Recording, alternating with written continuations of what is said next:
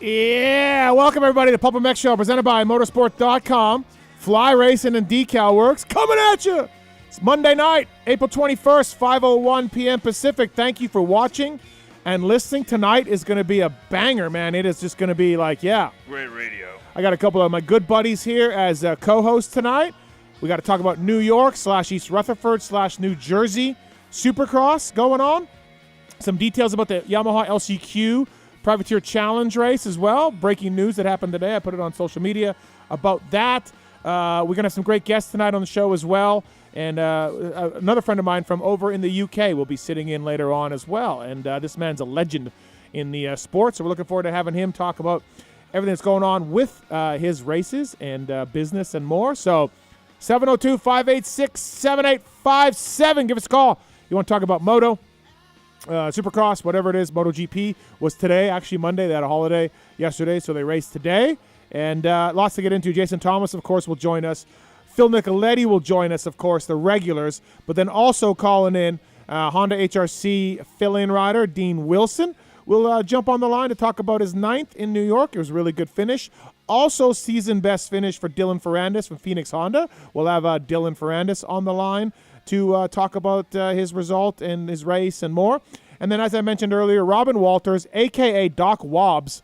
He's one of the men behind the super successful Farley and Fox Hill Vet MXDN races. And these things are unreal. I've been to the Fox Hill one 2 years in a row. And we'll have Wobbs come in a little bit, talk about some the ideas behind that for this year, talk about who's going to be there, talk about the race itself, and then maybe he'll share some stories from Robbie Renard days and more. So thanks again for watching and listening. 702-586-PULP for more information on the show if you want to give us a call. Motorsport.com, Fly Racing, Decal Works, X-Brand Goggles, Renthal, Michelin, Race Tech, A Chair Beast Firepower, Maxima, OGO Power Sports, Renegade Race Fuels, Atlas Neck Brace. PulpMX is the code to save at atlasbrace.com. They have the Kyle Chisholm wearing their neck brace amongst others. And they got a brand new boot as well, an entry boot available as well. So code PulpMX saves you there. Pulp Show 2025 at Guts Racing saves you. Works Connection, PulpMX 20 code saves you. Motorcycleindustryjobs. Tight. And so we got to talk about that and more tonight on the show. With me to do that, first up from the highly successful Blair Matthes Project Show. This gentleman just started a new job as well at PulpMX. He's got a lot of things going on. He's a frequent co-host here, of course, and former pro rider, Arena Cross Regional Champion. Also, the Daniel Blair. What's up, DB? Face to face. Yeah, thanks for coming in. First time this year, actually, in studio, which is funny because you and I have been more consistently communicating because of our new show, which you're right, is very successful. We said right out the gate, midweek domination, and it's been just that. Yep. But I have not actually seen you in person or been in here in a long time, so it's cool to be back. Yeah, thanks for coming in. We got lots to talk to you about. Oh, yeah. Yep. Maybe more than 3 minutes even.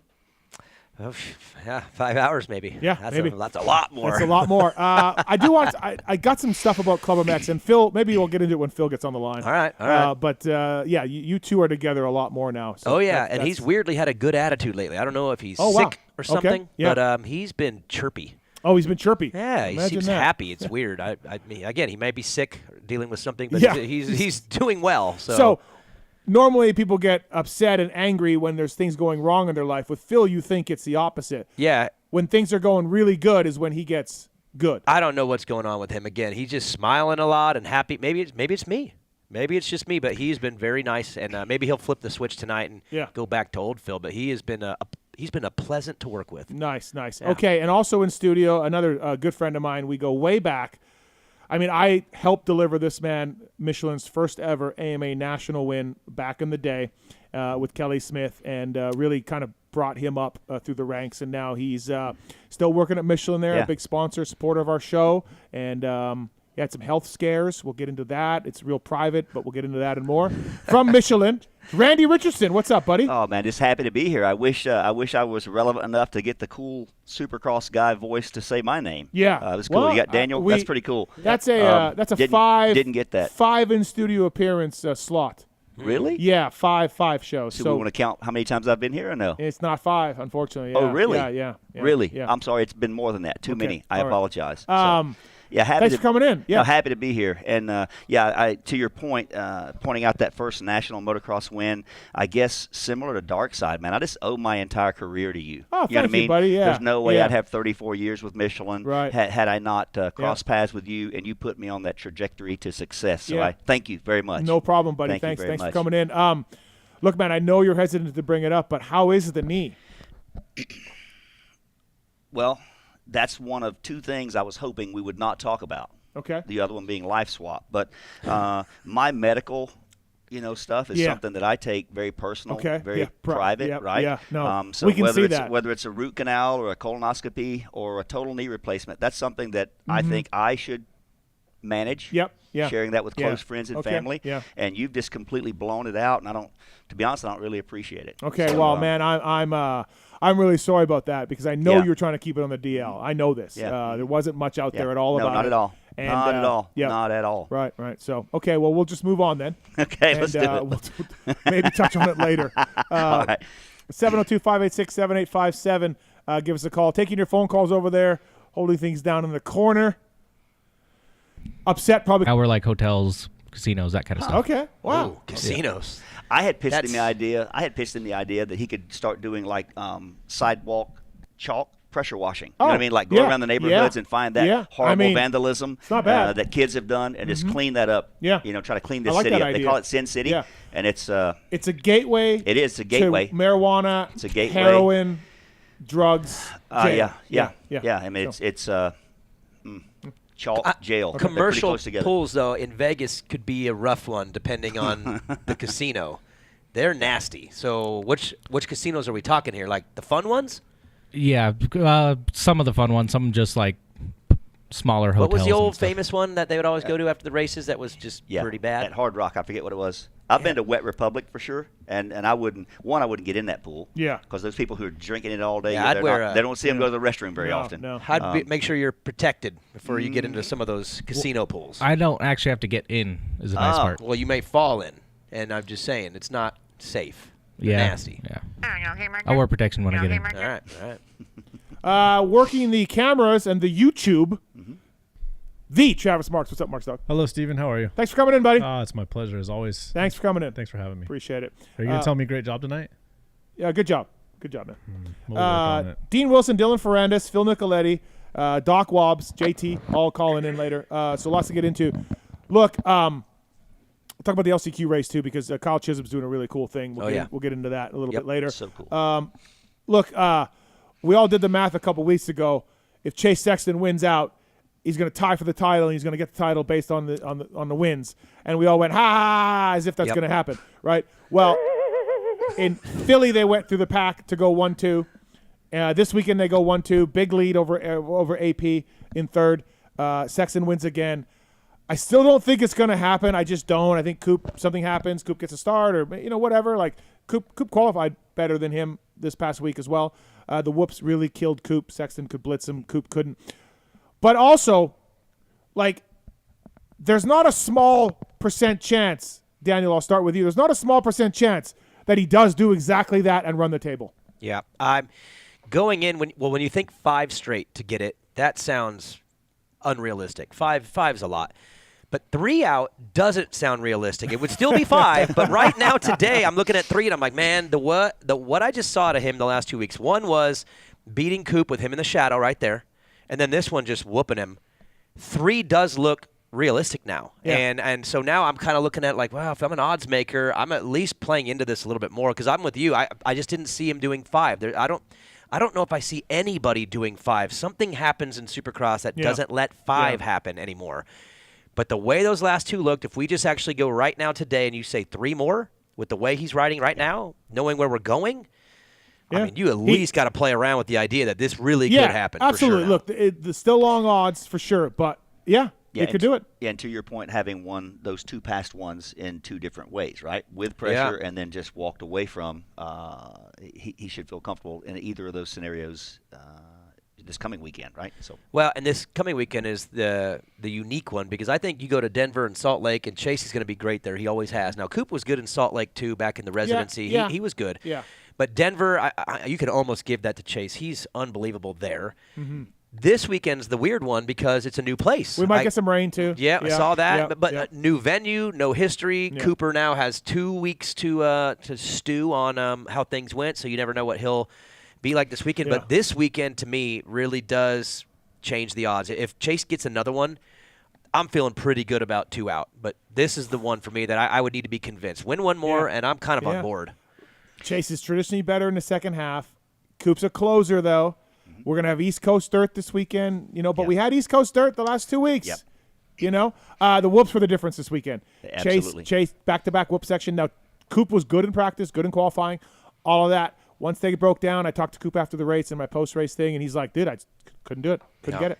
I know you've spoke on the show a lot about how it's kind of a pet peeve for you when racers don't disclose their injuries, which I respect anyone keeping their medical stuff personal. But anyway, the racers, it's important for the racing. Do you think maybe the gunshot wound was worse than he said? Right? I mean, he said maybe he was recovered, but you know what I mean? Yeah. He said he'd spent the week recovering from it, but maybe it was maybe it was a little more by the afternoon. It was just feeling terrible. Mm-hmm. Do you guys care about any of that? I don't care about any of that. Oh, I love it. Oh, I mean, I don't not like it. I just don't care that he did it. Whatever. You know what I mean? I'm immature and dramatic, so I absolutely love it. I'm immature and dramatic. Yeah. Don't save that because that could be used against me clip in the that, future. Please. But what's crazy though? Let's if we wanted to play into it a little bit. Okay. Chase, all he's done in this was the finger gun. That's all he did, and then he hasn't really said anything else. But then Coop went on and said I was going to kick his ass. Then he went out and beat him in qualifying and said, I'm recovering from a gunshot wound. So Coop's done a lot of talking since then. Yeah. And then Chase did really whoop his ass in what was one of the biggest beatdowns I've seen in years. I don't remember a whooping like that in a while.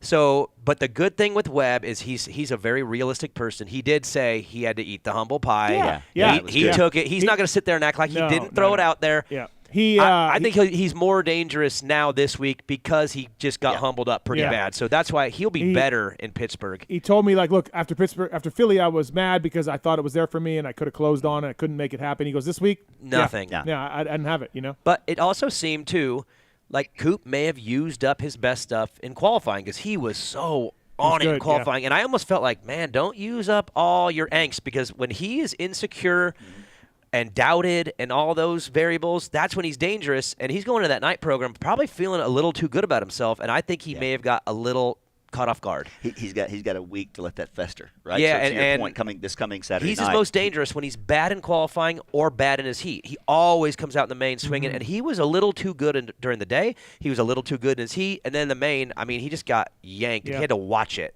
happen. It didn't happen without him. He had a front row seat. And got whooped. He lost the front row seat in a couple laps. And then But I see him being more dangerous this weekend because he had to eat this one pretty bad. Yeah.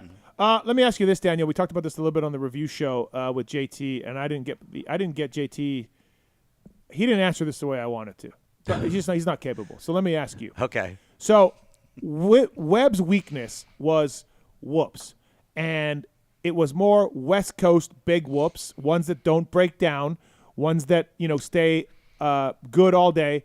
And Webb's weakness was never East Coast. I'm going to hit this groove. The groove, yeah. Webb was great at that stuff, right? As the track broke down, he picks up his times. We all of that. Now, so when Coop was telling me I worked on whoops, I've been in better in whoops. I'm like, totally, you really have been. He's much better at it. There's stories about him at the test track. He would get pulled by Justin Cooper because jumping the test track whoops at Star were faster, but Coop didn't care because he put up with he's blitzing. Yep. And he needs to learn how to blitz, and he doesn't care about setting a fast time on Wednesday. So we know he's been good at those type of whoops and the ones that hold up and ones that are good. This week they were not. They had the grooves in them, right? They had the rut in them. They were hammered East Coast whoops, especially the second set, and he still couldn't do it. So my question is obviously blitzing is better than jumping, but also hitting the rut straight is the fastest, right? When there's nothing there. Yeah. And that's what these kind of were. Now I didn't walk the track afterwards, so maybe I'm off on that. Yeah. But that's what they look like to me. And he couldn't get that. And that's normally not been a problem. So when he says I couldn't get the whoops, was what he was telling us. Chase was blitzing, I couldn't get them. I'm like, well, why couldn't you get the groove down the middle, Webb? Because you are good at that. So do you have a and I can I'll explain this from a size perspective because I dealt with whoops my whole life, and they were tough for me. But when they were kind of wet and stickier, you can get away with some things because they're not as reactive. At least the bike's not as reactive. But those were East Coast whoops that firmed up like West Coast whoops. So you actually had both. Yeah. And I could see Coop being like, man, I am not going to do my thing through these because the bike's going to overreact in a way that he probably didn't want to deal with. And he thought jumping would be a way to maybe survive it. At the same time, though, Chase was phenomenal on another level in them. So it wasn't like he was just good and Coop was bad. Coop had to deal with Chase probably at the best I've ever seen him in the whoops period. I mean, when he would come out of that first corner, it was like a dart to the corner with no holdback, no like setup. He was just kill the whoop, turn, kill the whoops. Yeah. And to me, it was a combination of East Coast cut. They were cut up like East Coast whoops with a hard pack kind of feel, base, mixed with the fact that Chase was on another level past anything we've seen him even do this year. So I think it was a double-edged or a two-part thing for Coop right there. Do you think that's kind of what you're saying earlier? Coop was shined in practice and qualifying. Do you think that kind of leaned into that? The dirt was when they changed into that other type of whoop, then he didn't do as well. Yeah, and same thing for me is when whoops are kind of ruddy and chewed up and hard pack, they scared me really bad. But when they were kind of still moist and you had some grip, they wouldn't scare me as bad. So to me, he dealt with a tough set of whoops that he would normally be okay in that firmed up a little too much, and he didn't want to take that risk. Yeah, it definitely you could see he tried jumping, he tried blitzing, he tried hitting that. He tried. Generally he can go through a beat down set of whoops as good as anybody. These ones were a little drier than he would have liked. See, and much better analysis than JT. But you should do TV. Have you ever thought about TV? Not really. That's I've never good thought analysis. about that. Because I didn't get that on the review show. I've never thought of it. Be good at that. I didn't get that from JT. What you just told me, I didn't get that. Wow, gunshot right there. But then again, part of Coop's problem was Chase being on another level of crazy. That's the best I've seen him in whoops all year, and he's always good. But that was like great, all caps. He was Davies at Indy level. Oh God, Yeah. Davies at Indy just didn't even care where he could have been backwards leg. He was just wide open, and it worked. Okay, another question I got for you guys. Aaron Plessinger battled Barsha hard for that third spot. Bam Bam went down. Sucks for him. He needs some breaks, and he didn't get one right. AP got another podium. I think it's his 5th in 6 races. Yeah, he's great buddies with Coop. He's teammates with Sexton. I've seen this over and over. Guys, I've seen 2 things in championship fights. The 2 guys or 3 guys rise above everybody. That's what we're seeing because they're just hungrier. Especially late, too. Late, that's what I mean. Late in the season. Yep. So you have the guys just being better than everybody.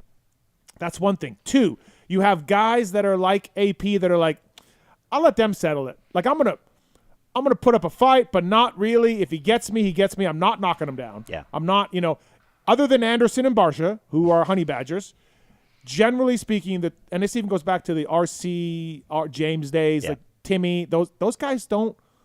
They don't want to interfere. They don't want to interfere. They don't want to be a factor. Yeah.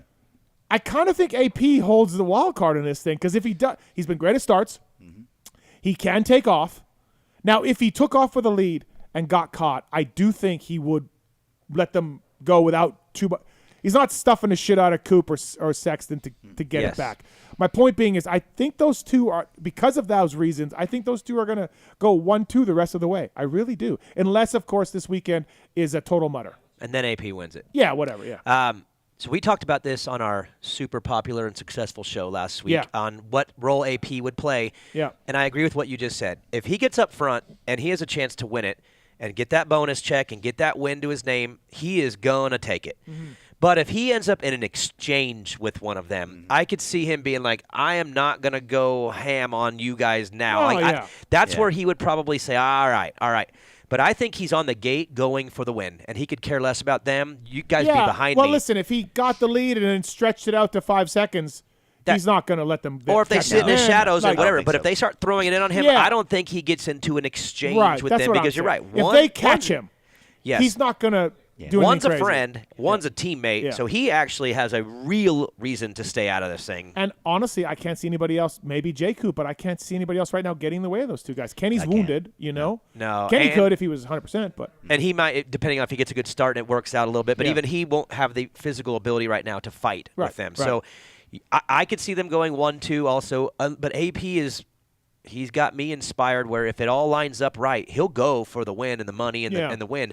But it's going to have to line up just right because those two, Cooper and Chase, they are mentally they're in kill mode right now. And AP's probably in that would be sick if I won another one, but he's not showing up ready to kill. No. I don't think. Yeah, if AP can just go win the race and take max points and leave it behind and all them. that bonus and let that sort itself out. Yeah. But to your point, if he either gets caught or rides up to getting in that mix, I don't think he really wants to be a factor in any way. And think about how big of a crowd favorite he is. Yeah. So if he, in one way or the other, gets involved, he's going to take some social media hits from whatever fan, right? If Chase has to win and get the 3 at these last 3 rounds. So if AP won Pittsburgh and Chase got second and Coop got third, that ruins Chase's math.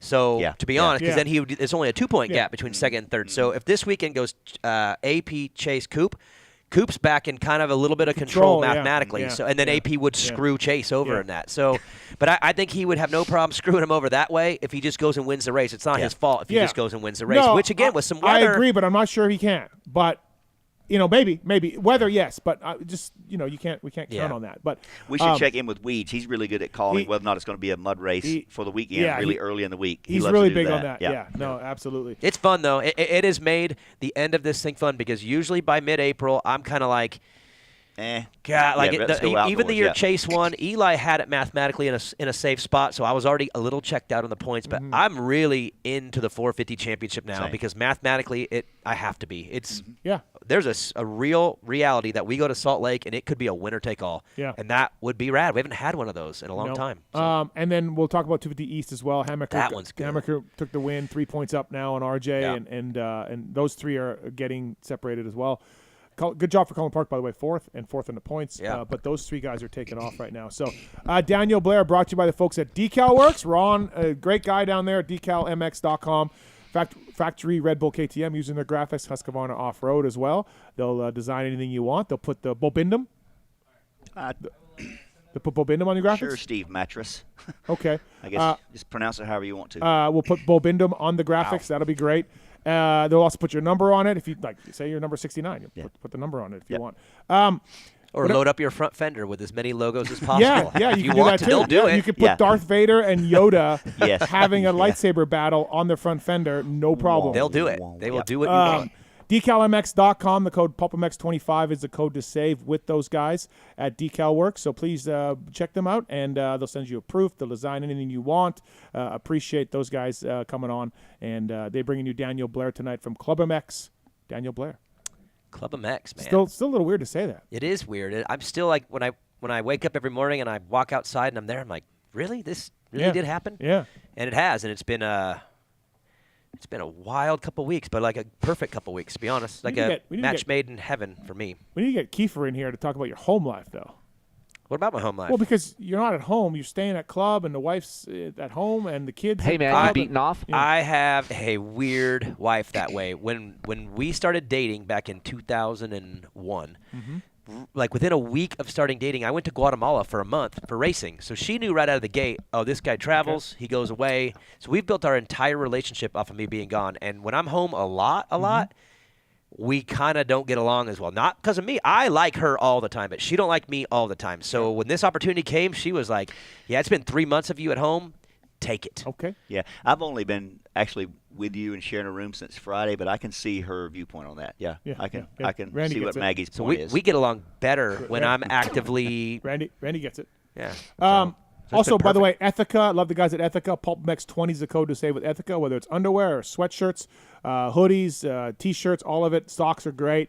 Ethica guys are fantastic. PulpMX20 is the code to save direct from the folks at Ethica. Use that code and save. We really appreciate it. We have a couple phone calls here before we get Dylan Ferrandis up next here on the PulpMX show. We got Brad on one. Brad, what's up, man? Hey, just wanted to say shout out to the PulpMX show. I've raced in the early 2000s and kind of fell out of the sport a little bit and just got back into it, and leads me to my question. My dad and I are going to Pittsburgh this weekend. We used to go to Steel City, which was a great memory and track, but a couple questions is, can we watch practice as a fan? Because I can't find any information on that. And how do you get fan fest tickets? Because I don't see them on sale. But thanks for the show, and Appreciate it. Yeah, thanks, man. I appreciate it. Yeah, you can watch practice. It opens at like whatever noon. You can watch the last 2 qualifying sessions. Yep. You used to have to bring a monster can and get in. Is that Can you still do that? I don't know. I think that is because when I went just as a fan to go watch at A2, I saw some or some people out in the parking lot offering me one because they needed to empty it before going in. So I think that still is a thing. Yep. What's the pit area like at this one? Well, that's what I was just checking actually because I think, Brad, let me look real quick. Yeah, because there's certain I races just have where it's general admission, and we'd love to see practice. I mean, FanFest is really cool too. But yeah, I mean, playing this whole weekend around my dad, he's going to be surprised. We went to Pontiac, Michigan when in 2000 was our last race we saw, and they went all the way up in the stands. And I was also wondering why they don't do tracks like that anymore. Watching McGrath and Larocco back in the day shoot up that. Brad, it says right on the website, it says FanFest, buy tickets. Yeah, but the link says sold out or check later. So it's confusing. But I thank you for that. Take a monster can. It's fine. I think take a monster can, Yeah, take a monster can. I think you're fine. Thanks so much. Yeah, thanks, man. Appreciate it. Brad, going to the first race. Pittsburgh, they raced there in 83, I think it was last time that was there. Scott's on 2. What's up, Scott? How are you? Thanks for calling the show.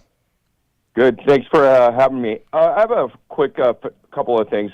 Fantasy, in regards to fantasy, a couple weeks ago there was a first to the finish line cancellation because the race got red flagged and then they did it again. Mm-hmm. I feel like because we do first to the finish line multiple times for Triple Crowns, that maybe it's first to the finish line should still count even if it's a red flag and they do a full re-rack and do it again. And no, Dan didn't put me up to this. I was just thinking that it would be cool for the people that do that. You could do multiple first to the finish lines. No, Scott. No. Well, we're not doing that.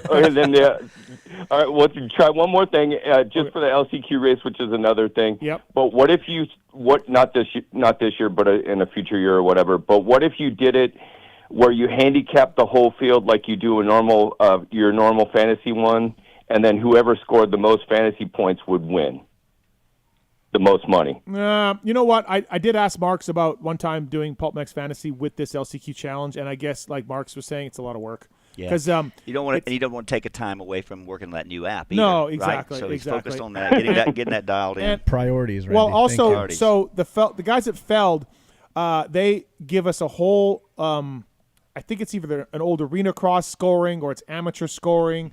It's a whole different scoring, and Marks integrates the official Feld scoring into the site. So for Marks to do the whole thing would be like you have to grab the code from the amateur scoring that we use, put it on the new site. It's a lot of. It seems I could manually do it, but also I'm not doing that. Okay, so yeah, there we go. So Scott, you're 0 for 2, buddy. Sorry, you're 0 for 2, but thank you for the support. Yeah, thank you, appreciate it. No Thanks.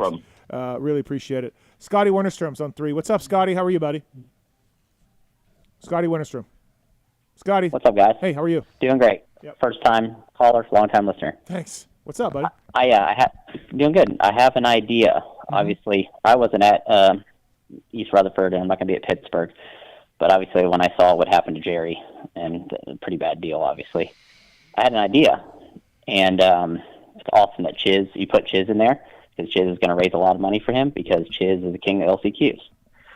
But before you announced that Chiz was going to take his spot, I thought the idea is I want Billy Laninovich's spot because he's hurt. Yeah, Billy. Yeah, Billy's a wild card. Yeah, correct. And Billy's older than me, but after Billy, I'm the honorary old guy in the 250 West. But what I wanted to do originally was, if you gave me his spot, I would give all my winnings to Billy, Chad Saltz, that got hurt earlier this year, practicing, I believe. Yeah. And Jerry. But now Jerry's hooked up with Chiz. Yeah. So I just want to race.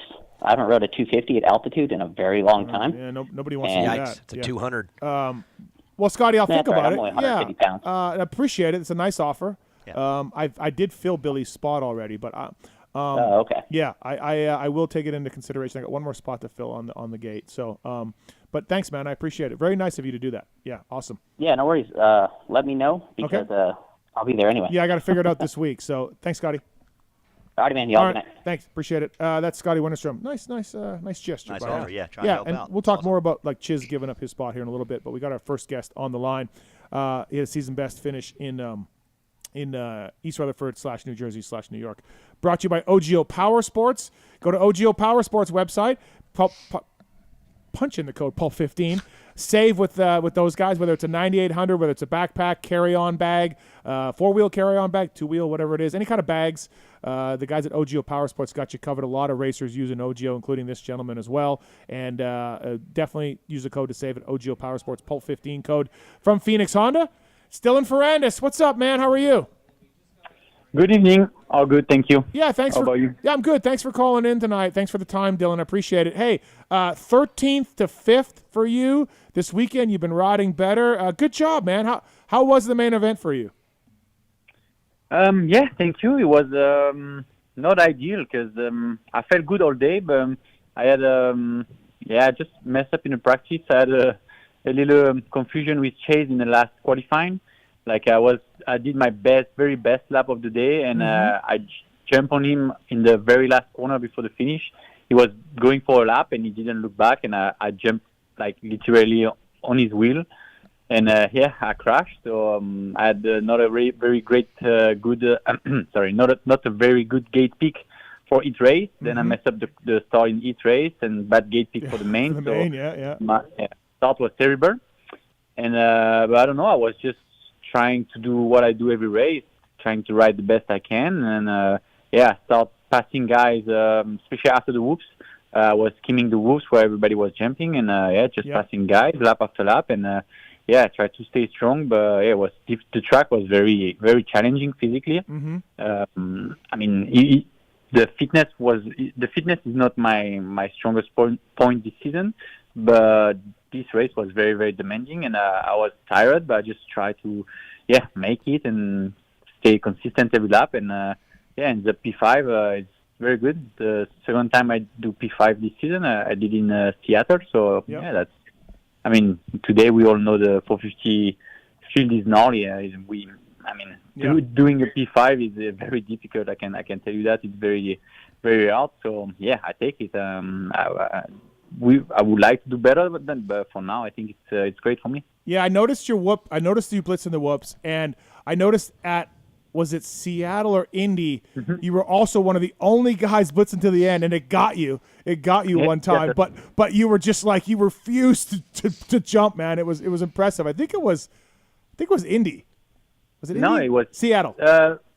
Indy I was struggling, but Seattle I was skimming, and a lot of guys were jumping, and I also ended up P5. So I guess when I keep skimming, it's good.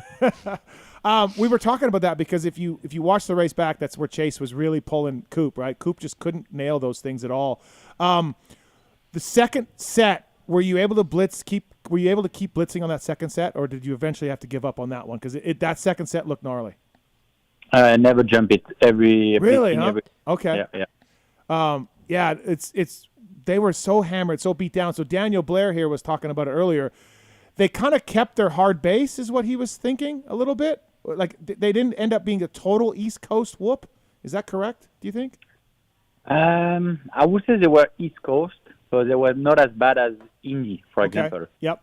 Like at Indy is the race where it's the softer you can get, and it's like almost like a deep rut with bumps inside the rut at the end. Like for this weekend, it was still whoops with like edgy bump and rut, but was still whoops, just held up. You said, like we were still able to skim it. Yeah. Hey, that after the whoops, the tabletop thing. What were you going on off in the main? Were you figuring that out for the most part? Yeah. I think that's what helped me a lot. Yep. And me come back on the guy in front. Is I did it almost every lap, and that was key, I think, for that race. What was with why was it such a booter for the 3? Why did that thing take you so high? What was up with that? I don't know. It was when we did the track work. I was like, no, I'm not gonna try that. I don't want to. And and the mentality in 450 right now is like, if nobody does it, like we don't really want to try. When someone does it, it's over. We have to do it. So I think I don't even know if second practice. I think someone did it in second practice. Yep. And I think we all see it on the camera, and we were like, all right, now we got to go for the last practice, and most of the guys did it. So Coop was going all the way over. He got that a few times, and he told me because I'm like, hey, okay, so I didn't watch any Dartfish. I didn't hear about it. Was going on, off, 2-2, was that the fastest, what you were doing in the main? The fastest way through that section? Or I'm sorry, on, off, 3. Was that the fastest way? Or was on, roll, 2-2 quicker? Like, what was the best way to do it? No, the best way was on, off, triple. Okay. But in the main, they fixed it before the main, so it was good. Like we thought the main was fresh, no rut. Mm-hmm. But during practice, it was super challenging. With the 250 riding before us, we had so many ruts in the transition. Like it was super, super difficult to do the on-off triple. So that's why I think most of us made like in the on, roll 2-2. No, in the practice. Oh, in practice. So Coop was saying that he wanted to get all the way over the thing because it hurt so bad landing on top. He was like, it took so much out of him, you know? I'm surprised he said that. Yeah. To me, it wasn't so difficult. Yeah. But some other race where guys were doing crazy stuff, it was hurting me and not them. So, yeah, it's just funny he said that. So then I said to him, Coop, did you ever think all the way over and 3-1? And he's like, no. And I'm like, okay, like, so Dylan, was that impossible? Like, did you even think of that? Am I just being an idiot here? I thought it too, watching it. Okay. It's impossible because all the 250 were doing the same rhythm, roll table 1. Yeah. So they all land on the table 1. So when you, like, every time they case a little bit or they knocked it down. All on it, like, they made the takeoff super bad. Okay. All right. So that's where I was like, okay, like, I was thinking that would be the eventually because did you ever get all the way over it? Did you try? No, I tried in practice, but I never made it. Yeah, okay. You know, Dylan, you mentioned about the 450 class, how stacked it is. I'm looking at the results, and we are late in the year. Typically late in the year, things, happen. And there are 12 champions still on the gate right now in mid-late April, which to me is crazy because, yes, there's been some injuries, but to look at this list and still see 12 with McElrath and Savachi in here, too, who don't have them. I mean, and they're like title guys.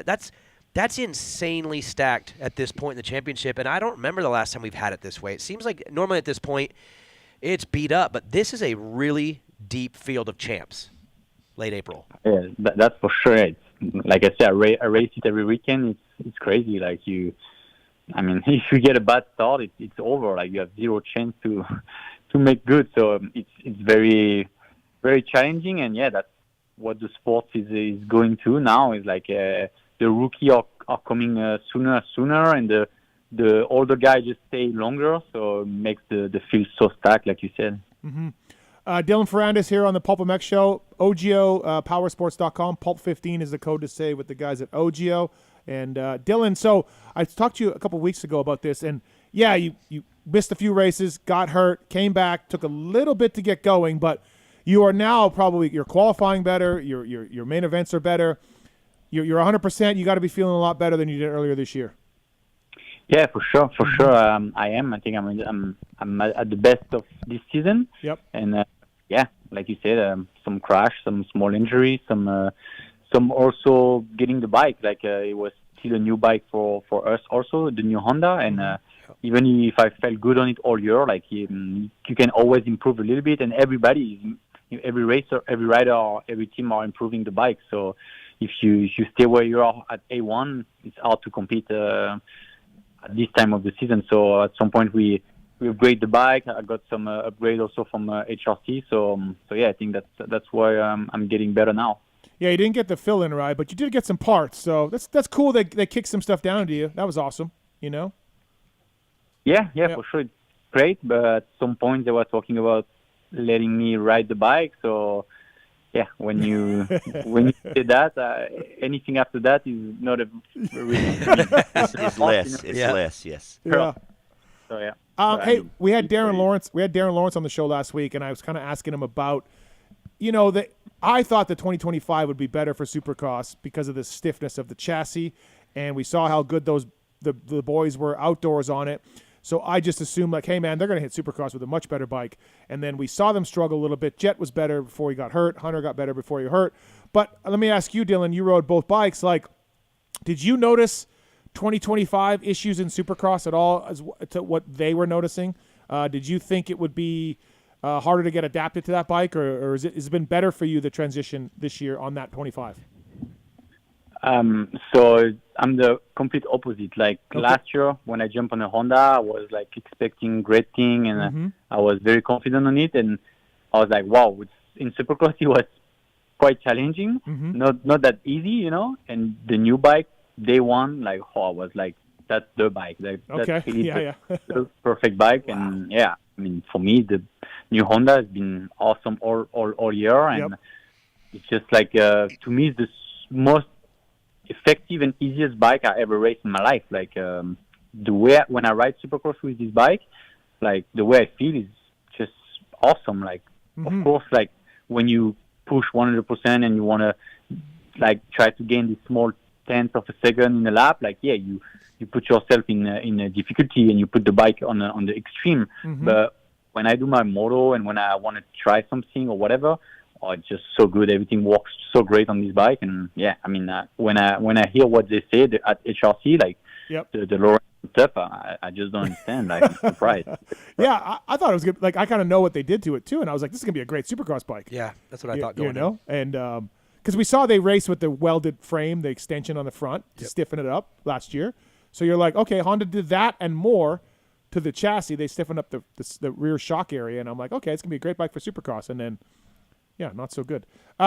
Speaking of the Lawrences, Dylan, you rode there last year. This year you're at the Sandbox, just more because you moved a little bit. Nothing bad or anything. But what are the differences between riding with the Lawrences at the Sandbox and riding riding Lawrences at the Dog Pound, and then riding at the Sandbox with Kenny, Chiz, Levi, all those guys? Like, what's the differences for you, good and bad, to the two riding areas?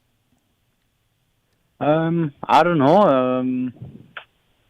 I think like at the Dog Pound it was more like more maybe camaraderie. Okay. Just because we are friends, but at the same time everybody was also doing what they need to do on the training. And Sandbox is really much more like you buy like the access to it, and the facility just give you the best tool to do your work. So it's not. I mean, I don't ride so much with the other guy. Like, it just sometimes we are on different schedule or whatever. Sure. You show up any day of the week, and the track is just prime, and you can do the work. You can do your moto, your lap time, and you can leave and reset and come back the next day. So it's same. At the end, it's a little bit same, but Fox is maybe more, I think, a business for them. Got it. Especially. Yeah. They give access to any rider that is willing to pay the best, and then the rider have the best tools, the best facility to practice. I think it's just simple. Okay, got it. Yeah. How's your teammates? I out at club we have Gavin Towers. He rides there all the time. I know Evan Ferry hasn't been riding. Colin Park, like there's these riders. They're all kind of spread in their own areas. But how is that for you, dealing with just these 250 kids that are doing their schedule and they're in and out of the truck, west, east, back and forth? How's that been for you? And I'm asking honestly. I don't know the dynamic there. What the truck's like. What's it like with these teammates?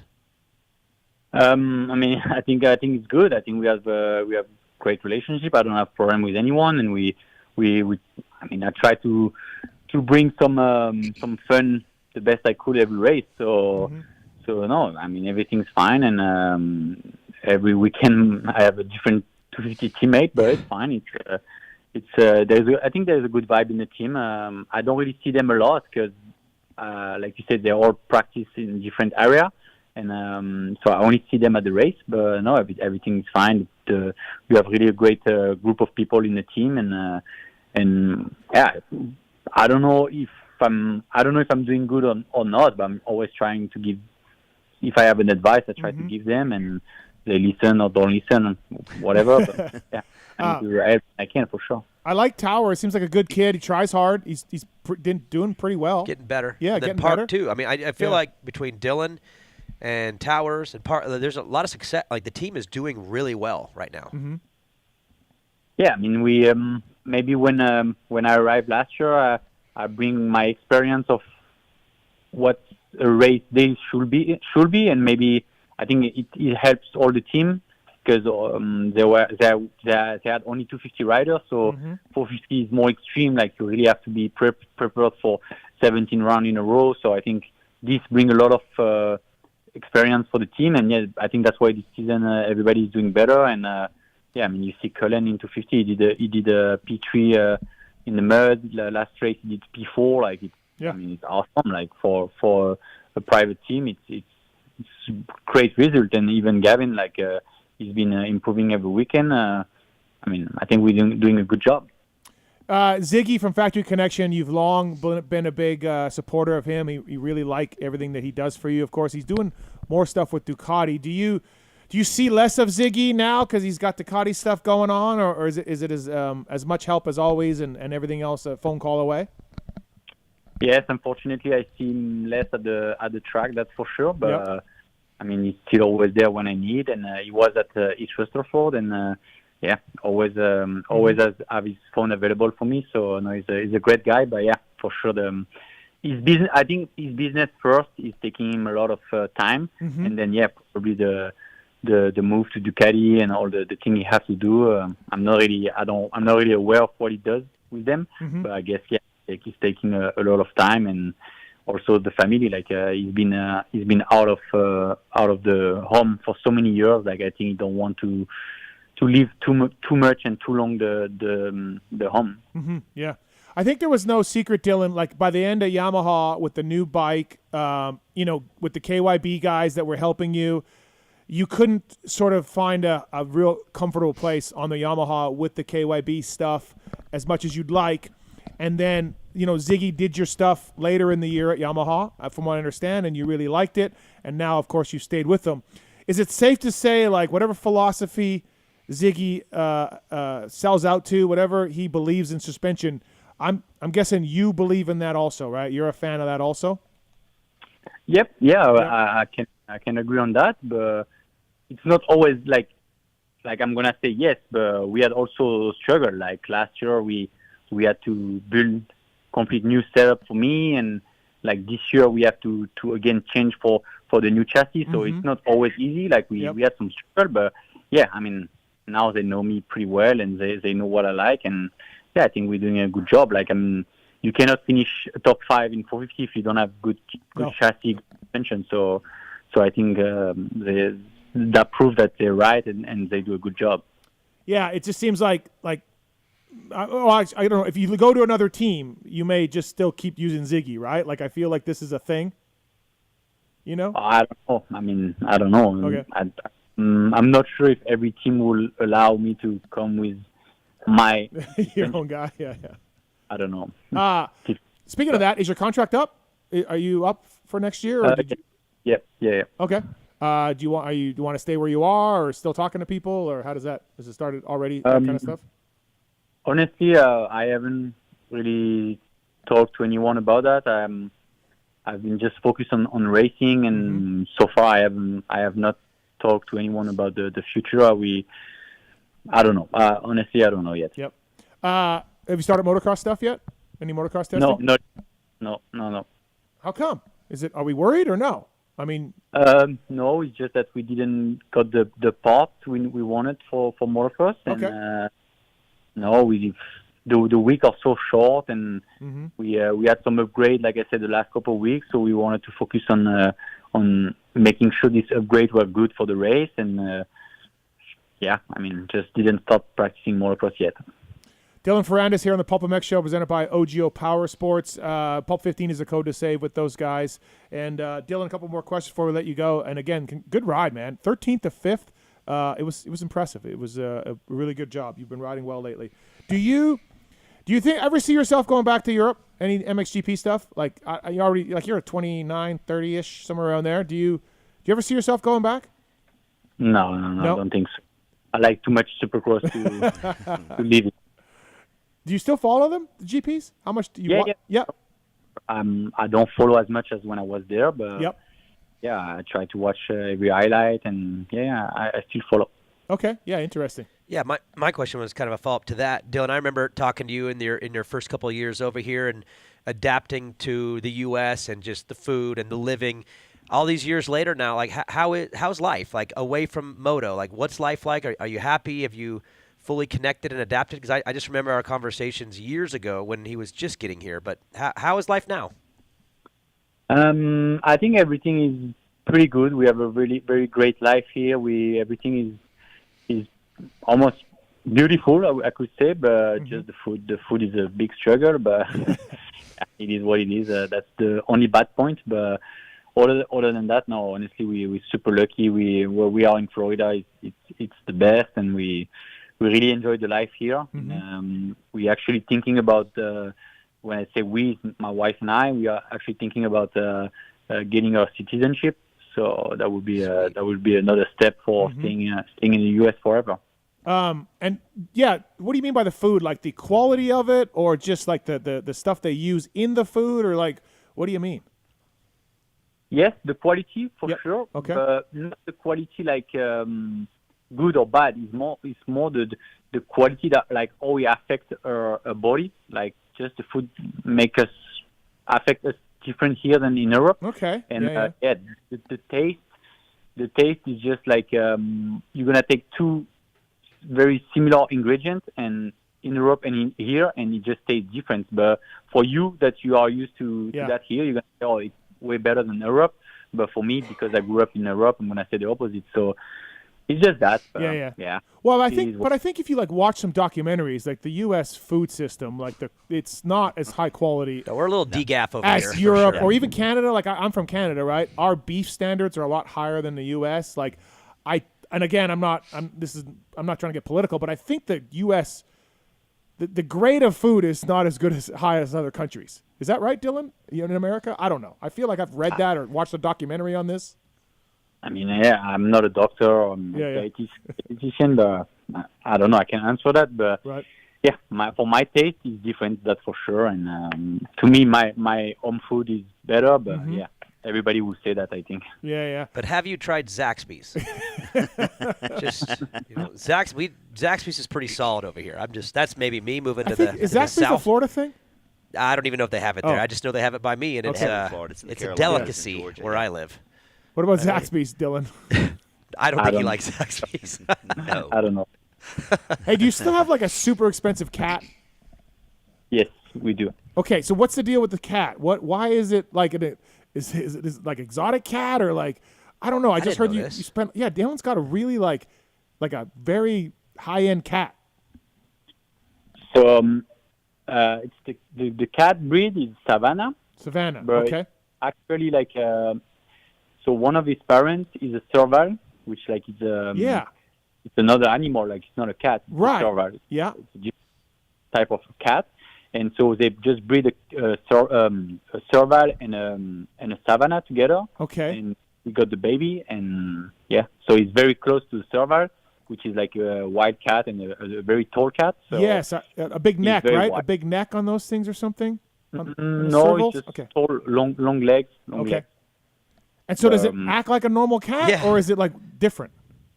It's different, but it's the way you raise it. Like if you raise it like too soft, it's gonna be bad. That's for sure. You have to be very, very strict with him, and it's a everyday job. That's for sure. Like if I walked in the house, is it gonna do something to me?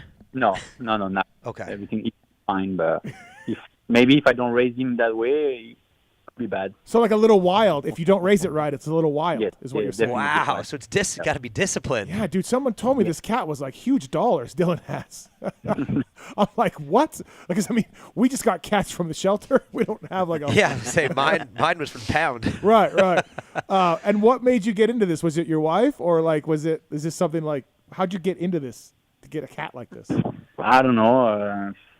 I don't know. We like for sure exotic animal, but we also don't like to be part of the system where you buy animal. I'd rather have one from shelter. But I don't know. I think it was during the super motocross we decided to take one, and I remember we had a conversation with Malcolm also because he had one like that when he was younger. Okay. And told us like how cool it was and stuff, and we went to a place to visit one, and we just ended up buying it. Is it affectionate? What? Is it affectionate? Like, does it loving? Does it cuddle you and stuff? Yes. Yeah. Okay. Yeah, it's like a small dog. I mean, it's like it's the mentality of the dog a little bit. Oh, okay. Yeah. Wow. Yeah. Who knew? I didn't know that. Yeah. Your cat's not so much. No, my cat's not. No. Not so much. Hey, also, Dylan, do you have your championship-winning bike? Did Yamaha give that to Yes. you? Okay. No, I have it in the house. Yeah, I was gonna say, where do you display this thing? We have a room that is a little, like next to the living room. That room is for nothing, so we just put the 3 bikes and the trophy and the best memories. Okay, awesome. And so what else is in there? Like destination stuff, I would guess? Yeah. Only dirt bike stuff. Like we have all the trophy championship. I try to keep only the P1 trophy. Of course, right. And some pictures, some jersey, some just cool stuff. Yeah, for sure. I feel like your outdoor title, like you beat Eli Tomac. Like, I feel like we don't talk about this enough. Wygant and I were talking about this at dinner like a month ago. We were kind of talking about you a little bit, and we're like, dude, the guy just beat Eli Tomac outdoors. Like, people forget about that. Yeah. Like, Eli's like an all-timer, right? And outdoors, Eli is a bad dude. And I feel like, Dylan, we don't talk enough about you beating Eli Tomac outdoors. I don't know. Maybe we need to talk more about this, or you need to talk more about it. Yeah. I don't know, Dylan. Well, and it was you were unreal that summer too. Yeah. I mean, I don't need to talk about it. I was there, so I can tell you that it was not just Eli. It was Kenny, Chase was there, Jason, Adam, I think was there. So Barsha. So I can tell you, it was the field was very stacked. So it was just not Eli. It was all the best guys. Yeah, and I remember after interviewing you that summer, and you were like, yeah, I rode okay. I rode all right. Like, you were never like, you were always like, I could have been a little better. Like, I do remember being like not super celebratory about it. Yes, Just like, yeah. For Dylan, talking to Dylan that summer, he was a lot like, yeah, man, like, this is what I'm supposed to do. Like, I can beat these guys. Like, it was just, I'm not saying you were coming off arrogant or anything. You were just like, I could have been a little better. It was a good day, but I was always struck by how you were so always looking to improve. Yeah, I think it's just because of the position I was into it. When you the first race, it was a surprise. The second race, all right, I feel like I can do that again. And then it become normal. So it was just like when it become normal, I act like it was normal because that's what you do as a racer. When you do your race, if you can do better or if you at your max, and you just try to analyze stuff and just be normal. For sure, like today, this season, my like in championship position, I think I'm 9. So when I do top 5 like last weekend, I'm pumped. But if I do 9 next weekend, I'm like, all right, that's what I get most of the time. I probably can do better. Sure. Hey, I got one for you since this is brought up, but. Every championship you won the 250s in indoors, 250 outdoor, 450 outdoor. They all have their own feeling. Some pay better than others, obviously. But for you, just on the emotional side, on the accomplishment side, which one of those 4 do you feel like meant the most? The first one, Supercross, and for sure the 451. Okay. So the first 250 Supercross and then the 451 for sure. Yeah. Like the first one was. I was not supposed to win that championship. Like Adam was better than me this season. He had a good point gap, and he just failed when he should have never failed. And he gave me the opportunity to win the championship, and that was just gnarly. That was also the last season in the last last Supercross at the Las Vegas Stadium. That's right. Yeah. What's the name? I forgot about the name. Sam Boyd. Yep. Yeah. Sam Boyd. So for me, when I grew up, I was watching the guy winning the Supercross every year in this stadium, and doing the same was just unreal. And I had some of my friends for that weekend in Vegas, so everything was just unreal that day. Yeah, it's funny too because you were probably also like obviously you come from the GPs and motocross is what you grew up on. And the French guys, you guys are always good at indoor stuff, as we know, like Paris and the French Supercross series. But for you, probably that first Supercross was like, look, I can do this. You know what I mean? I can do this. Like a French guy can come over and win American Supercross. You know, like JMB, you know, and like DV and Marv and all these other dudes. So. Not really, because it's not. I mean, not many French riders won Supercross, so it's like something very difficult to achieve. So we never show up in the country like, oh, we're gonna do that. No, It was like more, all right, let's try to win one race first, and let's try to win another one. So that's why I also say it was a big surprise to win that championship, because I only won 2 or 3 races that season, and Adam won many more than me, and I just had a crazy opportunity. Those Anaheim Stadium just raining down booze on you was probably they were not happy that was probably such a low point for you, you know, and then like you don't even think about that now, but at the time, Dylan, you were probably like, oh fuck, like, you know, what am I gonna do with this? Like, am I gonna get, you know, lynched or whatever by the fans, right? Like, such a weird time to think about. Yes, that was the next year, so I already had the championship, and for me, like my full-time goal, my full life goal was to have at least one championship. So when I got this championship, after that it was like, whatever happened, like if I have to die tomorrow, like I did what I wanted to do, so it's fine. So I mean, I was not taking it seriously, and also I was like, I deserve it. Like the way the move I did on Christian. I mean, even if it was not on purpose, like I never wanted to make him crash with him. Yeah, like it was a dumb move and not very smart. Right. Yeah. Well, no, it was aggressive. Yes, it was aggressive. Loud in there that night. Yeah, it was one of the ones, like, for me, I've been in the sport a long time, and I'll be like, this is gnarly. This is, although when Barsha took out, was it who did he take out? At Salt Lake? No, in Paris. No, in Paris. Barsha, when he took out who the hell am I thinking of now? Aranda. When he took out Aranda. Yeah. That was also 18,000 people like going nuts on Barsha, which is also something I'll always remember. Yep. You know? So good times. Well, hey, Dylan, thanks for the time tonight. Appreciate it. Good job in New Jersey, 5th place. Like I said, 13th to 5th. You've been riding way better lately, and it's nice to see, man. So thank you for the time tonight. Yep. Thank you. Appreciate it. We'll see you this weekend, Pittsburgh. Yep. All right. Sounds good. Thank you. That's Dylan Ferrandis, everybody. Always good to talk to Dylan.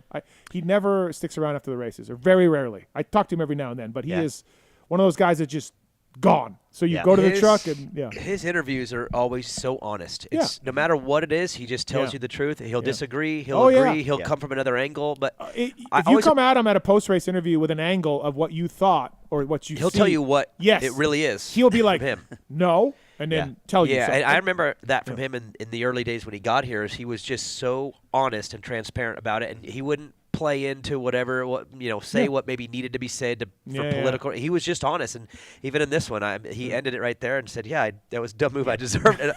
He's honest all the time, and I appreciate that. He is, absolutely. So I want to thank Dylan Ferrandis and OGO Power Sports. Our next guest brought to you by the folks at Renthal, Honda HRC using Renthal, so that means this rider is using Renthal, and Red Bull KTM, of course. Renthal.com for more information. They got the lock-on grips. They're doing really well, and you don't got to make any modifications to your handlebars to put those on. They fit any handlebar. And sprockets and chains, of course, Renthal.com, bringing you our next guest, Honda HRC fill-in rider, Grandpa Earl, a.k.a. Dean Wilson. What's up, Dino? What's up, guys? How we doing? You cost me $20. Uh-oh. Why? Because I hate to say this, buddy, but after your Philadelphia race, there was a mutual friend of ours who told me that you would get 13th or better in New Jersey, and I took that bet because I watched Philadelphia. And I said, he's not going to get that much better in 7 days. He's just not. And I lost. Great job. 9th place. You cost me $20. Yep. Well, I'm glad I did. Yeah, I mean, Philly was like, dude, I could not even hang on. When I say I couldn't even grip my handlebars, it was bad. So I knew I wasn't really stressing that bad after it because I knew I was fine. I just needed to not have that. So but I was thinking, like, he's going to have it again, maybe not as bad, but he'll have it again in New Jersey. But no. I think Philly's track that would have been a tough one to come back to. Like, even if you're dialed, but let alone coming out and being like, all right, here's my first one back, I would feel terrible on a track like that. Yeah, it was obviously not ideal, and I was just like a little bit nervous, and then I was a little bit off with my bike, to be honest. I was just way too soft, and I don't know. I think it was just a bit of nerves and a bit of everything, and obviously the track as well, and then but leading up to that, I didn't get an ounce of arm pump. So it was like, but then when I got to Philly, it was all day. It wasn't just like in the main event. It was both qualifiers, the heat. So I knew afterwards, I was like, I'm like 17th. Like I was actually coming through the pack pretty good. I got into like 11th or 12th at one point, but then I just felt it coming. I'm like, oh no. So I just got pumped, and then I stalled it. Riding the bike back to the pits after 17 HRC, I'm thinking, these guys are going to be thinking, what did we do? They're going to take your bike away. Yeah, thanks for coming. Well, listen, exactly. Truman believed in you, so I fucking had to pay him. Track, I'm a lot better, and I'm even a lot better than this past weekend. Like in the main, I was probably riding like 75-80% because I was worried about that, and so I was just kind of taking my time, and and then my arms weren't too bad, and I was just kind of playing it smart, and I mean, honestly, midway through the day, when I heard the Jerry Robyn news, it kind of fucked with my head a bit. It's hard hearing that and then going out on the track, especially, at the stage that I'm at, and I'm just like, it just kind of messed with me. So it was hard to take, and obviously wishing Jerry the best. And it's hard, man. Like, it's what a lot of fans kind of don't understand is when, it's that kind of stuff can happen, and it's the stuff we try not to think about, and then, unfortunately, it happens to someone, and then we got to go back on the battlefield and block out our head. It's a gnarly part that we deal with. And it wasn't like his 3-in was that hard. It could have. It was, it was a difficult section, but not crazy, and it can happen, like you said. Just a simple thing. I seen the video, and like I actually kind of cased it the same in the main, and. I was fine, but after that, I was like, all right, I'm not doing it. Because actually, how peaky the track was. And then by the main, they actually filled some of the pockets. It wasn't bad. So actually going 2 or 3 wasn't even slower, So I was like, I should have just did that from the start. But no. I had a rider ask me how Jerry was, and I kind of knew. And I was just like, I haven't heard. I don't want to tell somebody on race day. Like, I didn't know. But I found out, and not good. But well, the good news. We'll talk a little bit more about Jerry later on in the show. But the good news is, like, it's not a severed spinal cord. He could get the feeling back and all that. Let's hope. Let's hope for the best. Obviously. And then you cost me $20. Hey Dino, couple things for the Justin Hill. I mean, you and Justin Hill, dude. That was 20 minutes of war. 20 minutes of absolute war. It was amazing. Yeah, pretty good. It was pretty good. I was in a fairly good spot, and then Dylan got around me and stuffed me a little bit, and then but I lost a lot of time because I almost fell, and then I was kind of trying to catch Shane, but I lost touch of that, and then. Me and Justin were kind of just linked the whole main, and I'll be honest, we were not going very fast. But it was funny. He would pass me, but like I said, I was kind of reserving the tank because I just didn't know how. I'm still a bit rusty, so I just don't know how hard I can really go yet because I haven't gotten to really test myself.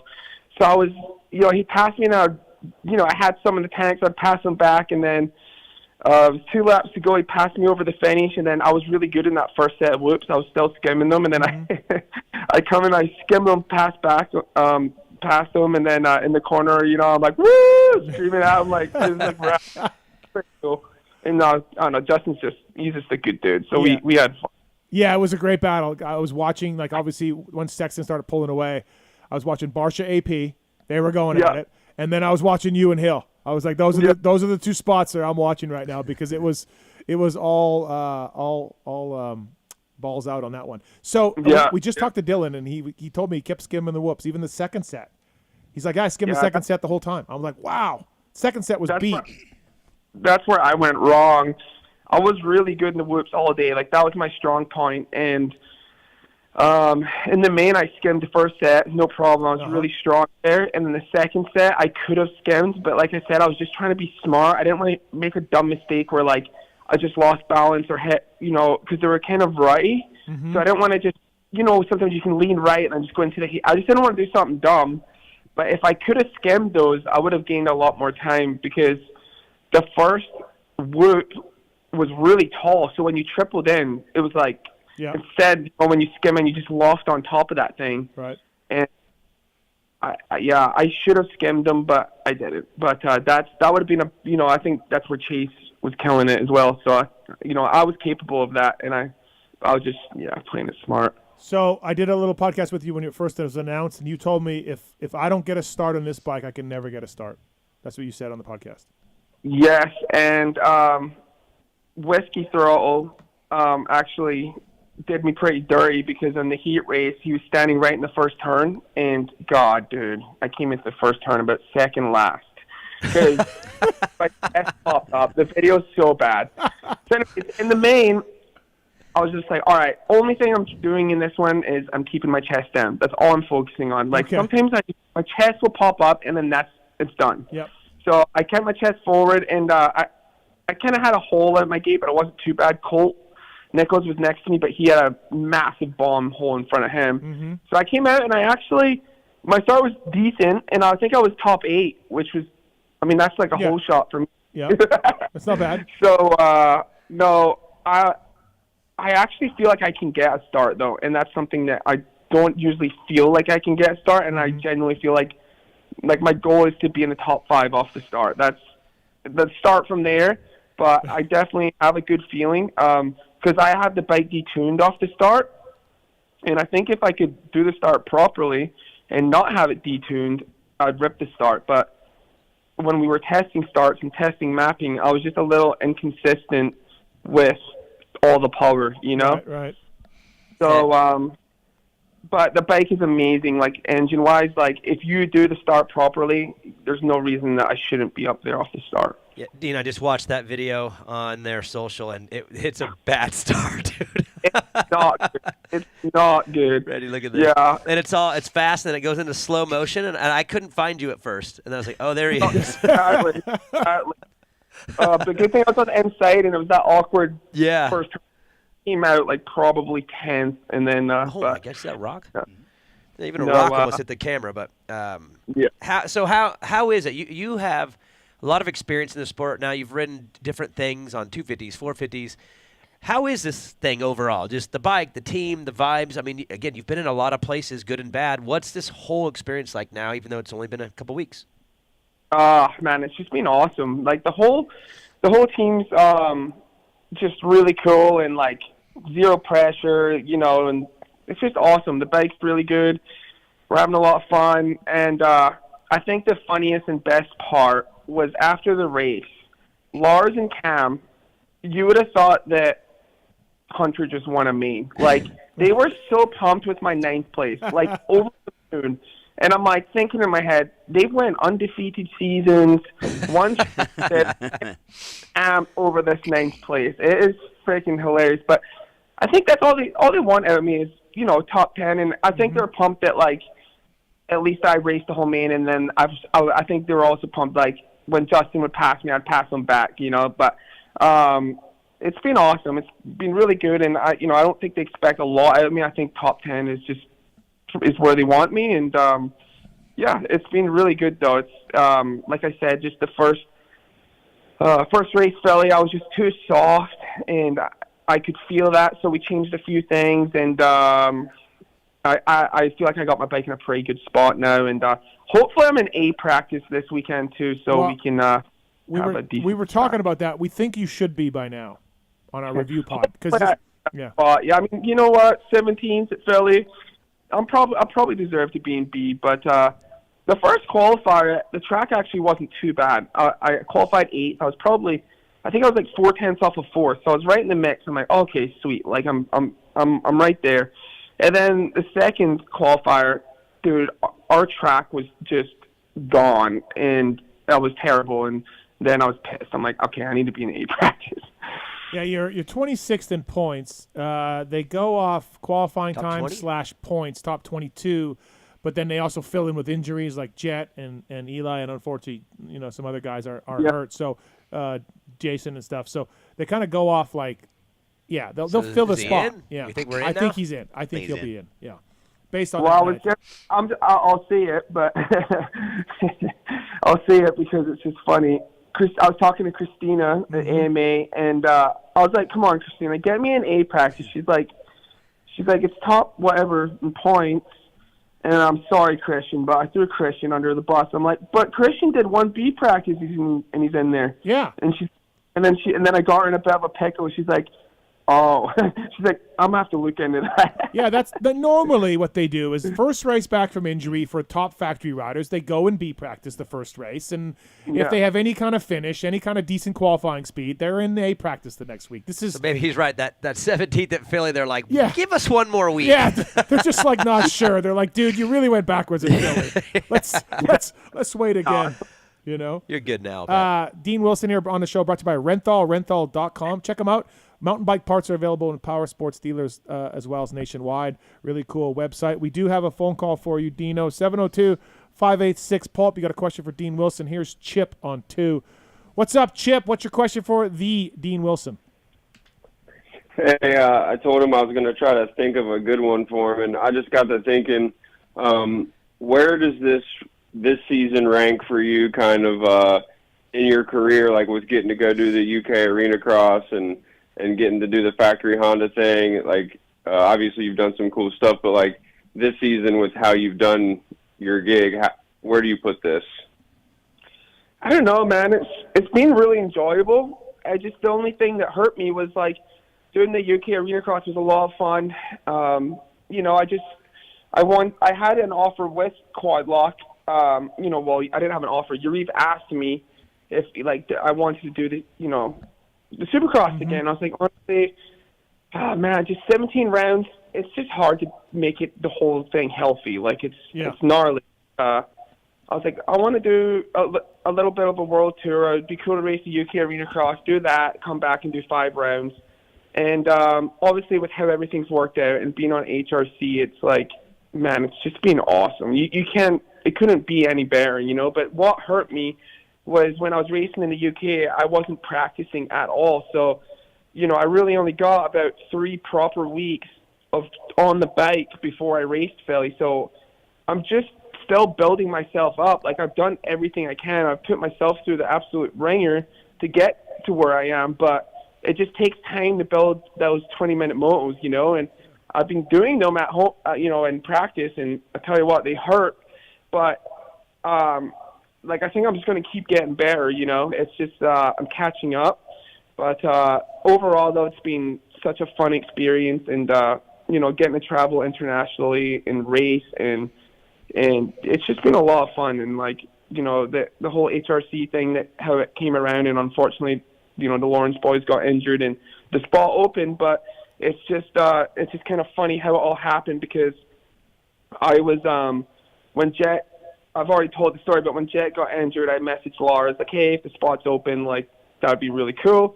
And then he's like, we're not going to fill it, but if we do, we'll think about you. And then I raced in Aberdeen, Scotland, Arena Cross, and, we finished the night, and then I'm in the hotel lobby, and I'm having a few glasses of wine. I'm just chilling. We're watching the race, because that's what we would do, because we're 5 hours ahead, so we would watch the Supercross.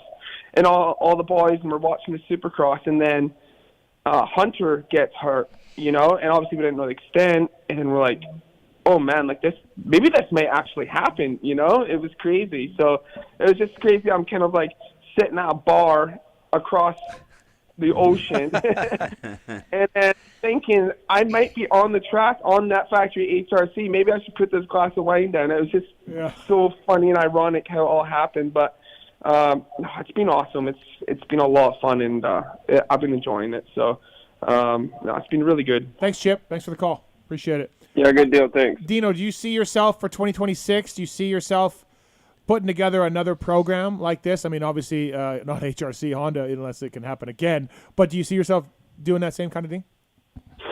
Yeah, I don't know. I'm still hemming and hawing. Like, yeah, man, it's gnarly. Like the whole you got to like. I have nothing but respect for all these guys out there because I'm out there racing and like, dude, just like even when you go out for qualifying, the track is so gnarly. Like that's probably actually the track. The worst is during qualifying. You know, you're doing sprint laps, trying to go your fastest, and the track's kickered out. Loops are messed up, and it's just really gnarly. And when you're in a good spot, it's not bad. But to do another year, and then I would like to just do what I was doing next year. Supposed to do it this year with Quad Lock Honda, another 5. It would be cool, but it's still just something I need to think about, and I'm not trying to overthink it right now. I'm just trying to do what I'm doing. You just ask yourself, is it worth it? You know, so it's tough, but you can't have that in your head when you're racing. Like you gotta, you're all in or you're not, and that's how I am with racing.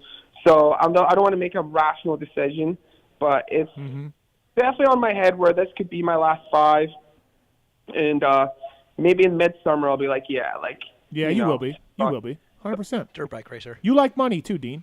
You like money. Yeah, but the money, isn't like what it used to be. Okay. It's still good. Yeah. It's still good, but is it worth it? At the end of. So we'll see. Right. Hey, Dean, it's Randy Richardson here, and I know you're pretty close with Grandpa Earl, and I have this side hustle of Teen Year Citizen, and I just like to see, maybe you pitch the idea to Grandpa Earl if you see him soon. Maybe we can do a collab with him. Talking money, I don't know where he's at financially, but man, I'm gonna tell you what, if there's any opportunities there to partner with someone as creative as him on some content, just please let me know. Teen Year's that's Grandpa Earl. Yeah. I would be all over that. Yeah, for sure, I don't know. I heard he's just not cheap is the problem. He's not cheap. Yeah. And I've heard you are cheap, but not that kind of cheap, Earl right? ain't cheap, man. He likes money. Back when he was racing, he said his contracts were insane. So really, that was back in the day when money was readily available. Well, Jim Hawley days. The Jim Hawley days. Yeah. Everything was easier back then. Yeah, absolutely. Money, women, everything. No, in all seriousness, Dean, absolutely love the creativity of that. I think that's awesome for Lars and Honda. Such a corporate company to be that flexible and be that embracing of the fun that Grandpa Earl represents and you as a brand represent, and I think it's a perfect fit. And did you hear my interview with him that I did when he got the gig? Yeah, that secretary didn't know. Yeah, I know. Yeah. That's and hilarious. I could tell That's she. awesome. It was right. to me. It was almost like like Jackass or something like that. I could tell she did not know what was going on. When I was watching, I'm like, this girl's really a good actor, and I'm like, wait, maybe she doesn't know what's going on. And did Lars know you were going to grab him? That's what I want to know too. So good. Yeah, no, it was really good, and it was all Honda's idea of that, and Really? it was cool that Honda wanted to have fun with it. I think if they want to do it, they wanted to make it marketable and get the fans involved, and it was really cool. And then obviously coming out open ceremonies was cool.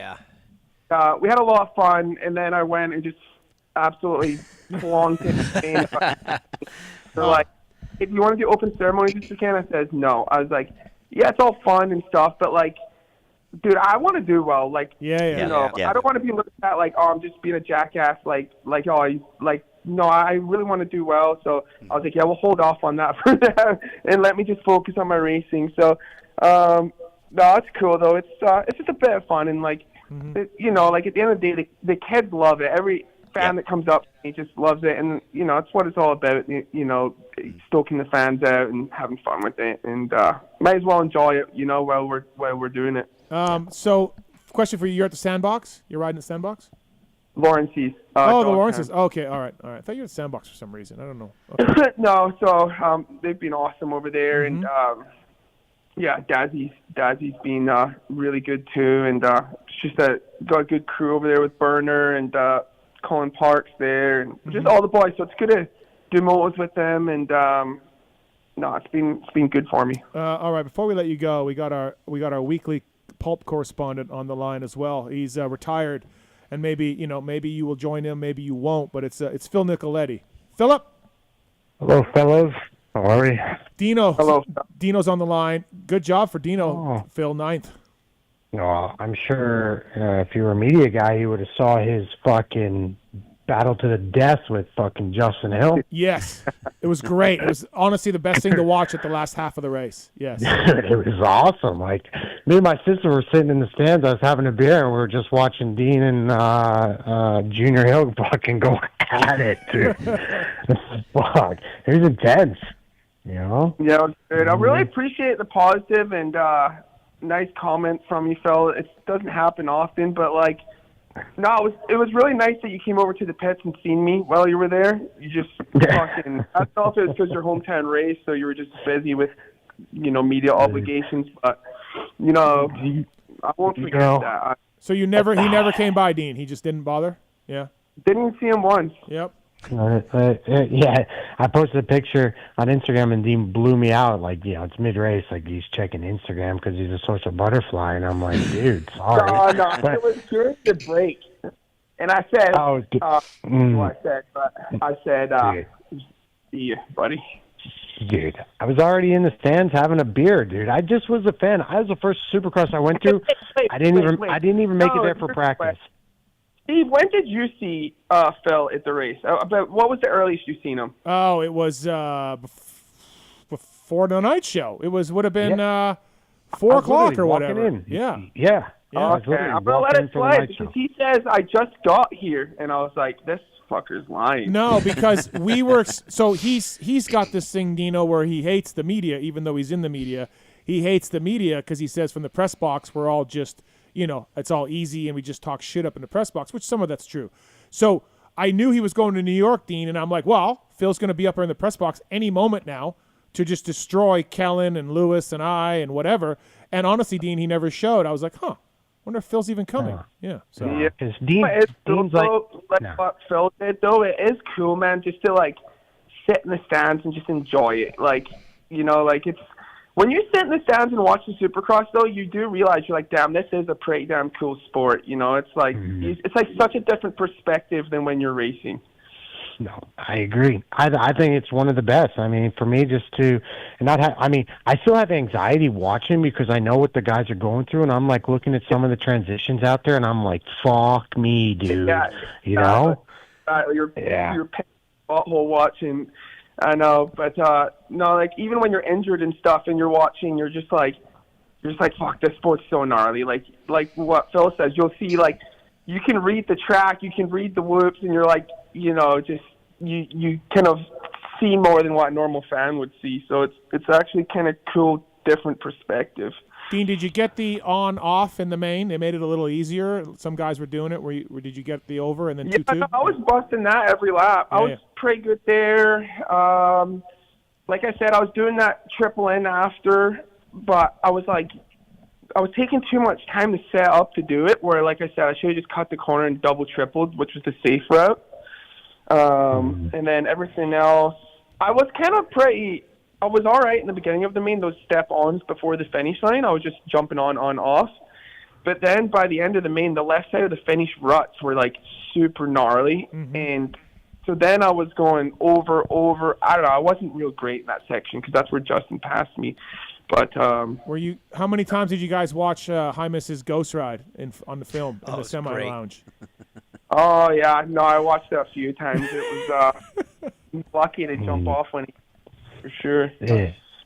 Dean, actually, I have a question. I don't know if Steve asked you about this because I literally just got home from club, but the Honda on the start, I mean, is it good as what? Did we talk about this or no? We did. I said, because Dean told me if he can't get a start on this thing, there's no hope for him. And so far, obviously, there's no hope. No, I think I was in 8th on the first lap. And I kind of feel like that's almost a win for me. But for the first time in a long time, I actually feel, that feeling when you go to the start line and you actually feel like you can get the start, and that's half the battle.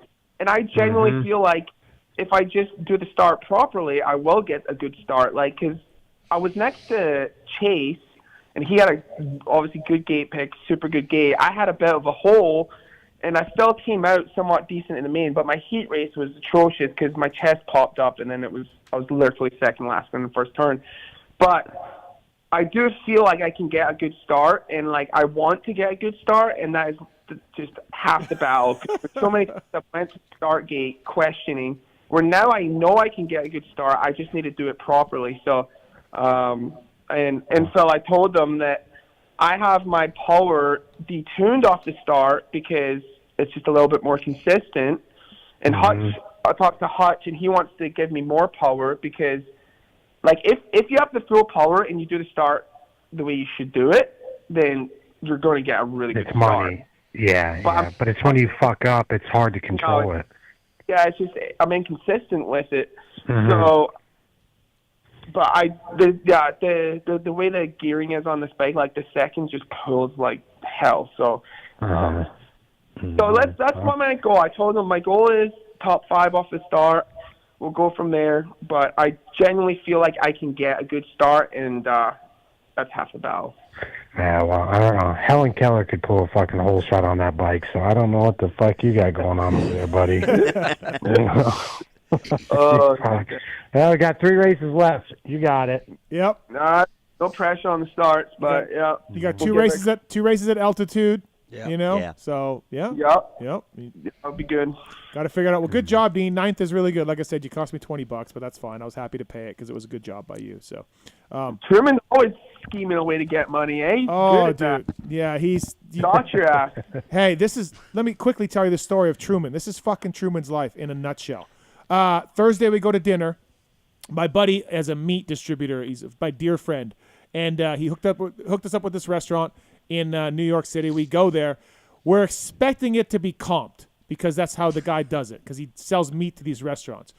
But it's not comped. The bill is $700. So we all play credit card roulette. Dan's card gets pulled out. So Dan has to pay $700. I'm like, shit. All right, I'll pay the tip, cash tip. So I throw in $120 cash for the tip. JT feels bad for Dan losing it, so he Venmos Dan money. So whatever, that's fine. Hymus was sweating losing it. Meanwhile, he makes the most out of anybody at the table. Typical riders. But anyways, Dino, so the next day, my dear friend messages me and says, dude, it was supposed to be free. Here's the email from the restaurant. I'm sorry. The guy is sorry. And in the email, the guy says, I will refund the credit card that was used, and it will be comped. He paid, buddy. So Dan, you're out on the tip. Yeah, Dan gets a refund and gets JT's money. And you paid the tip. And I paid the tip. I'm never getting that cash back. No. Oh, that's amazing. Is that not a Dan story, though, Dean? That's definitely a Dan story. Yep, absolutely. He probably messaged the meat guy on his way. Yep, knowing Dan, he probably did. Absolutely. That's unbelievable. Hey, Dean, well, thanks for anything else for Dean, Phil, before we let him go? Nope. Happy to see Dean back on a factory motorcycle. It's pretty badass, so, I think it's cool. And I think even its way, I can't beat a dead horse, but even your Reeve letting him do it and stuff, I think that's pretty legit. So it's cool thing. Yep, for sure. And good luck, Phil, in Canada. We'll be watching, mate. Don't disappoint. If there's one thing about Dean, he watches everything. He watches UK stuff. He watches Canadian stuff. Dean Wilson watches everything. Fuck that. He ain't watching for me. He's watching for his fucking mate Walshy, not me. He could give a fuck about me. I'm watching. No, he will watch for Walsh actually. But yes, Dean watches. I'm always on Instagram. I'm just like, what are you doing, dude? MXGP, Canadian Moto. Dean is fucking into it. First time this year, I actually didn't buy the MXGP membership. Okay. All right. Wow. I don't know. I just lost interest a little bit. I just watched the highlights. Did you see the crashes from the Oh, NATO? God. I didn't see Renault's, but I saw Geysers. Yes. Oh, dude. And then Guido had a big one. Nasty. Yeah. But well, all right. Geyser was all upset about that dirt clod on the side of the track, and I'm just like, well, dude, don't go there. I don't know. Like, geez, Tim. I don't know. I thought Tim was. Did you see him? He was complaining about it. No. Yeah, he wasn't happy about the dirt on the side of the track, and I'm like, well, Tim, you have a throttle and a brake, and so I don't know. Yeah. All right, Dino. Well, listen, Pittsburgh this weekend, buddy. Good job on the 9th. That was awesome. Thank you for the time tonight.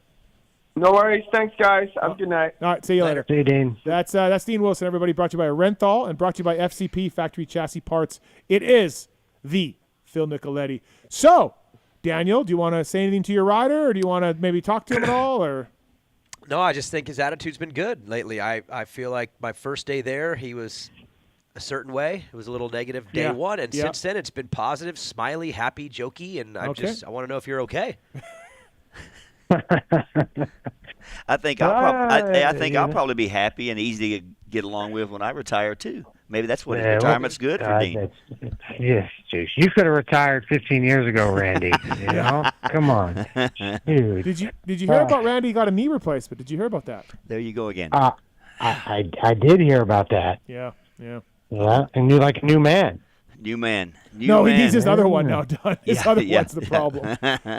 That's funny. So Phil's okay. He's been good. Yeah. The first day there that I watched him ride, it was a corner track day. It was a little sloppy, and he had a terrible attitude. Yep. Terrible effort. Everyone in there is idiots for trying so hard, he said.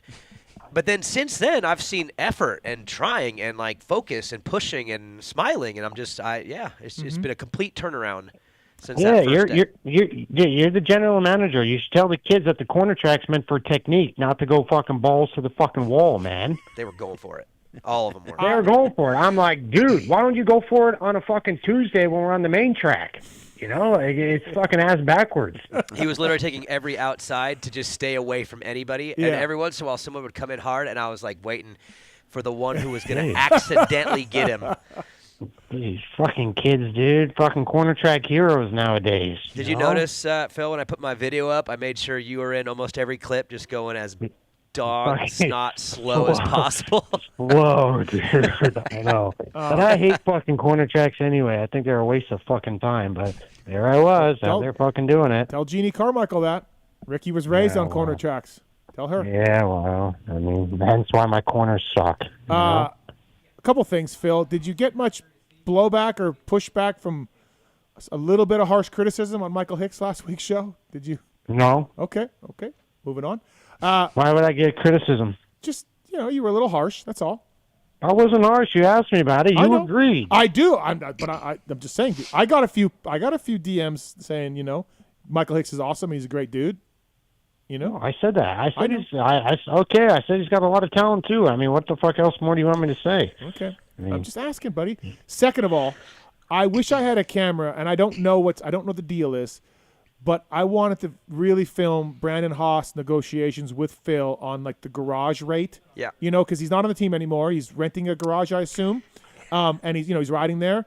So I just want to see Brandon try to charge Phil like full price for facilities and garages and everything else. I think he's paid his dues. That's what he told me. I think Phil's paid his dues. I told Phil this. I said, I need to make sure you're paying full. And he said, I've paid my effing dues. Right. I have paid my dues at club, but I'll pay for the shop because that's someone else can rent that. You know what I mean? Like I get that side of things, but because I don't want Brandon to lose money on that deal. But I like my little shop there, away from everybody, and it's kind of nice. You know? Yeah, I could just say. I just imagine you and Brandon just you and Brandon just fucking yelling at each other when Brandon's like, hey, I need this much, and you're like, you're not getting that much, and this and that. Yeah. Now, Brandon and I, honestly, we don't really have we've had we're kind of good for maybe one a year, a blowout, but it's not really like a screaming match. It's more just like it's I don't know, stern talking to. But now that I don't ride for him anymore, it might be a lot easier. Right. So it's fine. No, I get along with him fine. Question, Phil, for you: New York Supercross, New Jersey Supercross. Justin Cooper qualifies fastest, jumps the whoops, qualifies fastest. He comes around in the heat race, and the whoops are still pretty fresh, right? We had two 250 heat races, but they're still pretty good. And he jumps again. Lap one of the heat, huh? What are we doing? It's mental. It's got to be such a mental block for him at this point. I don't know. I mean, put him on a 250 and see if he jumps him. I mean, maybe it'd be easier for him. I don't know. But I mean, Coop struggled with him too. You know what I mean? Yeah. So I don't. Yes, I do think it's a bit mental at this point in time. Yeah. In his head, right? Yeah. Yeah, because the heat race, it should not have been a jumping set, you know, and he should have won that heat race. Yep. And when Coop passed him, that was the first time Jay Coop had some fire, and it's kind of like running it back in on Coop. Normally, kind of just laid up a little bit, but I even asked Coop, I'm like, what about 32 having a little spice? He goes, yeah, he did, you know, because you could hear him even revving the bike at Coop after he passed him. So, yeah, that's Jay Coop's downfall is the whoops. I mean, we all know that. He knows that. It's kind of a bummer, but that's why Justin Brady was there. Yeah, I thought Brayton worked with him. I mean, yeah, what happened with that? What happened? I don't know. This is the first dig we can have on JB where it's went south this year for him. Yeah, like I said in our group text, it's nice for JB to get a little bit shit because it's been get an L somewhere. Yeah, it's been 2025 has been fucking the year of Brayton. A lot of dub. An agent for Anstey, and he's doing great on Race Day Live, and he's, you know, universally loved, and he is a great guy, but, looks like JB's teachings don't quite work out. You know? This goes way back. So I don't know if you know this, but Justin Cooper won a Lights Regional Arena Cross Championship too. I don't know if you knew that. I did not. Yeah, he did. Yeah. Did you beat him for that, or Ginolfi? I was gone at that point, which is why he won. Okay. I just want to make sure that's known. But I remember watching him because I used to do the TV for it at that point, and he was just this little dude who would get good starts, and he would jump the whoops. He always did that back then. And my thought on it now is, yes, hammering, blitzing him is faster in theory, but you also have to do what's faster for you.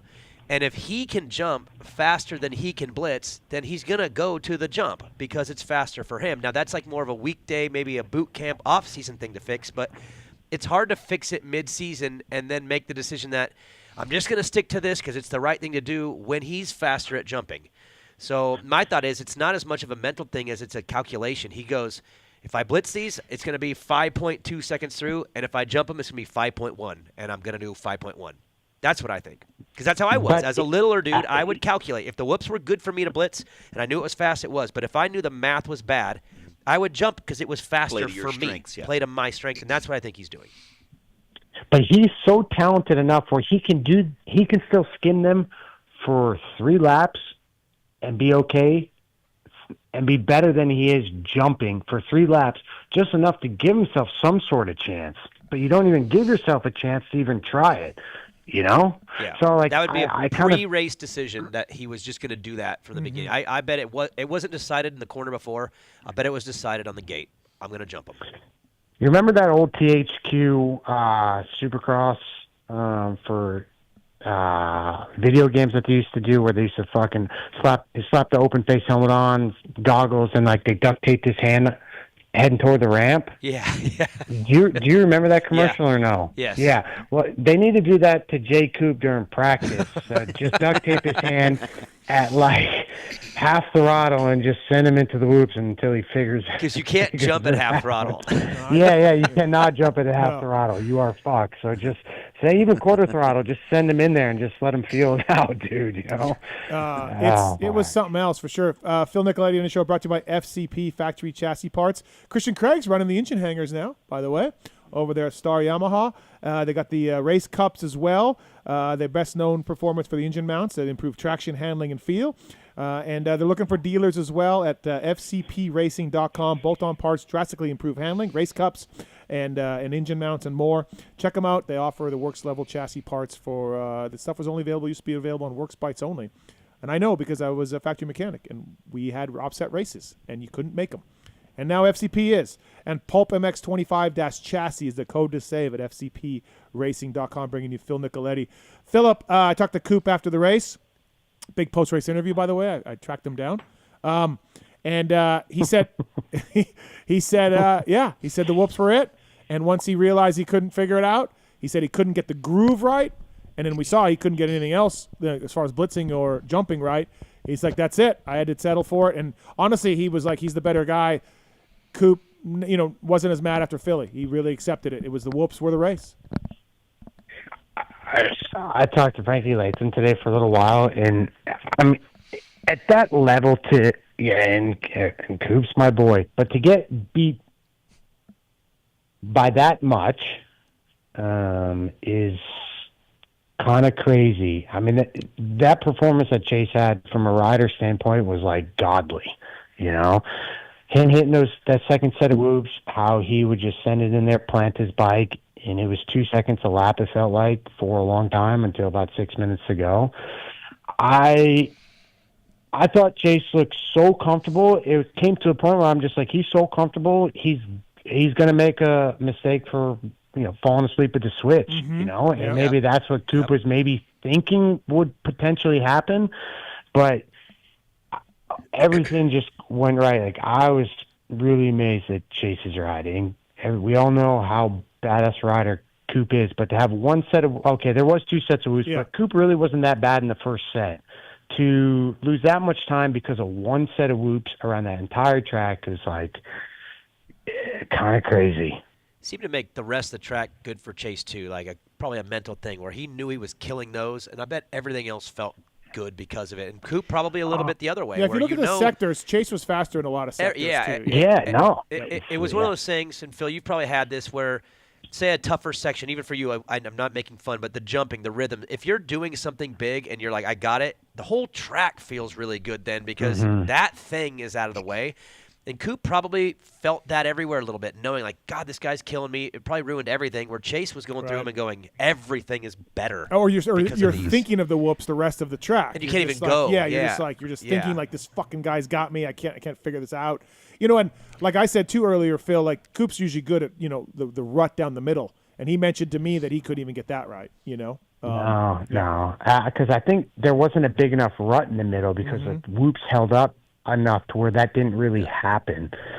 But Chase also, after the second set of whoops, you go left, that 3 onto the table, off 3, he greased that every lap where Coop really couldn't get that. Like, he would go all the way over the 3, but then sometimes he would clip it, have to go roll again, and then kind of like double single, or like he didn't have it down as good as Chase. And then Chase would roll the next right-hander and hit that 3 in, which was also deadly as fuck, but would just fucking grease it lap after lap. And it looked like he was on.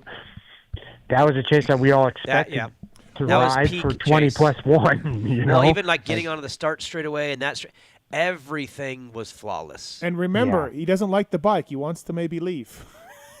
I don't know, man. I don't know. I don't know. I was next to you when somebody came over and said something to you when we were talking. Yeah. Said nothing's done. No, I know. Yeah, nothing's signed. But it's just crazy. Like, you're just like, I know he's got some shock. They're not happy with the shock. I don't know if it's fading. I don't know exactly what's going on with it. But look good in the whoops. I just, when you watch, like we all watch this race, you're like, wait, that shock is bad? That's not a good shock? On that style track, that's like, the faces and the G-outs were basically inverted, and the whoops were gnarly. So, what about? I don't know, man. What about the on-off and then the booter 3 into the turn? Like, weird. Again, it's that was gnarly, and then you went right, and then when you went 2-3, that next 3 was pretty brutal, so you could, I'm glad I wasn't out there. Daniel, super happy. Yeah, super happy. I said to Phil, what about that 3 in? And Phil replied, there are no 3 ins to me. I see 2s. I see 2 ins only. Bottom berm 2 in. Yeah. I'm blind to 3 in. Yeah. Phil Nicoletti here, brought to you by FCP Racing. Phil, also talking about the race. I lost my train of thought here. We were talking about, like, we all know the math, Phil, with Coop and Chase. If Chase wins out, he ties and they wins on total points or total wins. Sorry, and we're all like Daniel's like 5 in a row. He's got to win 5 in a row. That's not going to happen. And then, now he's got to win 3 in a row now. And that looks 3 looks okay. Like, it's not. It's such a huge hill. I still like Coop, but it ain't a small percent that Chase could make. That Chase could do this. We're getting close to 50-50 here. I don't know about that, but one more. Okay, he maybe wins one Pittsburgh, more. I'll go 50-50 out. Yeah. Because he can win those last two. You know, like Coop told me, the odds are still in my favor, and I'm like, yep, they are, but they're shrinking. For one more week. Right? I mean, you obviously Chase is a lot different now, but you go back to 2021 Salt Lake, that long ago. I mean, Chase was checked out. Coop reeled him in, but that's so many years ago. It's a little bit different. But, yeah, I mean, in our sport, again, you're only as good as your last race. And this past race was like, holy fuck, you know? And even Philly was just like, whatever. You know, he still pulled Coop, 5-6 seconds to where he was comfy. But, yeah, Coop needs to come to Pittsburgh and somehow, some way, shut it down. Mm-hmm. You know? If he does, that really, I mean, Coop needs one. Yeah. He needs one. Just needs one. Yeah. And it really, the Just math plays in his one. favor. I'll tell you this. So I remember this so specifically. Anaheim won. It was the year that KTM switched chassis to that, what is now the newer one that they're kind of off of now. Mm-hmm. And I remember doing a sit-down with the TV crew. We all sat down when it was with Is Marv. Is it the helmet with Coop on a stretcher? Or on a it may have leaving been. when he got away from Alden? Maybe it was that one. But it was Coop, Marv, and AP, and they were all sitting there talking about the new chassis. And they said, this new bike feels really good on hard pack and doesn't feel as good on the sticky stuff that the last bike was good on. And Coop didn't like that. And I remember that so specifically because since then, if you watch every race that is hard pack, even Hangtown last year with Chase, he looks really good on everything firm and hard ground, and he looks a little tentative on anything that's ruddy and sticky for him. Mm-hmm. And so that's why, for me, Pittsburgh is so big, because if he gets through this one, if there's no weather at Denver and Salt Lake, that is straight hard pack as it gets, and that bike has been better on that stuff, and so is he. And Coop typically hasn't been. So to me, this is the weekend. Like, if Coop don't get this one, Chase walks into those last two with a lot of advantages, not only the momentum, but a bike that I do think is specifically better on that type of soil where Coop is not. So it's Pittsburgh for me, big time for Coop. Mm-hmm. All right. Yeah.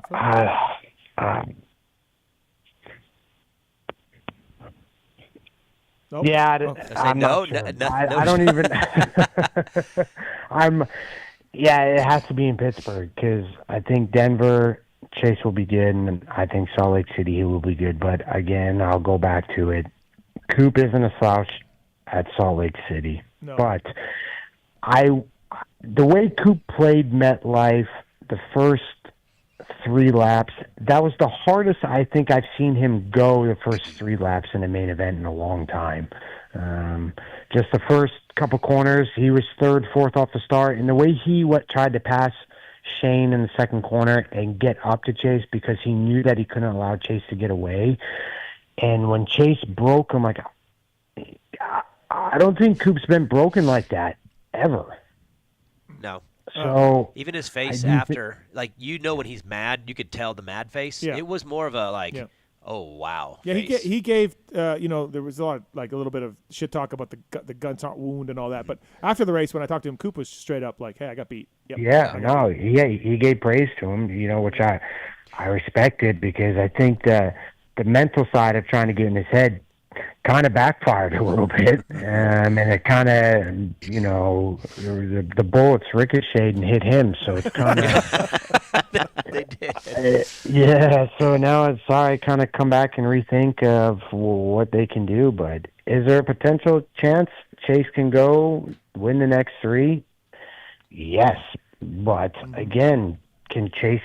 Will Chase still chase a little bit? Potentially, But after this past weekend, it's just like, geez, dude, how do you not do that every weekend? I know. How does it go? How does it go so far left, but yet then you just put out this godly performance out of, I'm still mind blown. Yeah. Mind blown. I don't think the average person realizes how gnarly that was.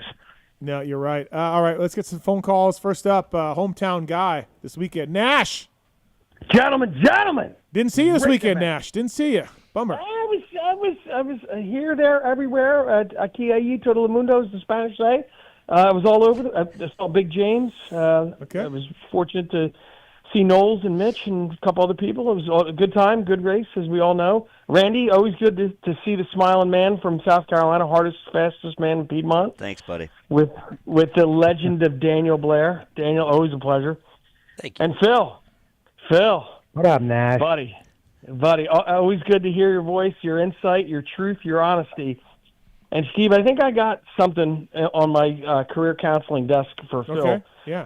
I think I would find it hard to believe that Bobby Reagan has not called Phil in for inspirational talks for Coop this week. Oh, okay. Bobby Reagan be like, we just want to win, and Phil can conjure up the essence in Coop. Now, Coop is a legend and a scrapper and a fierce animal. Some say a dog. And I think that Phil can get in there and really work him mentally. Phil, what do you think? I think Bobby Reagan choppers you in, and we get it going. You know what, Nash? I was outside Coop's motorhome. That's where I saw Steve because I went by. I texted him. I said, "Hey," I said, "Let me know when you're free. I want to come by and say hi real quick." And Coop never texted me back. So I think that is when. Thank you. I think that's when shit went south. You know. There we go. Yeah. I'm surprised Bobby Reagan hasn't had you on speed dial, Phil. And listen, we all talked about. I saw this earlier in a group text I'm in with Phil and Coop and a few others. Earlier this year, I suggested a line to Coop in the group text, and Coop just basically beat it. And I'm like, okay, fine. I won't offer it. I offer a lot of help from the press box, and it's accepted by many racers, and it was not accepted by Cooper. So after the race, I said, when you went over the table, what about 3? Because I thought that might be a line. And he said, I never even thought of it. He said, you should have texted me. So I might be back, Phil, texting Coop for lines like that. I might be back. I think sarcastic. Anything we can do to get Coop fired up. Not that he needs it, because he's his own biggest mental champion. He really is. And I mean that all joking aside. I mean, the guy's incredible as everybody and I'm a fan of everybody. Yeah, I will say this too, Nash. Chase and Coop are good dudes. They're both good dudes. Yeah. I like them both. I got a lot of time for both of them. As a media guy, they treat me with respect and they're good to deal with. And either guy, I don't. Yeah. They know their roles too, and they do what's needed. Yeah, I agree. They're good for the sport. I thought it was interesting. My wife commented when Chase went over the finish line, and you could just see the raw emotion pouring out of him. And she nudged me. And she goes, you could just see how much that meant. I mean, that goes without saying. But, my wife's a fan of the sport, but something like that really struck a chord with her about the intensity, the passion, the almost reveling in that moment, yes. And Coop saw that as well, and it's going to inspire him. Yeah. Inspire them both. It's really, really – how was Kier after the race? I mean, obviously everybody's on cloud 9. Did any of you interact or see anything with him? I didn't see him. No, they had a flight. Chase didn't stick around at all. They had a flight at 8 o'clock. I don't even know if he made it. 8 o'clock would have been tight, but at LaGuardia, I guess. But didn't see it. Thanks, Nash. Thanks for the call, buddy. Appreciate it. Hey, always pleasure. Get him. Go, hold on. Nash, yes. I got a picture of you and your daughter and Cade Gleason. Cade sent me one. You did riding school with Cade? Dude, I'll tell you what, Cade, he's paving the way for you, Phil. Phil, just think. I told Cade to fucking give you a refund, Nash. Oh my gosh. You don't think Cade's not qualified, Phil? No. Hey, I'm going to tell you what my daughter said. She's been riding a long time, been to a lot of schools, and she's like, she came back to the truck, and I go, hey, how was it? She goes, I really like Cade. She goes, Catanzaro was good, and the other guy was good, but she goes, I really like Cade. He broke things down, and he made things really make sense for me. She goes, I don't know about anybody else, but I got a lot out of it. And I said, hey. Okay. All right, Phil. That's what we like to hear. Phil, you could be – Phil, how about this? Like Steve, I told Mitch I loved your ideas in the show at the Pro Circuit, and I said, please go upstairs and walk around and just show stuff. And he's like, yeah, I think we can do that. And I'm thinking, Phil, you just like Steve's got brilliant ideas for Mitch, like signing a cylinder. You could have a private one-on-one at club, and you can set a dial with the kid. Like, do you want to be full Phil yelled at? Do you want to be tone down a little bit. Like, and No. Randy can be the good cop, and you can be the bad cop because Randy's close enough to quit. What do you think? What do you think? And Daniel, you can be the referee. Put a white and black striped shirt on, and let the kid really have the treatment that they deserve or they want from Phil. I had an Orange Brigade kid last year going right out there, and he called me right after and said Phil cussed him out. Yeah. For like Really? no reason whatsoever. Yeah, there was a great story going around about a kid who showed up wearing like $300 shoes, and Phil like absolutely destroyed this kid. Like, why are you wearing $300 shoes? Like, you're a waste of time. Who wears fucking Gucci sandals around the club? Phil, get him. Yep. Dude, unleash Get the on fuck him. out of here. Thanks, Nash. Thanks for the call, buddy. We got to run. Thank you. Go, boys. Go. All right, thanks. Hey, Nash. But get your money back from Cade, according to Phil. Yeah. He deserves a refund. Skylar's on the phone for you, Phil. Go ahead, Skylar. What's your question, man? Hey, guys. Thanks for having me on. Hey, quick question for the group. As a very amateur rider and also someone that watches Supercross tonight, can you guys just break it down to me? Because when you watch people go through the whoops, watching Chase go through this weekend, there was such a contrast there. And I think about all the greats that have gone so fast through that obstacle. And as someone watching at home, I mean, obviously there's a ton of intricacies to it about how do you do it. But can you guys talk about how someone does it at the elite level? Because to see Chase go through it and then to see Coop, those guys go through it, it's like, I don't know, it just seems like, why can't they do what he does? And I understand that there's a lot to it. I just don't know what it is. Sure. All right, You think Phil. about Jet and Eli and those guys and how they're able to do it, and I can't tell what it is. And I'm really curious to know how someone can blitz something like that and make it look relatively easy when everyone else just struggles. Anyway, that's my question. Yeah, good question. Phil, go ahead. Yeah, I mean, a lot of it does come down to bike setup, but back in the day, it always used to be like, oh, if you're a taller rider, you're good in the whoops, but that's been so disproven nowadays because there's been really good riders that are small. Blake Baggett, Cole Davies now is one of the better ones in our sport. Like, I'm not really sure, but I do think a lot of it does happen to come down to bike setup, and body positioning, but they all have good body positioning. So I like skimming whoops. If you told me to or jump those whoops this past weekend, I would endo my brains out. I'll skim till I'm blue in the face, but I'm just one of those guys. I can never figure out jumping, but skimming I feel more comfortable, whereas the other guys feel more comfortable jumping than skimming. So again, it's I don't know. I don't know what makes a good whoop rider and what doesn't. Either you do it or you don't. I don't know. Well, I think on the physical side, you're right. It comes down to bike setup and technique, because if you know how to do them correctly and your bike is set up right, then you can physically go through them. But the difference for me is that when Chase comes out of the corner, and I could see it this week, he was like wanting the whoops. He was like, let's go, bring it. Where Coop to me looked like, oh, here we go. And that's a big difference, though, between wanting them and then like dealing with them. And it's the same thing as with mud. AP said, you gotta love it to be good in the mud. Well, the same thing with whoops. Chase was coming around and he was loving each lap through them, where Coop was probably at a place where he's like, all right, I'm going to do my best, but oh boy, here we go. And that is a massive difference mentally. Even if both have good technique, both have confidence, both have good bike setup, the brain is everything. One wanted them, the other one was like willing to do what was needed. That's a big difference. Yeah, it's funny, like Skylar, like Phil said, he doesn't jump, he skims, and Justin Brayton's the same way. Like, Brayton is a great whoop guy. He wants and them. he liked skimming them, and he said it was easy. And Brayton was telling me the point where he's on and off the throttle to maintain the front wheel, hitting the whoops. And like, you listen to these greats. Like Brayton took me through it one time, and almost like it slows down for him, and he just like hits the whoop. Well, Chad Reed was on site last week, and he did a whoop tutorial for all the riders. And same thing, you could tell by just talking to him that he loved him. He wanted to hit him, and he couldn't wait to hit him.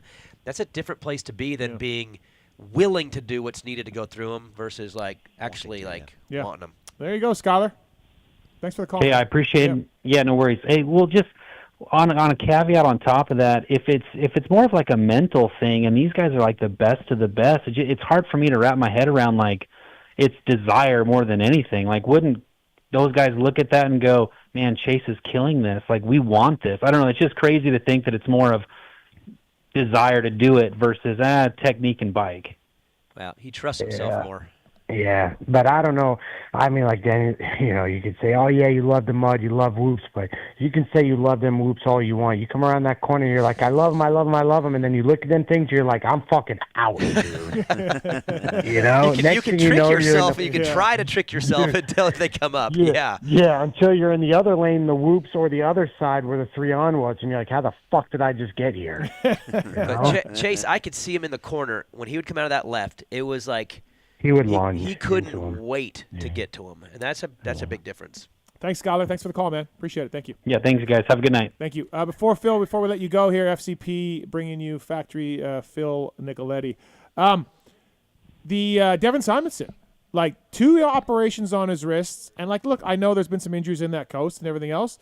The kid gets 3rd in the heat, runs top 5 or 6 in the main. Max Volan gets him later, and he does drift back a little bit, but our guy Devin, Phil, nice showing.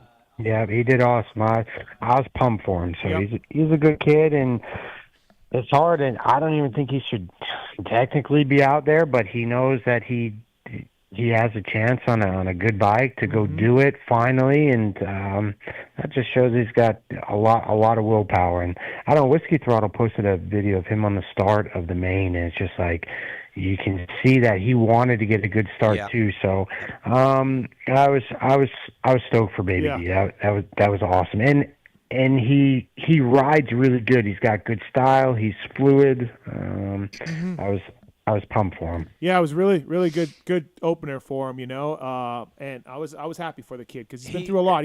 He got the shot right with the team and then broke his wrist, and then he had another surgery. And like, it's just. So he came back like 2 weeks ago in Supercross, and I was with him on the first day back. And even through like the first week-ish, you could tell he was like frustrated because I think he wanted to be fast and comfortable, but he just wasn't yet. And they did a little bike trying to get him comfortable. But the week of the race, he came out the first day that week and was really spunky and like aggressive and did his whole moto. And I was like, whoa, bro, what's the deal? And he said, it's race week. I get to race. And you could tell his mood was like really in it. And he was good all week on starts, his long motos, his sprints, and it was crazy because the week before was not that way. He looked like bummed, almost like, man, I am not going to be good. But he flipped a switch, and then all day he did everything exactly right that you would want to do. B-practice, took advantage of that, which helped him out get started. Then the heat race took advantage of a good start and held on. He just did everything all the way from beginning to end, exactly what you would want to do. And, yeah, Phil's right. Like, he's such a good rider, but he did not have a normal prep. He was not ready to do that, you would think. Yeah, but good job. He executed. It was awesome. Good job for Devin, for sure. All right, before we go, we do have one more phone call. It's Jay. Jay, you got a Phil story? Yeah, I got a Phil story for you guys. So back in 22 Redbud Donations, I'm on the – well, first of all, I'm a Phil guy. I'm an upstate New York guy, District 3 Frozen Ocean. Now I'm a Charlotte guy. So I'm a Phil guy. And Phil's old Olean suspension guy is one of my good friends. So needless to say, I'm a Phil guy.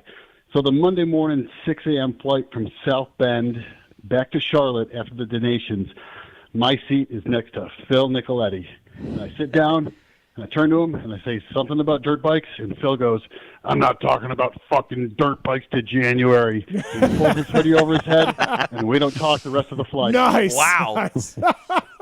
Way to go, Sorry, Phil. Dude. Probably because I was still drunk and hungover. Yeah, it's a good point. It is a great point. All right. My bad, dude. Hey, I got a question for you guys. Yeah. Can I sneak a question in? Yeah. All right. So during the Philly review show, you guys kind of made a joke saying that Chase gets criticized if he wins and he gets criticized if he loses. And I thought about it. There's some truth to that. And I guess I was kind of wondering, who was the last rider that got treated like that, where they were damned if they do and they damned if they didn't? Carmichael Honda days, I think, a little bit.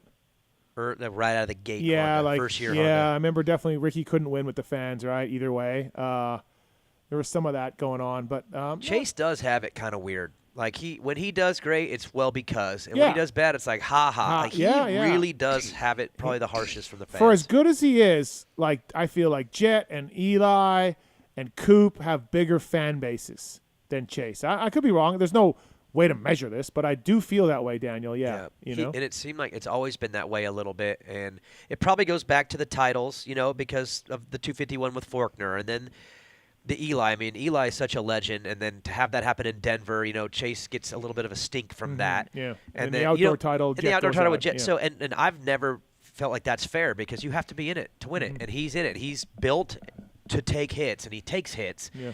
And so I've always thought that they're well earned, but I think some of the fans have felt that way. And then, when he does good, it's almost seemed like, well, yeah, you shoulda. Yeah. And it's like he really doesn't get a break from the fans. Thanks, Jay. Thanks for the call. Good Phil story, though. Like it. Thanks, guys. All right, thank you. All right, Philip. Sorry.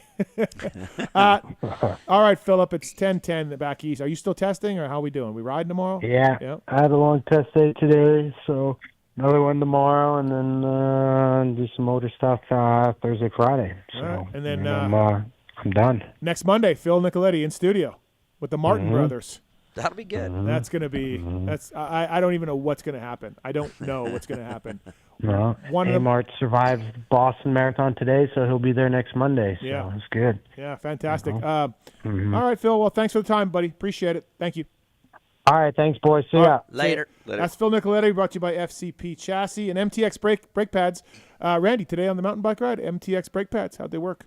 They worked phenomenal. I have some on my Specialized Turbo Levo at home. I did not know this. Yeah. Red ones? Oh, yeah, red ones. Yeah, you've connected me with them some time Awesome. ago, and honestly, big improvement. The red, those race pads, phenomenal. They work great. MTXbraking.com. PulpMX code SAVES with MTX. Road bike, mountain bikes, inspired by motocross and power sports. If you're in Australia, they're leadoutsports.au. Leadoutsports.au is their distributor there. MTXbraking.com, code PulpMX to save. Get yourself some of that. All right, we'll go to commercial break. We got Doc Wobbs coming up here in a little bit. Talk about that phenomenal events. We got the tear-off segment, I Don't Know Man, rants, more New York talk. JT will join us for a little bit here. So lots more to get into tonight on the show with Daniel Blair, Randy Richardson. Be right back after this, everybody. I'm a kinky bastard, okay? 25 years ago, greatness was born. Since then, the only thing that mattered was riding. At motosport.com, we've made it our #1 priority to make your next ride your best ride. With free shipping on all orders over $79, dedicated and knowledgeable gearheads, and a huge selection of parts, gear, and accessories. Now, let's get out on the track, trail, or open road and make that next ride your best ride with motosport.com.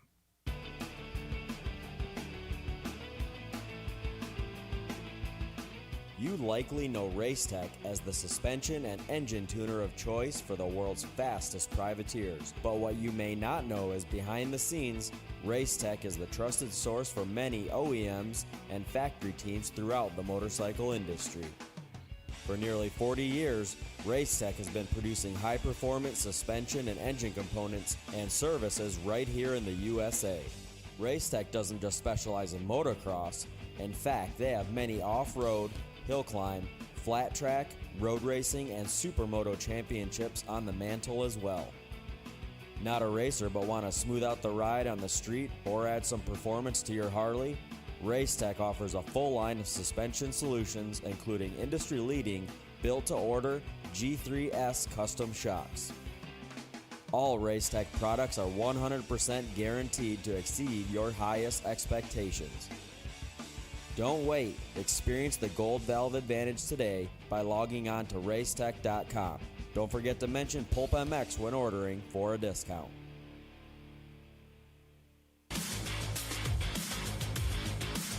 Established in 1989, Eric Phipps had the idea to manufacture factory-styled products for the everyday rider. Working out of his garage, Eric quickly gained a reputation for producing quality products and having great customer service. In just a few short years, the factory team started calling looking for products as well, and as the saying goes, the rest is history. Fast forward to 2024 and they are on their 35th year of producing high-quality products while still providing exceptional customer service. While they are no longer working out of a small garage, they are still producing the finest products available.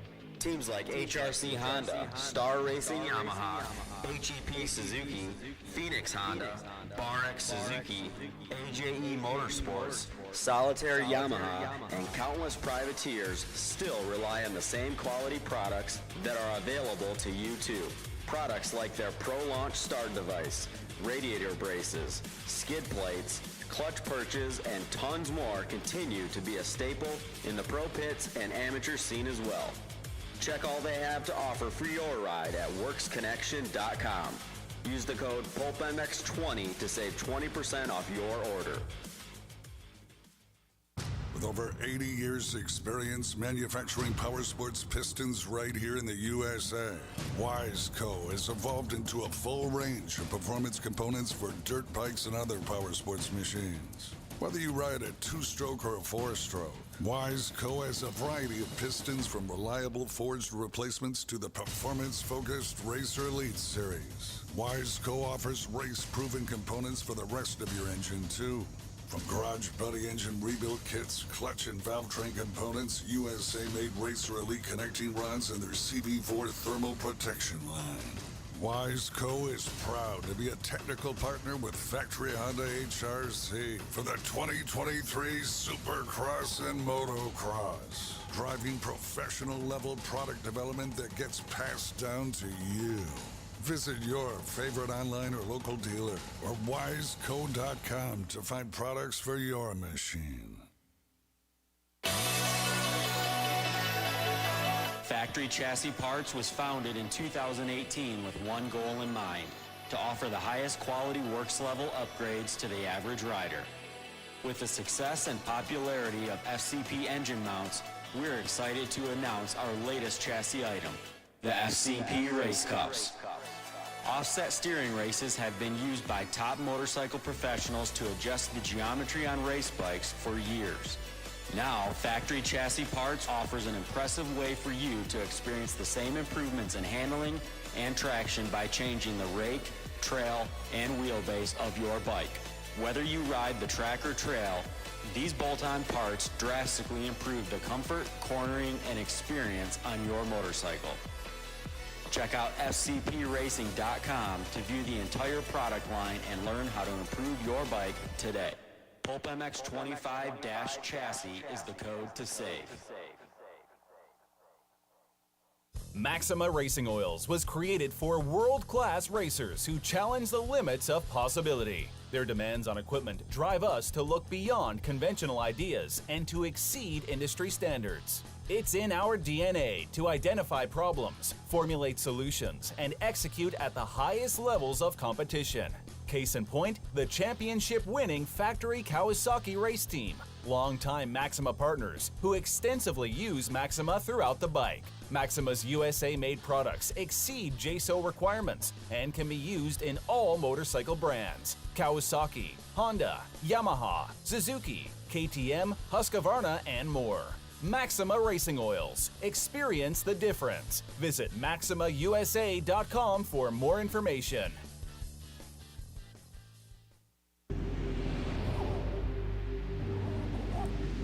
I'm Cooper Webb, and I choose OGO. I'm Christian Craig. I'm Dean Wilson. I'm Aaron Plessinger. I'm Jerry Martin. I'm Nate Thrasher. I'm Shane McElrath. I'm Hunter Lawrence. My name's Jett Lawrence. I'm Jordan Smith. I'm Tal Hawkins. Stargate Hampshire. I'm Hayden Deegan.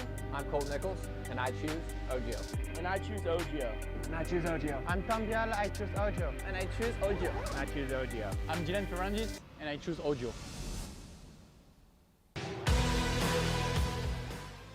In 1990, my dad, Jamie Gregg, started Guts Racing. Guts stands for Greg's Ultra Trick Seats, because I was just a little kid that wanted a trick seat. And if you're out there looking for a trick seat, go to gutsracing.com, your local dealer, or Motosport, and place your order. Support the people that support PulpMX. You can use Pulp 2025 for 20% off at gutsracing.com. Hi, it's Tomax superfan Dylan here. The only thing I love more than seeing Eli win... Whoa, wait, Dylan. Sorry to cut you off like Steve does his callers and guests, but a lot has changed. Similar to your favorite rider being on a new team, the new Michelin Starcross 6 tire range provides significantly improved performance and durability. Designed to win, the new Michelin Starcross 6 tire range offers up to 16% more traction when new and up to 19% more traction when worn in comparison to the previous generation. This means consumers will not only benefit from improved performance on their first few rides, but that this performance increase will continue throughout the extended life of the tire.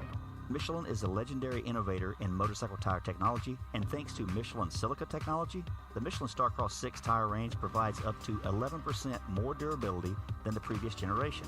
This means consumers will enjoy the significantly improved performance throughout the increased life of the tire. Take it from me, as I too have to buy my own tires, this added value is great news. The new Michelin Starcross 6 tire range is available in 6 versions, specifically sand, mud, medium soft, medium hard, and hard versions, with the naming designation corresponding to the type of terrains and conditions where the tires were designed to win. Another innovation is the Michelin adaptive design, with specific positioning of the tread blocks in 3 zones: central, intermediate, and lateral zones, with the single goal to offer exceptional grip for the front tire and exceptional grip, traction, and longevity for the rear. To learn more about the new Michelin Starcross 6 tire line and all the quality products that Michelin offers for motorcycle segments that Steve cares nothing about, visit michelinman.com/motorcycle, and then visit your local dealer or online retailer to choose Michelin product to maximize your riding experiences. Also, too, make sure to follow at Michelin Motorcycle on Instagram and Facebook. Having traction problems lately? The all-new traction boots from Atlas may be just what you need. Developed as a premium entry-level boot for the masses, they are super lightweight and durable, featuring a modern Velcro-free enclosure, molded sole, and plush memory foam around the ankles for maximum comfort. An incredible value at just $199 in the United States. Atlas traction boots are available in MX and Enduro sole versions to suit the needs of all riders, racers, and weekend warriors. The addition of boots to the Atlas product line is just the start. Head to social media and follow at Atlas Brace so you don't miss all the product announcements that are still to come. To shop now, visit atlasbrace.com. From beginners to seasoned vets, race teams, project builds, and magazine tests, Decal Works' mission is to cater to those who love to ride, upholding the true definition of quality, service, and knowledge. Visit decalmx.com and use promo code PulpMX23 to get 20% off your custom graphics. Decal Works, #1 for many reasons. 25 years ago, greatness was born. Since then, the only thing that mattered was riding. At motosport.com, we've made it our #1 priority to make your next ride your best ride. With free shipping on all orders over $79, dedicated and knowledgeable gearheads, and a huge selection of parts, gear, and accessories.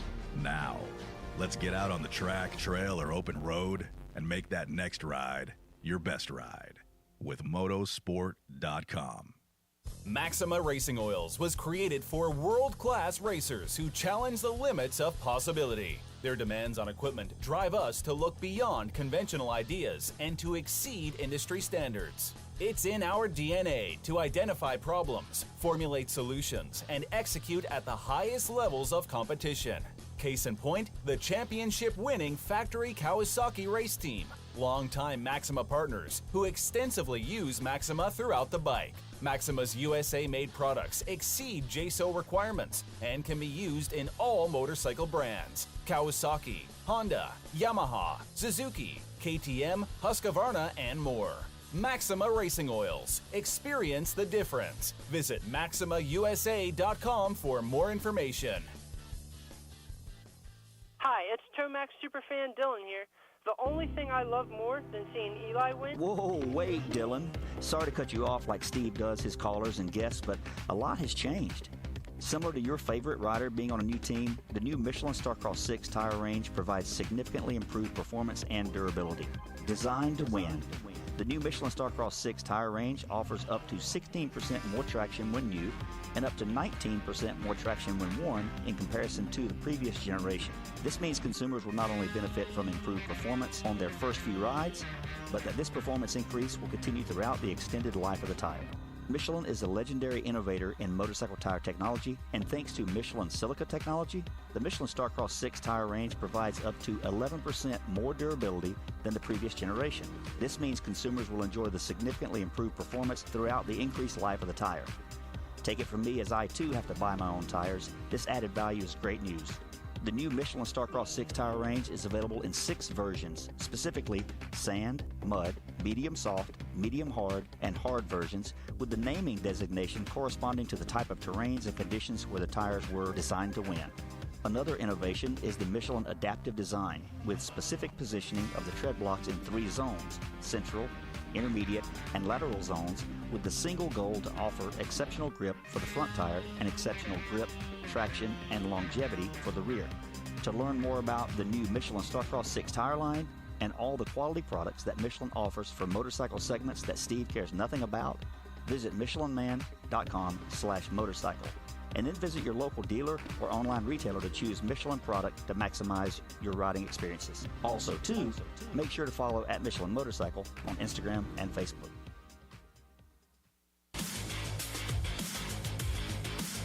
Established in 1989, Eric Phipps had the idea to manufacture factory-styled products for the everyday rider.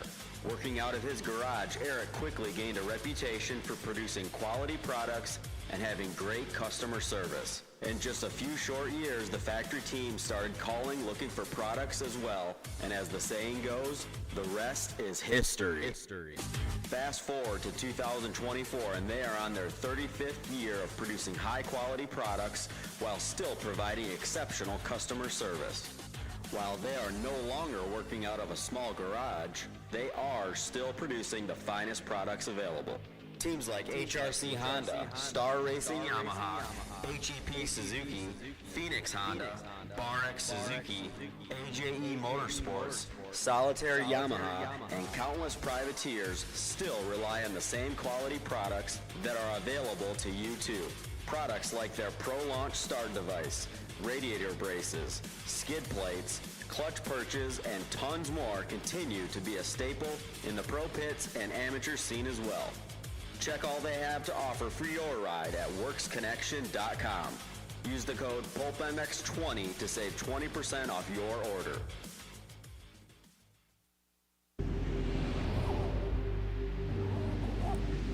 I'm Cooper Webb, and I choose OGO. I'm Christian Craig. I'm Dean Wilson. I'm Aaron Plessinger. I'm Jerry Martin. I'm Nate Thrasher. I'm Shane McElrath. I'm Hunter Lawrence. My name's Jett Lawrence. I'm Jordan Smith. I'm Town Hawkins. Stargate Hampshire. I'm Hayden Deegan. I'm Colt Nichols, and I choose OGO. And I choose OGO. And I choose OGO. I'm Tom Diallo. I choose OGO. And I choose OGO. And I choose OGO. I'm Jiren Ferrandis, and I choose OGO.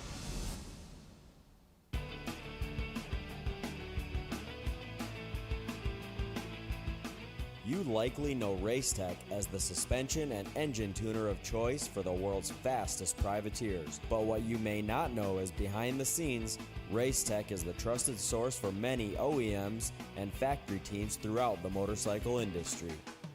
For nearly 40 years, Racetech has been producing high-performance suspension and engine components and services right here in the USA. Racetech doesn't just specialize in motocross. In fact, they have many off-road, hill climb, flat track, road racing, and supermoto championships on the mantle as well. Not a racer but want to smooth out the ride on the street or add some performance to your Harley? Racetech offers a full line of suspension solutions including industry-leading, built-to-order G3S custom shocks. All Racetech products are 100% guaranteed to exceed your highest expectations. Don't wait. Experience the Gold Valve advantage today by logging on to racetech.com. Don't forget to mention PulpMX when ordering for a discount.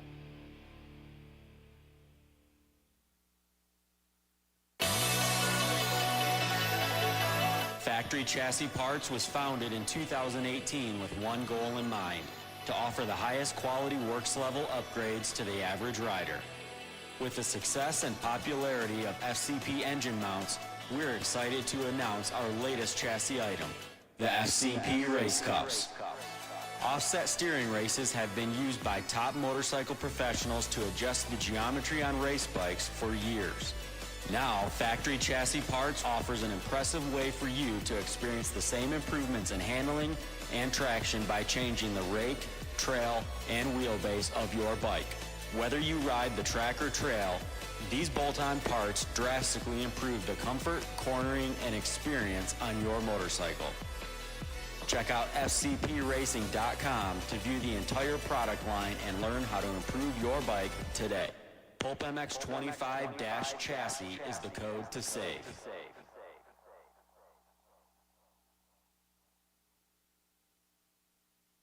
With over 80 years' experience manufacturing power sports pistons right here in the USA, Wiseco has evolved into a full range of performance components for dirt bikes and other power sports machines. Whether you ride a 2-stroke or a 4-stroke, Wiseco has a variety of pistons from reliable forged replacements to the performance-focused Racer Elite series. Wiseco offers race-proven components for the rest of your engine, too.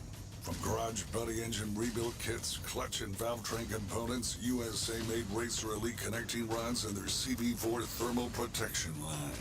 Wiseco is proud to be a technical partner with Factory Honda HRC for the 2023 Supercross and Motocross, driving professional-level product development that gets passed down to you. Visit your favorite online or local dealer or wiseco.com to find products for your machine. From beginners to seasoned vets, race teams, project builds, and magazine tests, Decal Works' mission is to cater to those who love to ride, upholding the true definition of quality, service, and knowledge. Visit decalmx.com and use promo code PulpMX23 to get 20% off your custom graphics. Decal Works, #1 for many reasons. In 1990, my dad, Jamie Gregg, started Guts Racing. Guts stands for Greg's Ultra Trick Seats, because I was just a little kid that wanted a trick seat. And if you're out there looking for a trick seat, go to gutsracing.com, your local dealer, or Motosport and place your order. Support the people that support PulpMX. You can use Pulp 2025 for 20% off at gutsracing.com.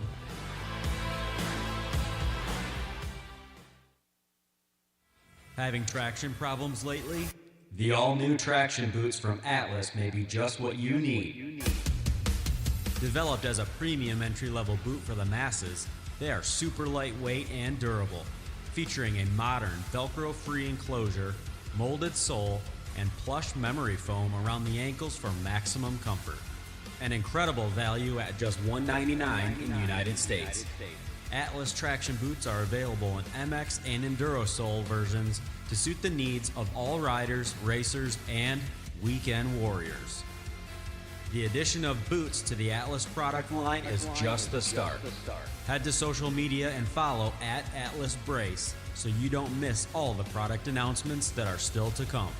To shop now, visit atlasbrace.com. Yeah, welcome back, everybody. PulpMX Show, presented by Motorsport.com. Fly Racing, Decal Works, Daniel Blair, Randy Richardson in here. How's it going, guys? Hey, it's good. Yeah, it's good. Good. That was a good Daniel dinner. had some Chick-fil-A. Yeah. I love Chick-fil-A. Raisin Canes for Daniel- lunch, Chick-fil-A for dinner. Daniel, I eat like a 4-year-old Blair. Yep. Proud of it. No Yeah. issue. You can Yeah. say what you want. Yeah. I'm satisfied every day when I go to bed. We went to Jersey Mike's earlier in the week. He had a Blandwich. It was good. Hey, by the way, the LCQ race. So Cade was 5th in the LCQ this weekend, so he gets 25 points. First guy to not make the main event gets 25 points. He jumped into 17th in the points. So Cade is in. We take the top 17 from the points. I posted them on social media. He jumped into, which is ironic. I'll let you finish, then I have Okay. something on Cade I want to talk about And, jumping so into. Cade got into 17th in there. And so, yeah, we got one more race before the field is set. The points are, Marks, I forgot to warn you, but can we put the points up real quick? Okay. All right. Yeah. Keep talking for just a little bit longer. And there. so the points are up, and looking forward to Who's leading? Who's leading? Rod Bell, I believe. Rod It doesn't Bell. matter who really wins like that way, but Still, yeah. going to pick some wild cards. I got the wild cards so far. I've got I just put Jack Chambers in. Good kid, good guy, having a good season. I got Dominique Thury in there, and I got Hardy Munoz in there so far for the wild cards. We got a little bit more to choose from. Hardy's been good this year too. Hardy's been really good, and I want to help him out. So obviously we know Jerry Robyn, really long road to recovery for Jerry. Good dude, riding maybe the best he ever has. and crashed really bad in New York. And yeah, hopefully he can get better, get on his feet. We don't know the prognosis; still too early right now. He can't feel anything. So whatever way it happens, he's got a long road in front of him, and he was in the race. Yeah. And so what we're gonna do, and it was Starling and Benny Bloss who came up with this idea. Our guy Chiz complains nonstop about not being able to ride this race. Former winner back in the day. And they wanted to do this, and Chiz agreed. So we're going to put Chiz in the race in Jerry's spot, obviously, and Chiz has agreed to race for Jerry. All the money that Chiz wins will go to Jerry and towards his recovery. That's rad. So however Chiz does, all the money's going to go to Jerry. So Chiz is putting in free labor in the LCQ race next Friday in order to help Jerry out. So that's awesome. Good job. That is rad. Good job for Chiz. Good job for everybody in there. Bummer deal for Jerry. Absolutely. Like I said, I'm hoping for the best. A lot of times the feeling comes back. His spinal cord's still there, so I'm hoping for the best. If not, either way, he's got a long road ahead in front of him. It's cool, too. The privateers, there's different eras of privateers, but it seems like this era, they're all boys. Maybe it's the big group text thing that you guys are in, but something keeps this group together, and they seem to all care about each other more than maybe different times, where privateers are more after each other. This seems like a pretty good group. Yeah, like a brotherhood. Really. Jerry's in the group with us, and so he's communicating with us and all that. So we wish him the best again. Good job for Chiz for doing that. That's awesome. So absolutely. In an era where a lot of these kids like rap, Jerry he's a kind of a metalhead like I am, so we like a lot of the same music too. So I really like Jerry, and like you were saying, his season was great this year. He was fast, he was solid, and it was just that one miss on a gnarly rhythm section, and the crash is up on Instagram, and it's hard to watch. I watched it once. I can't see. I don't want to watch it again, but it was just a minor miss, and that's it's certainly been harder crashes in Supercross. Oh, you've seen the gnarliest, and then something like that gets him, and it's just a bummer because all racers know the risk that you take, but you have to race and ride like it's not there. That's how you have to do it to be competitive. So you have to play this game with yourself, and then that is just a reminder for everybody that it does happen. And good dude too. It sucks. So we're gonna raffle off a 2025 Yamaha YZ450F. Thank you to Yamaha. We got a bunch of other prizes available too. So if you don't win the bike, we're gonna do it the Monday after Denver, right, Marks? That's when we're going to do it live on the show? Yes.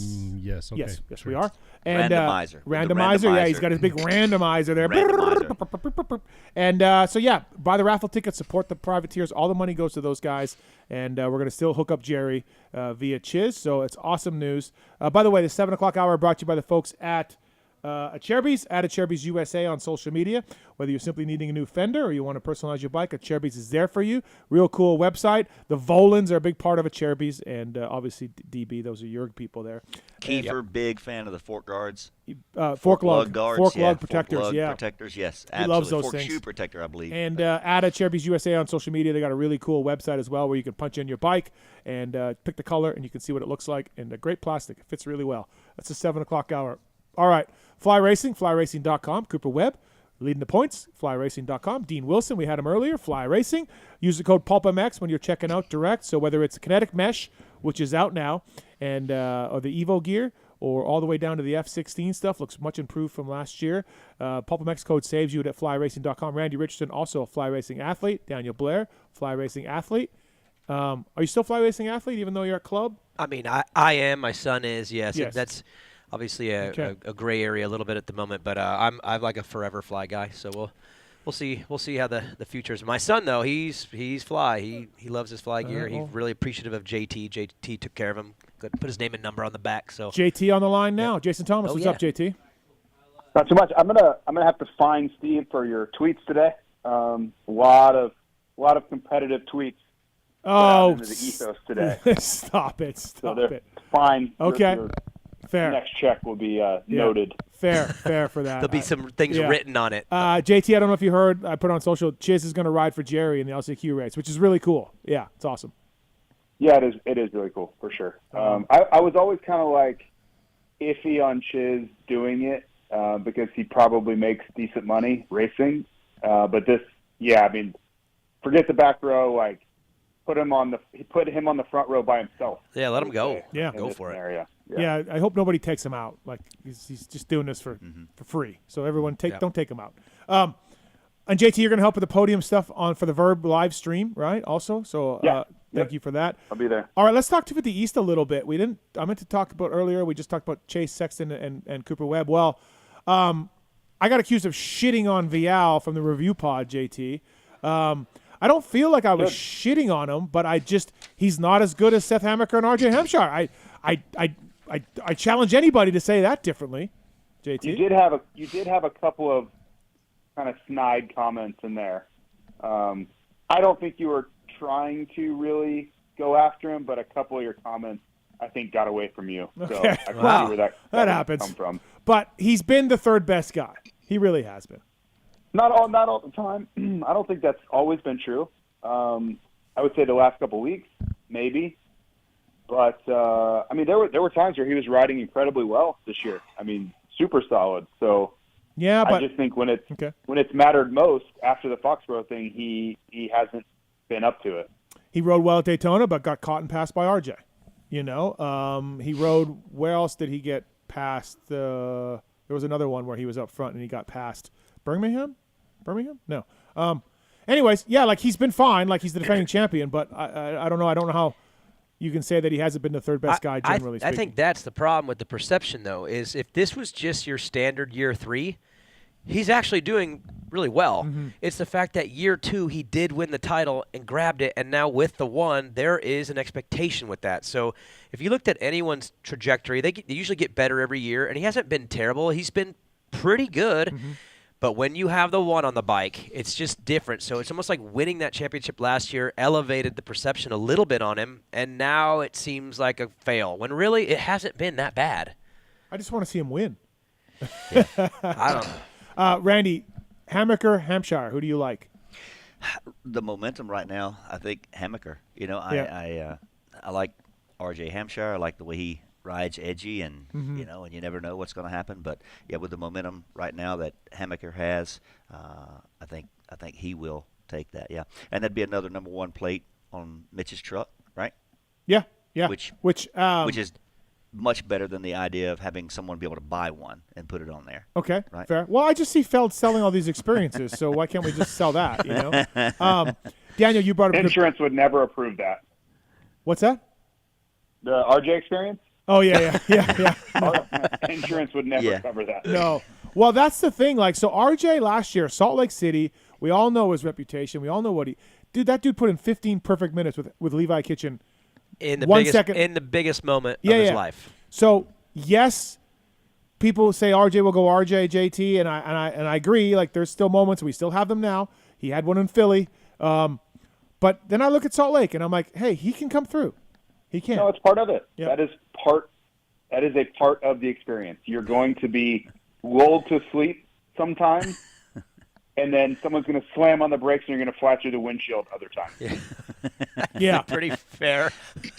Predictably unpredictable. Yeah. Right? You know what's crazy is because RJ, he did close it, and he's in range to get a shot at it, but it's going to come down to the showdown and racing against a side that has not much going on. If Deegan keeps the points where they need it, if nothing weird happens in Denver and he's got this thing somewhat wrapped, then you have West guys that aren't really in a championship but something to prove. Like Deegan doesn't want to get whooped the last one. Davies is just trying to win everything now. How long before Davies and Deegan gets weird? Oh, man, I mean, as long as Deegan pops up into that 450 class and they keep him separate coast next year, they might survive and be best friends. But if they somehow weirdly end up on the same coast next year, no way. But my point is, the West guys, regardless if there's a championship on the line, Juju's going to want to end strong, especially on some hard pack stuff West where he's good. I don't see the West not playing a role in that East finale because they all individually are going to have something to fight for individually. And that's the deciding factor for me is how does Seth, who's already done really well in one showdown, and how does RJ, who is a closer as he proved last year, how do they handle Deegan, Davies, Juju, Joe Shimoda, who's won in Salt Lake City? I think the West is going to play a role in the last one just from being there. And that, to me, Pittsburgh is a big one for Seth. If he could get some ground and get a little bit of a cushion, that helps. But if RJ somehow gets this one back and they go in even, geez, man. Like, isn't it funny to look at the season? Like, Vial and his 6th to 22nd in the mud, right, in 2 laps. 4th to 22nd, whatever it was. RJ's red flag, and then the restart that in Philly where he beat Hammaker, held him off. And then you got the bad chicken in Detroit. Well, you have RJ getting stuck on a tough block at the first one and getting right. This series is and then don't forget, no Kitchen, no Anstey. Like those guys were also rounds 1 and 2, like the 2. So this has been the weirdest East Coast championship if you look at the things. Everybody can point to something and be like, I'd be 15 points ahead. They all could. Do you know what I mean? Yeah. Funny, huh, JT? Well, that's the difference, and that's the problem for Vial. He had been the guy that was like, nope, you guys just keep acting crazy. I'm just going to sit over here and mind my own business. And win this thing. thing. And then Foxborough happened. Yeah. Yep. Then Foxborough happened, and that whole plan, you can't execute that plan anymore. That plan is now gone. Mm-hmm. So he's got to put up or shut up at this point. Yep. No, it's it'll be interesting to watch, and like to me. It's like recency bias because, yes, RJ held off Hammaker in Philly. Hammaker got close to him, got alongside of him even a little bit, and RJ was like, no, and he pulled away. But this weekend's race, Seth was just better. Just better, right? So, I mean, I guess you can just go like, hey, who's going to get the start in Pittsburgh? I'll tell you who's going to win. I don't know. I hate to say this because it seems like we keep saying it over and over, but what's the weather going to give us? And right now it's saying this, so you're hoping it's not a roll. I don't want to play a roll. I want to see him race. I like and I don't mind when it's messy and it's ruddy and they have to do stuff still. That's fine. Just don't give us a Fox, like none of that. No, yeah. Let it be sloppy because they'll still battle and race and jump, and that's fine. But I just hope that whatever's coming this weekend ends up just making it kind of a sticky, ruddy, fun one where they can actually race because it's been a fun series to watch when they get to race. JT, did you get any more? Oh, go ahead. I was going to ask, do you guys think that if it stays super tight, let's just say for fun's sake that RJ finds a way to beat Hammaker this weekend and they go in tied or 1 point difference or whatever. Yep. Do you guys think that RJ can lean on last year going in with a 1 point differential? Yeah. And knowing, Yep. Like that experience of that? I do. And Seth's never been there, right? At any point in his pro career. And I don't even think Seth did Seth win much in amateurs? Late, he did. He came on late. He has a really cool amateur story. He was kind of off and then got really good. But as I'm just teenager. saying, like, has Seth been in a championship, like third moto Loretta's? Let's do this thing. He's won some big stuff. Yeah. Okay. Yeah. One more question. In that same thought train for RJ, if he's like, okay, I did this last year, I can do this again. I know exactly what I have to do. I think he would rather be racing Seth than he would Kitchen last year in that scenario. Yeah, Kitchen was pretty scary last year when he was at his very high. I think he was really worried about Kitchen, like speed. Like if Kitchen gets out front, I don't know. I think RJ is thinking, like, I don't know if I can do anything with that. Yeah. Here's the thing maybe I'm wrong. It's just how I'm. No, I would. If it was me, Kitchen was pretty scary last year, and Seth this year, it's more like, damn, he's just polished. He's just perfect. But the one thing about Seth is I don't see him being a super emotional type guy. You don't see a lot of high and low emotion with him, and he would need to rely on that at the final round, is to not be too emotional in the moment. So yes, he's never been there, but he's also doesn't come across like someone that's going to ride the highs and lows of an emotion. He just seems like he just does his laps and does his business. So if you're RJ, that's a tough person to go against too, someone that really isn't fazed by the moment.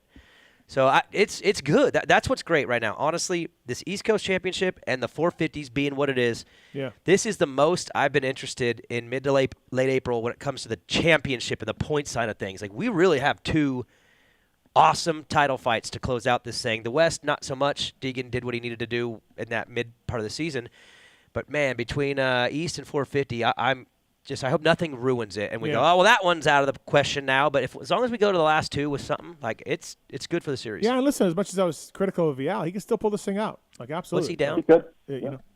Seth is one more thing for Seth's corner. I think he's a career good starter, even as an amateur. Yep. And it really seems like Mitch has that bike pretty dialed in right now. 7 that points. bike looks really good. Vial's down 7. So, like, absolutely, he could still, he wins this weekend and something happens to one of the other two. Don't forget how terrible he was at Salt Lake last year, though. Yeah, I don't know. Like, I know there was a lot of pressure. Yeah, I understand. But that was a rough performance. He did squeak that one out. He did. FlyRacing.com. Use code PulpMX when you're checking out. Thanks to the folks at Fly Racing for doing all that. JT, did you get any more info on RJ missing outdoors? Like what was kind of he was telling Vital MX a little bit about that? I haven't heard anything definitive. Okay. I just think he's going to start looking at, if I don't fix it now, when am I going to? Mm-hmm. Because I don't think it's getting any better. So we haven't been really told anything. I haven't specifically been told anything, but I just think he's looking at that exact scenario I mentioned. Is if it's not going to get better without a procedure, when are you going to do it? Because you definitely don't want it going to hamper your 2026 season. Yeah, I was excited to see him on 450s outdoors. I was actually excited for that. So I think back to that Daytona heat race, and he just popped up and won that very first one, and it was like the thing that made him very stable was that 450. He was so smooth and calm that night, and I was like, maybe that's all the guy needs is a bunch of power. Yeah. I mean, because he rides a 250 like it's. Wouldn't be the first guy, right? That, got better. I mean, I think Jet's been better on a 450 than he was on a 250. As much as great as he was on a 250, I think he could override it at times. And the 450, he can't. Those two do not ride the same. No. I just want to be on the front end of that conversation. They similar in one way. Yeah. Just one single way. They each have a West Coast championship, and that's about it. And let's see, there's an R in Lawrence and R in RJ, and that's about it. They both live in Florida. Yeah, they live in Florida. Yeah, that's about it. Other than that, that's the thing. JT, we had Dylan Ferrandis on earlier in the show. He's been riding really good lately, 13th to 5th in New York. Yeah. He's been good. Yeah. Was there any? Do you think he is like some extra motivation because he didn't get the Honda spot and Dean did, like trying to show them that maybe they chose the wrong guy? Yeah, maybe. Yeah, maybe. He mentioned in the interview, JT, about how he thought maybe he was going to get that bike, and then even though he's got some new parts, it's not nearly as good as what he thought he was going to get, and he's kind of bummed about it. But I was thinking the same thing. Like, he seems to be really, really feisty. I've even noticed on screen a few times when him and Dean are together, Dylan seems like feisty, aggressive on screen. So I bet you're right about that. But I would be. I mean. Yeah. I basically said to him, JT, like, hey, you got some, you got a transmission, you got some HRC parts. He's like, yeah, they're really good, but the whole bike would be a lot better if it was the one I was gonna maybe get. Yeah, he wasn't really having it. So I truly think that for Honda, that they didn't have to do this, right? Lars was really transparent about they didn't have to do anything. They didn't want to, and I think they looked at it as this Dean project would be really fun.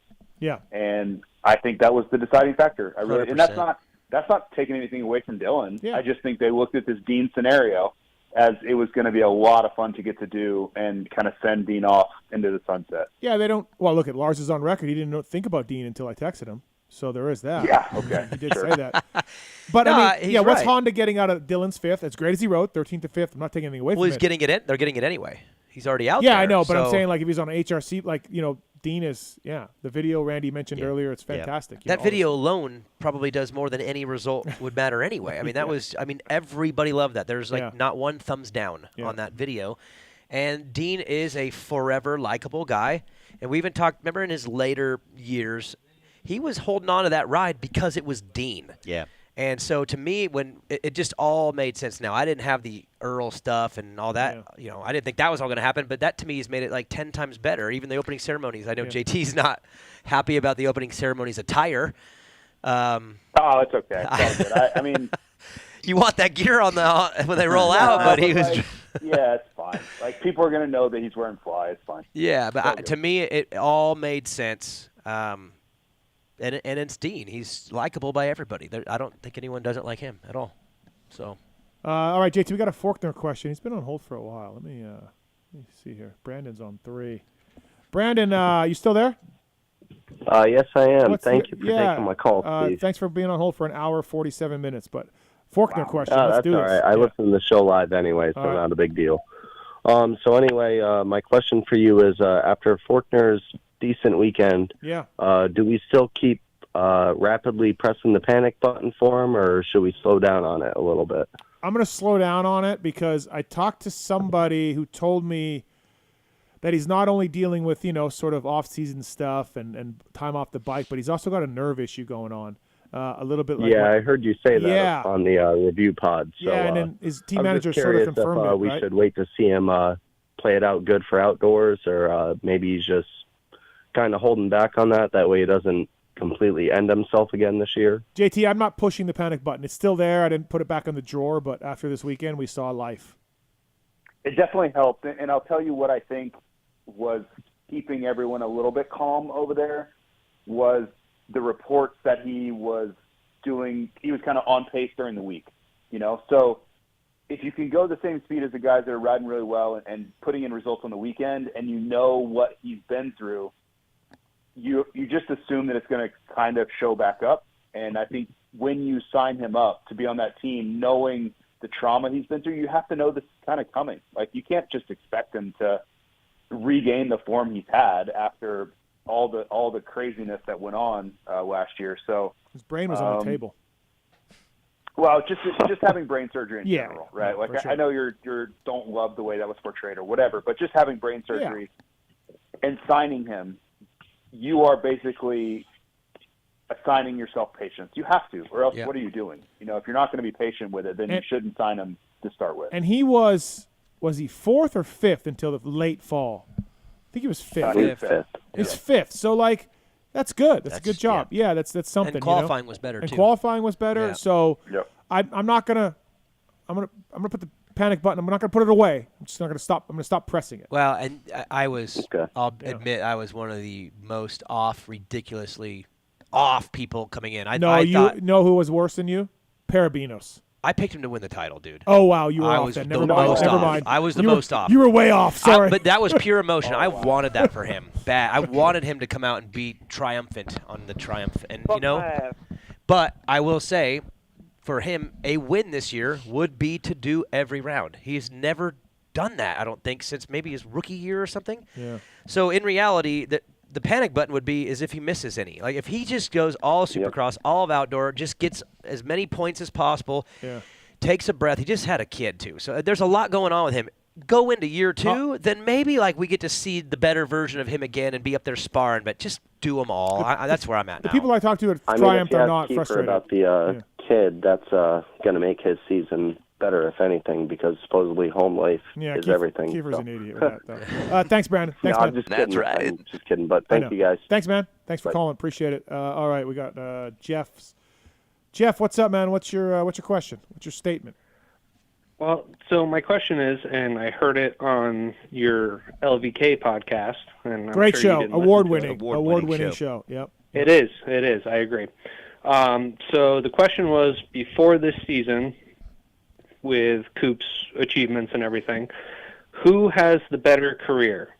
Roczen with 2 outdoor championships and a bunch of Supercross wins, or Cooper with 2 championships indoors and 1 moto win outdoors? But then also Webb's got a 250 national title, right? So yes, so it was just it was a conversation on LVK, and I wanted to hear your input. That's all. All right, that's a good. Yeah, those guys are great. Those are 2 fantastic journalists in the sport for sure. All right, JT, Webb Roczen career comparison before this season. Yeah, before this season. Okay. Before this season, I think you have to go Webb. The Supercross championships in the 450 class are the premier championships globally. So to have those versus 0 is that's a pretty big challenge to overcome. In this conversation. Okay, so 23 wins to 19 or something, or 24 to 19 for Webb, right? Yeah. But those two Supercross championships will forever loom large, in my opinion. Okay. I don't think you could possibly get past that. That would be like the end of the conversation for me. 2 450 national titles, beating Dunge badly in one of them. One was a rookie too. Show me anywhere on earth where the pro motocross titles carry more weight. Yeah. I'm with JT. You have to go that route. That would be the decider. But I honestly feel very equal about them, just as individuals. It's not like, oh, this guy or that guy. Otherwise, if you just look at the whole body of work, I see Webb and Roczen as the same era. They were in most of it together, and they both were really awesome. and it's like one step below Tomac from the era. Like Tomac would be the era guy, and they would be like the next guys. But Coop gets the nod for sure. But then you always go back to Kenny's injury in the arms. Like, what would have happened if that never happened? And I hate the what-if game because reality is reality. It happened. But if that doesn't happen, a lot of things I think look different. Like a lot of things. Like who knows what happens that year with Dunge and getting his fourth. Who knows what happens next year? Roxon wins. Roxon wins the title in 17. That's what I think too. No question in my mind. But then also, how many wins does Eli get that year? Because he got like 9 or 10, and he doesn't probably come on that same way. Kenny's injury really did completely alter so many people's careers. So many people were affected by that. And there's a second injury. And then there's the next one that happened the next year. Right. So it's really unfair for Kenny that it played out the way it did. But in reality, Coop does get the nod because Supercross that's the priority. But just think about Eli's career, Coop's career, Jason's champion. Everyone's results were affected by that one night. I'll throw one other variable in there too. There is literally a narrative about Coop and Kenny late in races, and we know what's going to happen. There's literally a narrative in the sport about that, and Coop is going to get. So I mean, it's really hard to say that it's not Coop when there's a narrative built around what's gone on. Randy, what do you think? No, I think JT's point, those 450 Supercross for sure outweigh the 250 or 450 outdoor titles, and then couple that with the 250 outdoor that Webb has. I think that's where it's overall weighted Webb over Roczen. Kenny never got the 250 outdoor. He lost it to Tomac that year. Yeah. So, good question, Jeff. I will say this though. If Kenny doesn't get hurt in 2017, this is not a conversation. I agree with that 100%. And to what Daniel said, that changes so many other career trajectories and Jeff, results. Thanks for listening to the LVK show, though. Great show, those guys. They really put it together. It is a great show. They're great people. All right. Thanks, buddy. Appreciate it. Thank you. Thank you. All right, JT. Thanks for the call. Appreciate it, buddy. Fly Racing, flyracing.com. Good job on the broadcast. Weege in the pit side recorder. Oh, go ahead, Hey, Randy. JT, what I was going to say was we had a couple of chats earlier today with Dean regarding the starts on this Honda, and he's talking about the technique and how important that is. Sounds to me like there's more to getting a great start on that Honda than just someone, just letting the clutch out. Other than the button? Yeah, other than the button or just letting the clutch out. So no. Dean said, Dean, you didn't really hear. Yeah. Dean said they took the power down. Yeah, detuned it. He's got to keep his chest down over the bars. That's technique. He said if they give him the power. He will get the whole shots with the technique. The technique, if he uses the right technique, and so it's not just going to happen. And we've seen my starts. I have perfect technique, Randy. I've seen it for sure. It's definitely a technique. There's definitely a technique there. I could not agree more. There is some technique there. Thanks, JT. Thanks for the call, man. Appreciate it. Thanks. I just want to I want to congratulate everybody on the people I work with. That was a big day in Europe today. We swept MX2 and MXGP. It's the first time we've ever won an MXGP overall, and we went 1-1-1-1 on the day. So Red Bull, KTM, DeCarly, all the people that contribute to that team on the fly side, congratulations. That was a big day for us today. Big day, yeah. I didn't see any highlights. I need to watch it. All right. Good job. All right, flyracing.com. See you, buddy. Thank you. Bro. Use code PulpMX when you're checking out. All right, X-Brand Goggle tear-off segment. Let's do this. EKSbrand.com. It's the X-Brand Tear-Off segment. 15-second rapid-fire Q&A. 15? We do 30 now. I know. Yeah, we just never changed the outro. Might want to update that. X-Brand Goggles, choice of Kyle Chisholm. Riding the LCQ race in Denver for Jerry, Freddie Norn, many others. EKSbrand.com. The Lucid Goggles got new colors. New styles for 2025. Check that out. Quick change lens, all the cool stuff that the kids have. And great goggle, great company. Pulp Show 25 is the code to save with those guys. This is X-Brand Rapid Fire question submitted by a Corey Moser. Anyone? No clue. Familiar? No? Okay. All right, here we go. Marks, fire away. Steven. Yep. You've attended many nice dinners. How do you rate the dinner in New York your dear friend Nick arranged? It was pretty good. Yeah, it was pretty good. One thing, I don't know if you guys are with me on this. A good steak is a good steak. at these high-end restaurants, and I've been to a bunch of them on the road and everything else, and I can't say like one is better than the other. They're just the high-end steak places are really good. Are you guys with me on that? Like, I am. I'm never like, this is the best steak I've ever eaten. Yeah, I'm never that The mood way. would have to be right. You have to remember the whole night. Like, that was a great night, and that was the best steak ever. I know what you're saying. An A steak is an A steak. Yeah. Almost no matter where you go, you know? So. And there's reason why you would tip less than 20% on the ticket? Just with it being a high-end steak place that your dear friend set up for you? Yeah. What would be 20%? Well, it was $700 bill. That'd be $140. You said you threw in $120 cash, and that's just to me. That's kind of Wow. Yeah. Like a nice restaurant. I can see that if you went to. Okay, so I actually left out a little part of the story. Okay, this is Texas Roadhouse. Sure. Hymas threw in another 20. Okay. Okay. He threw in $20. Yeah.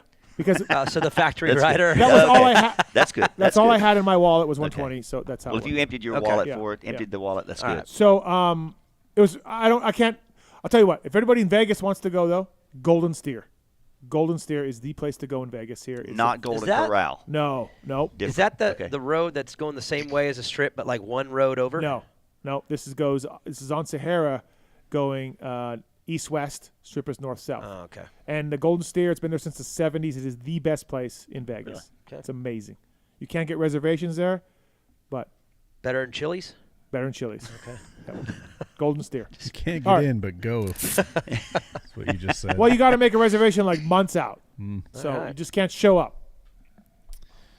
Daniel, if you could watch any band in the Sphere, who would you want to see? Wait. I'm going to stop the time. Okay. Just before. Oh, man. Just before the show. Just mention what you said to me before the show. And then my mom went to the Sphere, and she said she had a pretty all right time. No. That's not what your mom said. That is not. Quiet down. That is not what she said. She said it was amazing and used a lot of words like amazing. And she saw the Eagles. That's right. So damn it. I thought we were going to get away this whole show without that being brought up. Nope. He just was another, giddy when I brought it up. Another life-changing Sphere experience was your mom. She didn't say it changed her life, but she did say it was unbelievable and amazing and a lot of those words. Thank you. So Did you just say experience? Did you say that on purpose, or was that? No, I said it on purpose. Experience? Wow. Okay. Wow. All right. Now we'll start the time. Okay. Band at the Sphere. Wow. I mean, it sounds so like not cool compared to like the big name bands, but Papa Roach would probably be. It's just one of my favorite all time bands. What? Holy shit! It's one of my favorite bands. I don't. That's awesome, but Jesus. Well, who else do I like better than them lifetime wise?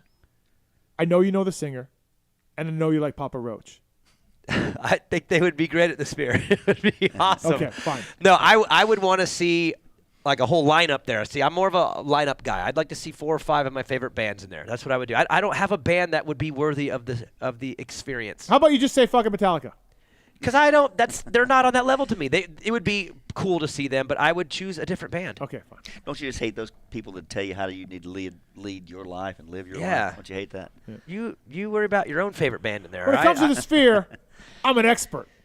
I could just cut my life into pieces. This is my last resort in that place, and it would bump. That's all I'm saying, all right? All right, next question. Randy, if Steve and Kiefer never come through with Wife Swap, who's another set of buddies you'd like to see Life Swap? Life Swap. You think? That's a good one. I can't think of anyone right off. I just love to see those two guys uphold their word. It's been 601 days since you guys just bailed on the entire PulpMX show. Yep. You know what I mean? Yeah. No. And then on show 612, you said it's going to happen. Yeah, it is. Yeah. It is. You said that anytime I say on that show, anytime I say Life Swap, it pushes it back 1 day. Yeah. Recently you said a week, but what's on record is 1 day. So Life Swap. You know what I mean? Okay. If it's been 601 days, like how many times I say Life Swap doesn't even make a difference. I can say Life Swap 30 more times on this show. Congratulations. What's that, one more month? Pushed it back another month. Good job. Nope. That's about 4 days there. That's all. Okay. Well, it's happening, and it's going to be epic. I can't wait. You know we shortened it, though, right? Yeah, 5 days now. I heard that update. I'm probably more up to date on anything to do with Life Swap than you are. Okay. For sure. I don't see it happening now. I don't see you moving to Georgia. certainly. They're coming back For 5. Oh, yeah. well. Yeah. Wow. Okay. We'll wait and see. Time will tell. Yep.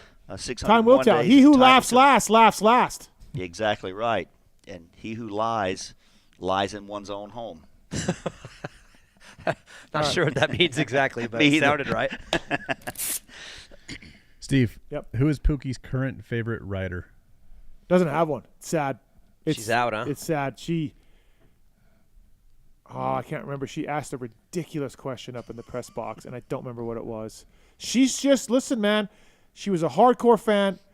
Fro, McGrath, she lived it, she followed it. She kept it going.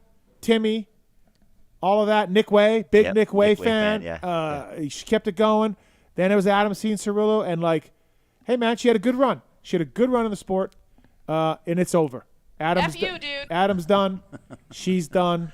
And, Sometimes you're just done. I'm Yeah. done with the NBA. I haven't watched a Oh, game are you? in Okay. years. I don't So- even know who's on what team. I could care less. Okay, so there we go. Yeah. Sometimes you're just done. You're just done. And I wish I could be done with Toronto Maple Leafs, but I can't because this is year we're winning the cup.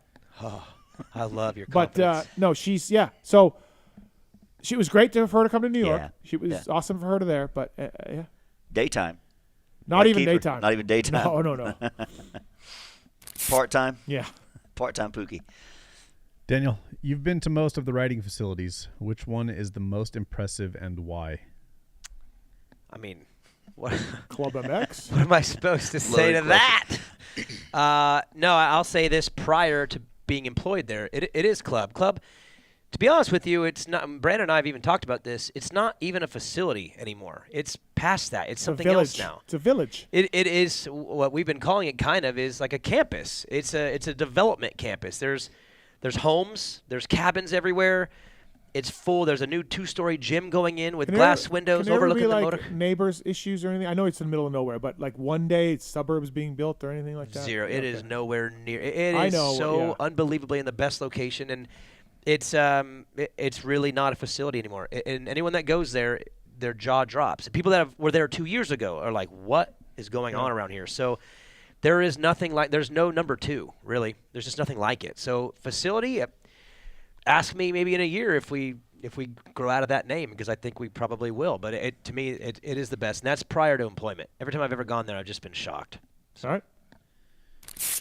Randy, as a multi-time Loretta Lynn's qualifier, what advice do you have for Steve to make it to the ranch? One is improve that amazing start technique that you have. I got really good starts at World Vets in November. I got, good starts. 13, 19. 14th overall. I did 6 motos between 13th and 19th. Mm-hmm. That's consistent. Yeah, that thank is you. very Thank consistent. You. That's And very one consistent. moto. And out of those 24 riders on the gate, that is impressive. Okay, well. So, my advice to you certainly is take the time and go to Pala and ride that track and get comfortable there. I did that. I think I need that to go again, though. But you need to keep doing that and take the chances to try those jumps on a practice day, the ones that maybe you're not comfortable with, because I think Kiefer says that's where you need to improve, right? So, you don't want to have to do that on race day. Yeah. Right? Follow Fireman Dave over those jumps and get them. Steve, which rider has been the most relentless about trying to get into the PulpMX Privateer race this year? Oh, Chiz. Yeah, Chiz. The guy who fucking won't leave me alone. But now he's in. So, yeah, it's Chiz. He's in. Daniel, how can a manufacturer avoid having their star amateur rider stolen by Star? I'll let you know when I figure that out. Well, look, Suzuki once had a Star under contract, and that didn't matter. They had a deal signed. Didn't matter. Lance Langston, who's Bobby's agent, and Bobby, they'll figure something out. Oh, you're talking about Fry. Jared Fry. Yeah, they'll figure something out. They'll get you out of there somehow, some way. I don't know. I mean, I can say just knowing their roster right now, they're pretty full for a while. Star used to have this thing where they always had 2. They had 2. The kitchen year came along and they had 3. And they went back so they've kind of danced around with 1 to 3, whatever. But they're loaded up for a while, so it's safe at the moment, I'd say. All right. Okay, last one, Randy. Who is the current face of Michelin besides Bibendum? The face of Michelin. I guess the Michelin Man obviously is iconic, but I think that within different product segments, there are longtime employees that are proven within the company, whether it's automotive. There's people that are in our aviation division that are certainly proven. I guess that'd be me and motorcycle, but we got some young guys now that are on the bicycle side, Brandon and Caleb, and they're crushing it and doing a great job for the brand. So, other than Randy in moto, you're the first face I think of in moto. Yeah. X Brand Goggles, choice of champions everywhere, and thank you to those guys for all that they do. Time for I Don't Know segment. Real quickly, let's run through I Don't Know segment. I don't know, man. I don't know, man. Okay. I don't know, man. I don't know, man. I mean, I don't know, man. I don't know, man. Okay, I don't know, man. So something that you just shaking your head at when it comes to either life or the sport of Supercross, motocross. Daniel? Sexton leaving KTM. I've been vocal about this for a long time. I don't know, man. I don't get it. To me, knowing them very well and knowing him very well, it just seems like a perfect match personality-wise. If you look at the sport right now, too, Jed is obviously kind of the pinnacle that everyone's chasing. So if you're KTM, of course, you want Chase. That's the guy that could do it. And if you're Chase, you want to be in the program that's been the most successful. KTM, they've won more 450 Supercross championships than any brand in the last decade overall, if you do the math. They're positioned the best to go and beat him, which is what Chase is going to have to do moving forward. So I've never understood the idea of leaving, other than maybe the business side of things, just a little bit of the uncertainty out there. That probably does play a big role here. But personality-wise, bike-wise, the way he's looked, the way he just rode, the way he rode Hangtown, the success, I don't understand the cracks there. So I don't know, man. All right, Randy? I don't know, man. For me, we spent the weekend up at the Verb Moto, the World Grand Prix, and World Mini Grand Prix, and I don't know, man, when it comes to the parents and the kids on these pit bike things and this and that, I don't know if you know this, but I know you're a big fan of amateur racing, but these tracks have had to really cut down on pit bikes and the Surons and things like that because people are just crazy with them. So now the kids, the parents sold all those. They bought those Super 73, which you can pedal, but you can still throttle. And the kids are just wide open all over the place on those. And I don't know, man. I don't know what these parents are just letting their kids run crazy all through the pits. And the whole thing is it's hurting amateur racing or racing in general because they're having to make those cutbacks to save on insurance for the tracks. So right. Okay. Yeah, I agree with that. The tracks are in some serious danger right now, and not all of it is from just on the track. A lot of it's in the pits and stuff like that. So yeah, that said that so many of the majority of injuries take place in the pits. Someone gets hit by a vehicle or this or that, or injuries on the little thing. So I don't know, man. Parents, tighten it up a little bit on those kids. There needs to be some accountability, and they need to learn to behave a little better. All right, sounds good. My I don't know, man, is going to go off of what I said this morning. So we did the review pod, put it up on YouTube for the first time. YouTube's been a really big thing for this show. It helped us a lot. Blair Matthes project, big YouTube. Daniel's got a big YouTube following. It certainly helped us out. Our numbers are really good. But I'm an avid listener of podcasts. When I fly, when I drive, walk the dog. I love podcasts, sports podcasts, comedy podcasts, like interviews, stuff like that. I don't know, man. I don't want to watch people talk. I don't want to watch people talk. And that seems to be what people like nowadays. Now, I'm old, okay? But even I've been watching something on YouTube, and then I'm like, well, I got to get on with my life. I'm fucking busy, okay? I got a job or whatever. So I'll put the phone in my pocket. But then, when the phone goes to sleep, the YouTube goes away. Or if you have it on, it hits the button hits play or pause. Yep. Like you can't treat YouTube on your phone like a podcast because phones don't operate like that. YouTube doesn't work like that. So I don't know, man. Like, just listen to it on a podcast. We're not doing nothing. We're just looking in the camera like a bunch of idiots. Nothing matters. Okay, so like on the review pod, I talked about Jorge Prado looking at 7 Deuce Deuce when he was like announcing the race, and sure, like I guess you missed out on me being like you missed that part of it. It's not that big of a deal. Like, just listen to podcasts, people. I don't know, man. I don't know why people want to watch people talk on YouTube. Just listen. What's the problem? There's nothing. Is that a rant or I don't know, man? I don't know, man. I don't know, man. I don't know, man. Could be a rant. I do know, man.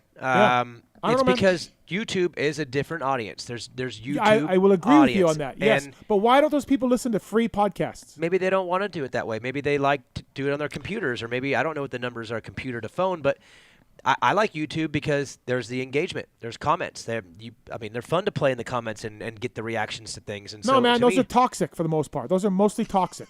Not me, man. I have a pretty strong YouTube positive rating most of the time. So, and then for me, my podcast, Main Event Moto, we went Patreon model, so we went off of Apple and off Spotify, and everything that I've come out with since has been YouTube. So I have built my audience more on the YouTube side, and it's all about the engagement and talking in the comments. If you and have stuff time like that. to just sit there and watch people talking to a microphone, get a fucking job.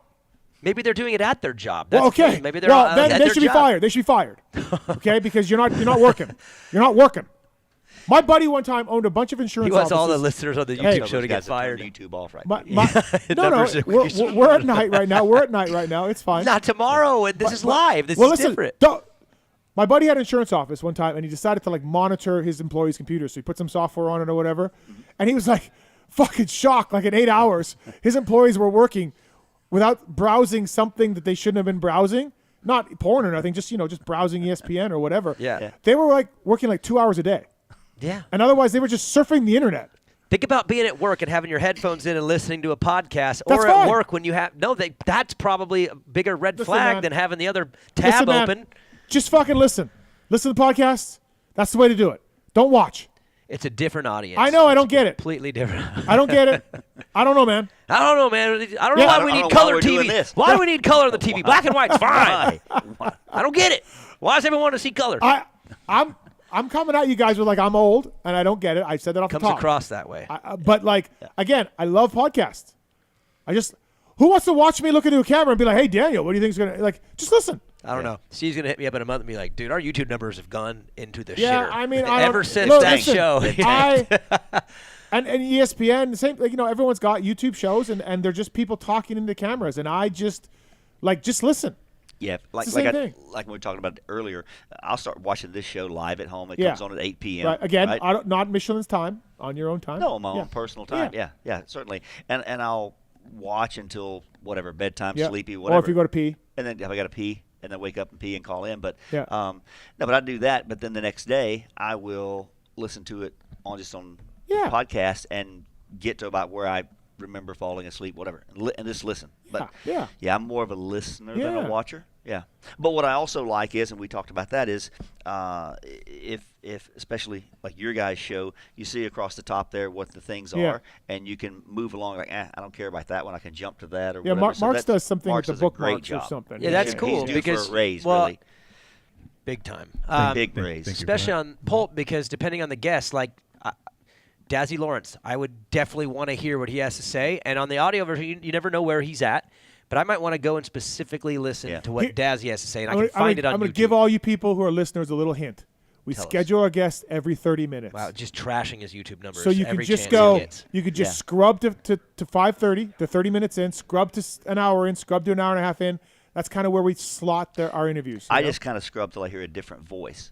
And then I listen to I just go on YouTube and go right to where it says Dazzy Lawrence. Boom. I appreciate the YouTube people. Yeah. Okay? I don't get it, is what I'm saying. I'm not saying, fuck off. I just don't get it. Well, I don't. For you YouTube fans of the Blair Matthes Project, just ignore everything he's saying and just hang in there with it. We're doing a great job there. Yeah. We appreciate we do. We appreciate you. Who has time to watch people talk in the microphones? I guess I appreciate it. Who has time for that? Yeah. No one has time for that. This is Race Tech ranting now. We got to be busy. We're busy. So I don't. Wesley says he knows why. Wesley's on too. What's up, Wes? Absolutely, I do know. So for me, I like watching the facial expressions and the interactions between the hosts. That when they're doing that under the breath laugh, and you can't pick up on that. Just for me, that's what it is. Okay, that's legit. That's legit. I mean, right now, if everyone watches this back versus hearing it back, they're not going to see your face through all this. Who wants to see my face? Nobody. Nobody cares. Well, I didn't necessarily mean your face, Steve. Just other folks. Randy Richardson. I mean, that mustache, dude. Come on. Look at that thing. There is that You would never know if you're listening to the audio what he's got on his face right now. You wouldn't even know. Wouldn't even know. All right. Thanks, Wesley. I am in Vegas. So thank you, buddy. Appreciate it. Thank you. That makes sense, though. Roach is on 4. Roach, what's up? I'm on the elliptical right now watching you with a heart rate of 156. So let's get this straight. I'm working, all right? And we like it because it feels like we're there live in person with the conversation. Right, Blair? Okay. That's 100% dead on as well. Yeah. Great point. Thank you. So I'm working my ass off right now, getting ready to make a return. No, I'm joking. Probably not. But anyways, you can do it. I like doing it at work. I have 3 screens. I put you off in one corner. I'm on Excel and email on the other. I can multitask, Steve. I got the brain power to do it, buddy. Oh, good Some of job. us got the brain power. All right, I don't have the brain power. And he wants to feel like I he's don't have here. it. Yeah. Anyone else on the line that can come and just punk Thank Steve you, on buddy. this topic? Appreciate it. Thank you. All right, everybody. Let's bring in our next guest here. And I want to thank the folks at Firepower. Randy, firepowerparts.com, the loading ramp. Yeah, excellent ramp. Is that working out nicely for you? Yes, working really well. Okay. I'm so thankful. Thank you. I can't thank you enough. Apparently not. I'll be. Do you ever think you'll get your other one back? No, never. No. Never will. Never will. Sad, because you probably had some memories with that one. We had so many memories together, that ramp and Yep, I. yep. But I'm just glad I was able to loan it to a dear friend in a time of need. Yeah. If he decides to just keep it forever, then so be it. Yeah, There's been some damage though recently to that ramp. Yeah, I heard. My buddy Jake, he's gonna hate having this told. But we had a shoulder issue last week loading up my son's bike on that thing. On that ramp. On that It's like ramp. poltergeist. Yeah, misplaced karma. Yeah, Sorry about that ramp is possessed. It was meant to get me, but I wasn't there Yep. that day, and Yep. it got my buddy Jake. Sorry, Jake. He's hating the fact that I just told that. But Firepowerparts.com, loading ramps and featherweight lithium batteries and more. And I want to thank the folks at Maxima and ProFilter. Pulp 20 is the code to save with Maxima USA, whether it's 927, 2-stroke oil, whether it's the 4-stroke stuff that Mitch Payton uses, SC1, MPPL, all of that. Pulp 20 is the code to save with them, and as well as ProFilter. ProFilter, pre-oiled, ready-to-use air and oil filters for your side-by-sides, dirt bikes, street bikes, and everything in between. Pulp 20 is the code to save with those guys, and I want to thank them for coming on board. And, use that code and save it, Maxima and ProFilter. Speaking of 927, speaking of 2-strokes, the man who just joined us maybe has the biggest 2-stroke race in the world. You've seen this thing. He's called in before over at Fox Hill in the UK. It's the Vet MXDN. They added a race at Farley Castle this past year, Dave King. And this man, Robyn Walters, a.k.a. Doc Wobbs. What's up, buddy? How are you? I'm good, kid. I'm good. Thanks for coming in. Yeah, no, we're in town, so I thought we'd swing by. Got the family down doing the Vegas thing. So yeah. Thanks, man. Thank you for coming in. I've known you for a long time. You used to work for Robbie forever. Renard back in the day. Yeah. When everybody talks about that day that Robbie Renard ran down Ricky Carmichael I know. at Unadilla, you were wrenching. I was. You were wrenching. Yeah, how that thing stayed together is unbelievable. And worked for Smith Goggles over here for a long time. I was there for a long time, yeah. And then now the Vet MXDN. I've gone the last 2 years. You guys added Farley, you and Dave King as well. This thing's out of hand, isn't it? Oh my God, it's blown up. Like it just. I don't know why it got so big so fast. It's just like the first year we decided to do it. So it was like 3 years ago? First year was 3? Yeah. We're going into the 4th year now. Yeah, okay. So 3 years ago it was a little dusty. Yeah. And then Osborne called in about it. RV called in about it. And then, dude, I just kept seeing pictures and pictures. Oh, my God. We have so much fun. It's just like the 90s. Fox Hill was the 90s circuit in the UK. That's where like the first double headers were. Uh-huh. And it's like everybody's got these awesome memories. It's a little bit rowdy. Yeah. But they got these awesome memories of the place. And it's just everybody just buys into it. It's just the best thing. So you cap entries, right? You're done? Like you can't. Oh, the entries sell out in seconds. Yeah. It's like trying to get Taylor Swift tickets, man. Dude, it's nuts. And then so they have on Friday they have a 2-stroke show going on a Shine and Show, and everyone wheels their bikes out and there's prizes. It's and just like you thousands of people. Yes. You should see these bikes. And there's not a bike there that didn't cost $10,000 to build. No.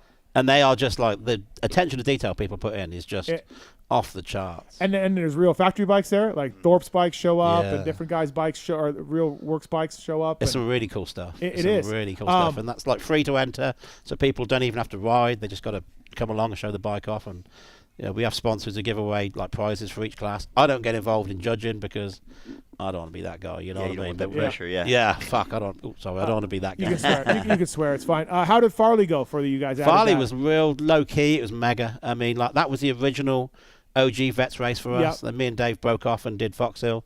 We managed to buy Farley back because we didn't want it to go to shit, basically. So we bought Farley back. Farley's much more of a rider's track. It's real Evo friendly, real vet friendly. Fox Hill, not so much. You need to be on it around there. And like you ask RV, I mean, you can't go there and just cruise. These guys are going to kill you. They're going to want to. Yeah. They want bragging rights. I beat RV. I beat. Oh yeah. But like Tommy. Tommy's on his A game there, and he's not winning. And then Bobachev or whatever. I mean, these boys are going. No, they're fast. sending it. Yeah. I mean, RV raced the first year and was like, "Hey, this is too serious. I don't want to do this." Because Fox Hill's got huge hills. I don't know if you've seen it on the highlights of it. It's such a fun race. It's so fun. We have Saturday night beer tent, Friday night beer tent. Yeah. It's a 4-day deal. Yeah. We open the gates Thursday lunchtime, and then they can stay Sunday night if they want. Yeah. Because it's like a holiday weekend in the UK. Yeah. Oh, it's so much fun. It's a 90s thing, and people getting dressed up and getting the haircut like the 90s stuff, and it's just for me building the bikes and promoting the race.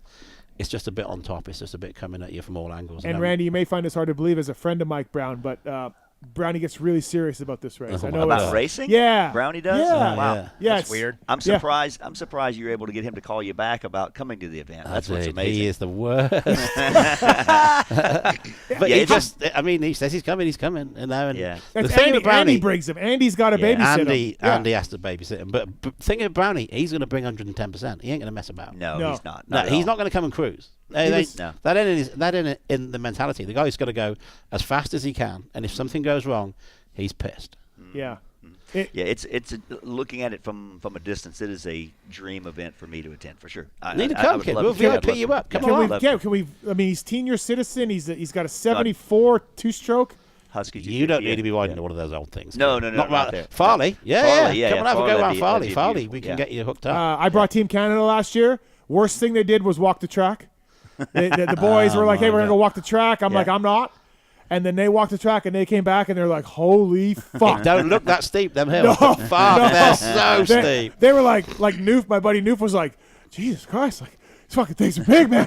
Like Noof was like having second thoughts. I know, and there's so many people there as well. You can't just cruise. No, it's like 5-10 deep. Yeah. It's full old school 90s Grand Prix. It was kind of muddy last year, and I was racing a YZ252 stroke, a good one. Our guy, what's our guy? Gary Senior. Gary hooked us up.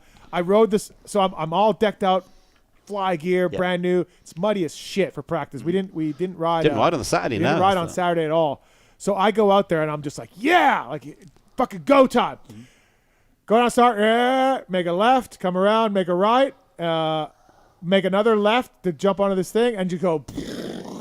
I was on the track for 15 seconds before I just washed out in the mud and laid there, hit a water pipe. It dried up pretty quick. By the time the racing came around, it was good. Yeah, but he was trying to cram as much into the one day as we could. It's a great time. It's fantastic. Anybody wants to get over there, they should. It's a good deal. We got crazy numbers on, like the TV viewing figures from all over the world. Like 350, 400,000 views. Yeah. So how do you and Dave? How do you guys do it? Like how do you organize this? Wing thing? It. It's just the first year was new to me to be promoter. I'd never done it before. Yeah. But I kind of seen what other guys have done. We just do that and do this, and we've got a really good social media girl. And like my wife Claire does the management side of things and leaves us to have the ideas, and then we've got to get it past her. Yeah. And the club who run the track, they leave us to it. Yeah. Come Thursday when we get there, that's out of our hands. Right. They run the circuit, they run the start, they do all that stuff. It's our job is to get people there. Yeah. It's cool. And was Farley good attendance too? Farley was really good. Farley was the biggest it's been for years and years. Was it? Okay. And this year coming up, we're going to be looking at breaking those records for sure. It's a lovely. Farley's so picturesque. It's beautiful. It's like green and the river's flowing down the side. Yeah. And it looks awesome. Full. It's really nice. Yeah. It looks. It's such a good time. And we got like this year we've got Clement DeSalle, Sam Sunderland, the guy who won Paris Dakar. Some English guys, your Brad Andersons and all that. Yeah. They come along and they're so fast. And then at night there's a beer tent, and it's we had Jeff Parrott and you guys were doing your show. We brought some pulp stuff into that, and then all the Americans come by, and those guys are rowdy. The English can drink. Oh yeah, they can drink. Oh yeah, it's a little bit. It's almost Red Bud. Yeah. It's that really? Kind of. Oh yeah, it's kind of. Yeah, it's pretty nuts. You got to make it, Randy. I need to do that. Yeah. You need to come, kid. It'd be a good one. And there's a Michelin presence there. Yeah, Michelin? there is. Yeah. I know you work with Michelin there in the UK, right? Been working with them, so yeah. maybe I can pull some strings that way. There you go. Yeah. Yeah, we can get you there, kid. Yeah. And then so Phil was going to do it. Yeah. Canadian Nationals got in the way. His comeback got in the way. RV was on here a few weeks ago. He's got He's schoolboy. Loretta Lynn's. He's moto dad now. He's moto dad. He was there this weekend, the World Minis. Yeah, I saw that. I saw he was drinking a high noon with you early in the morning. Yeah, no, it was appropriate time. Okay. But he was pretty hilarious about his new life. Yeah. He loves it. I saw Carson Brown's committed. Yeah, Carson's coming. Carson's in. But he's too young to be on the team. Oh, that's right. So you need like 2 30s and a 40. So he's too young to be on the team. So on the American team, we've got Brownie and we've got Ryan Sipes at the moment. Okay. I'm trying to get Reedy to come. Reedy's making the right noises, but he is? He wants to come. But then he was talking about an Australian team or riding on the American. So that's not dead in the water yet, I don't think. Mm-hmm. So then Carson is just like a one-off, like a wild card? No, Carson, we have a class called Evo Ultra that we introduced, which is basically bikes up to 08, 2 strokes, up to 08. So that's when Suzuki stopped making them, Carry stopped making them. And then we have that open age, so you can ride that at 16 years old. Yeah. But you can ride like a 23-year-old dirt bike. Yeah, and Carson with his following, and that's going to bring even more awareness to the event, which is phenomenal, as it is. And he can ride anything, ride the wheels off of anything. He is unbelievable on a motorcycle. Well, he's asked to ride one of our Yamaha race bikes because we build some quite sweet steel frame. So he wants to ride one of those. That's good. So what are you building this year for guys? 8 of them. Yeah, 8 of them? Wow. Yeah. Okay. That's every year I'm like, I ain't doing that again. Yeah. And then you start getting these names coming out of the woodwork, and you're like, oh, yeah, I'm letting anybody else build a bike for him. Right. Yeah.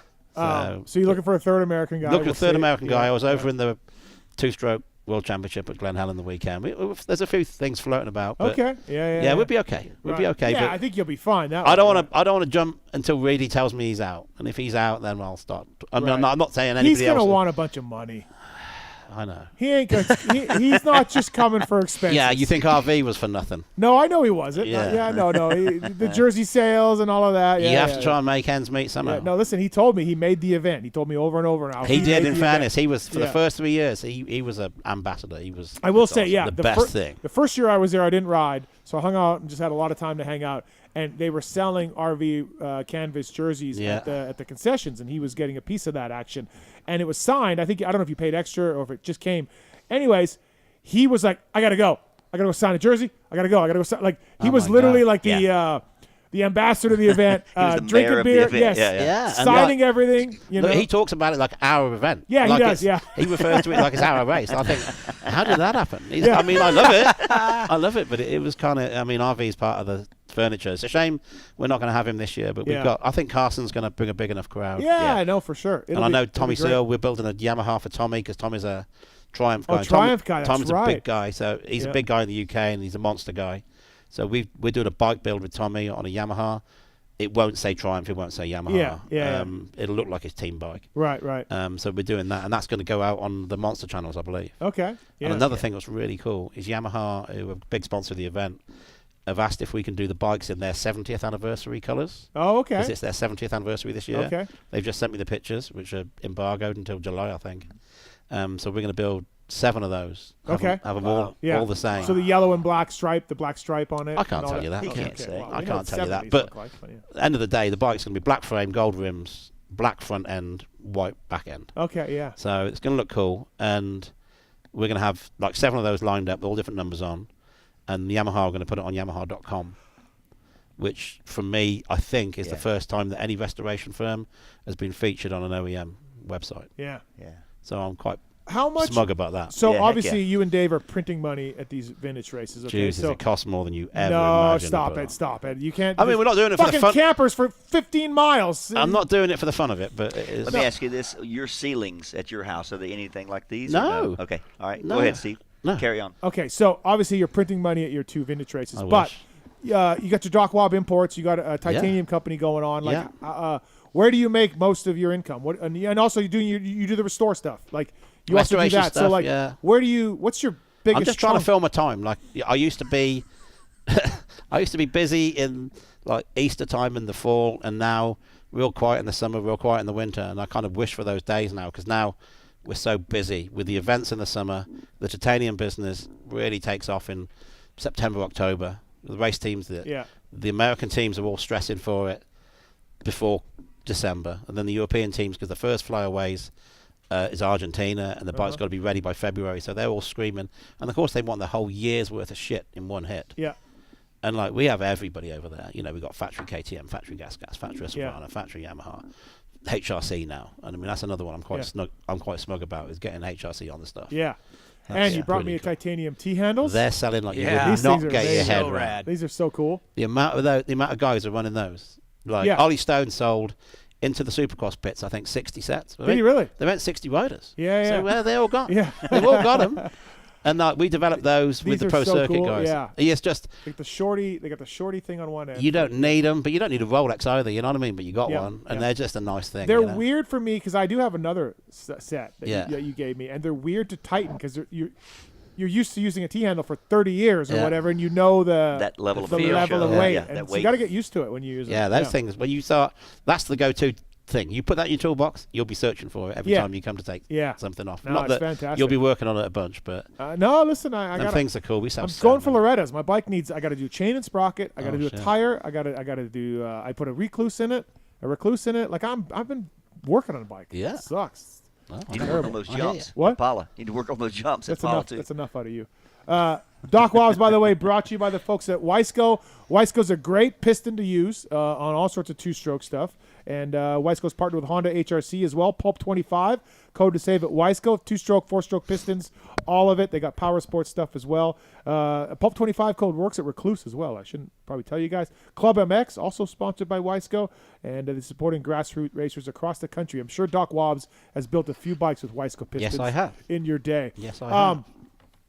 Also, by the way, go to your website. It's really cool. You got a lot of photos on there, a lot of your restores on there, all of it. It's awesome. Yeah, it's great. And of course, like, God, you've done pretty much everything in a sport. Now that you're, I know. I think I'll get bored quickly. Yeah.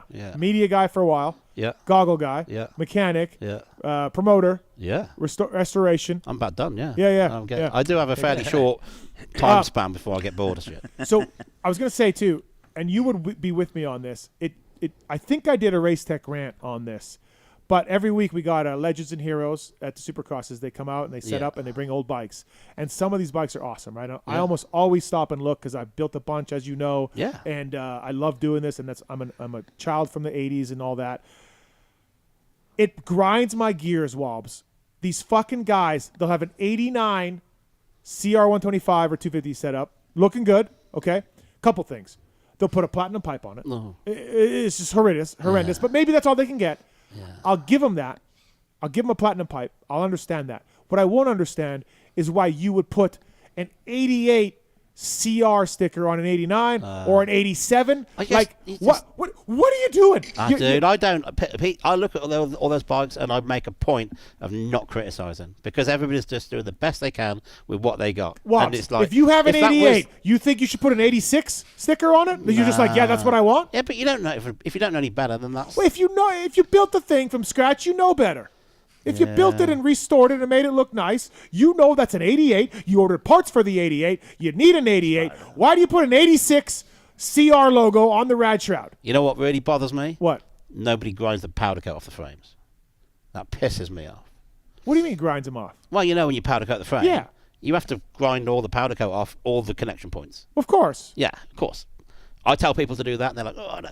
And you see these guys who are supposed to know what they're doing. You got to do the bolt faces. You got to do all of that. You got to do all of that, and we all know that, and that's how you've been taught because you have to. Because you know, like everybody earths the coil. Well, the coil has to earth to the cases. Yeah. And if you don't take the powder coat off, it's a guess. It might earth, it might not. Of course. And then also on I think earth means ground. Yeah. Yeah. But you're like a CR500. you've got 2 layers of powder coat on the engine.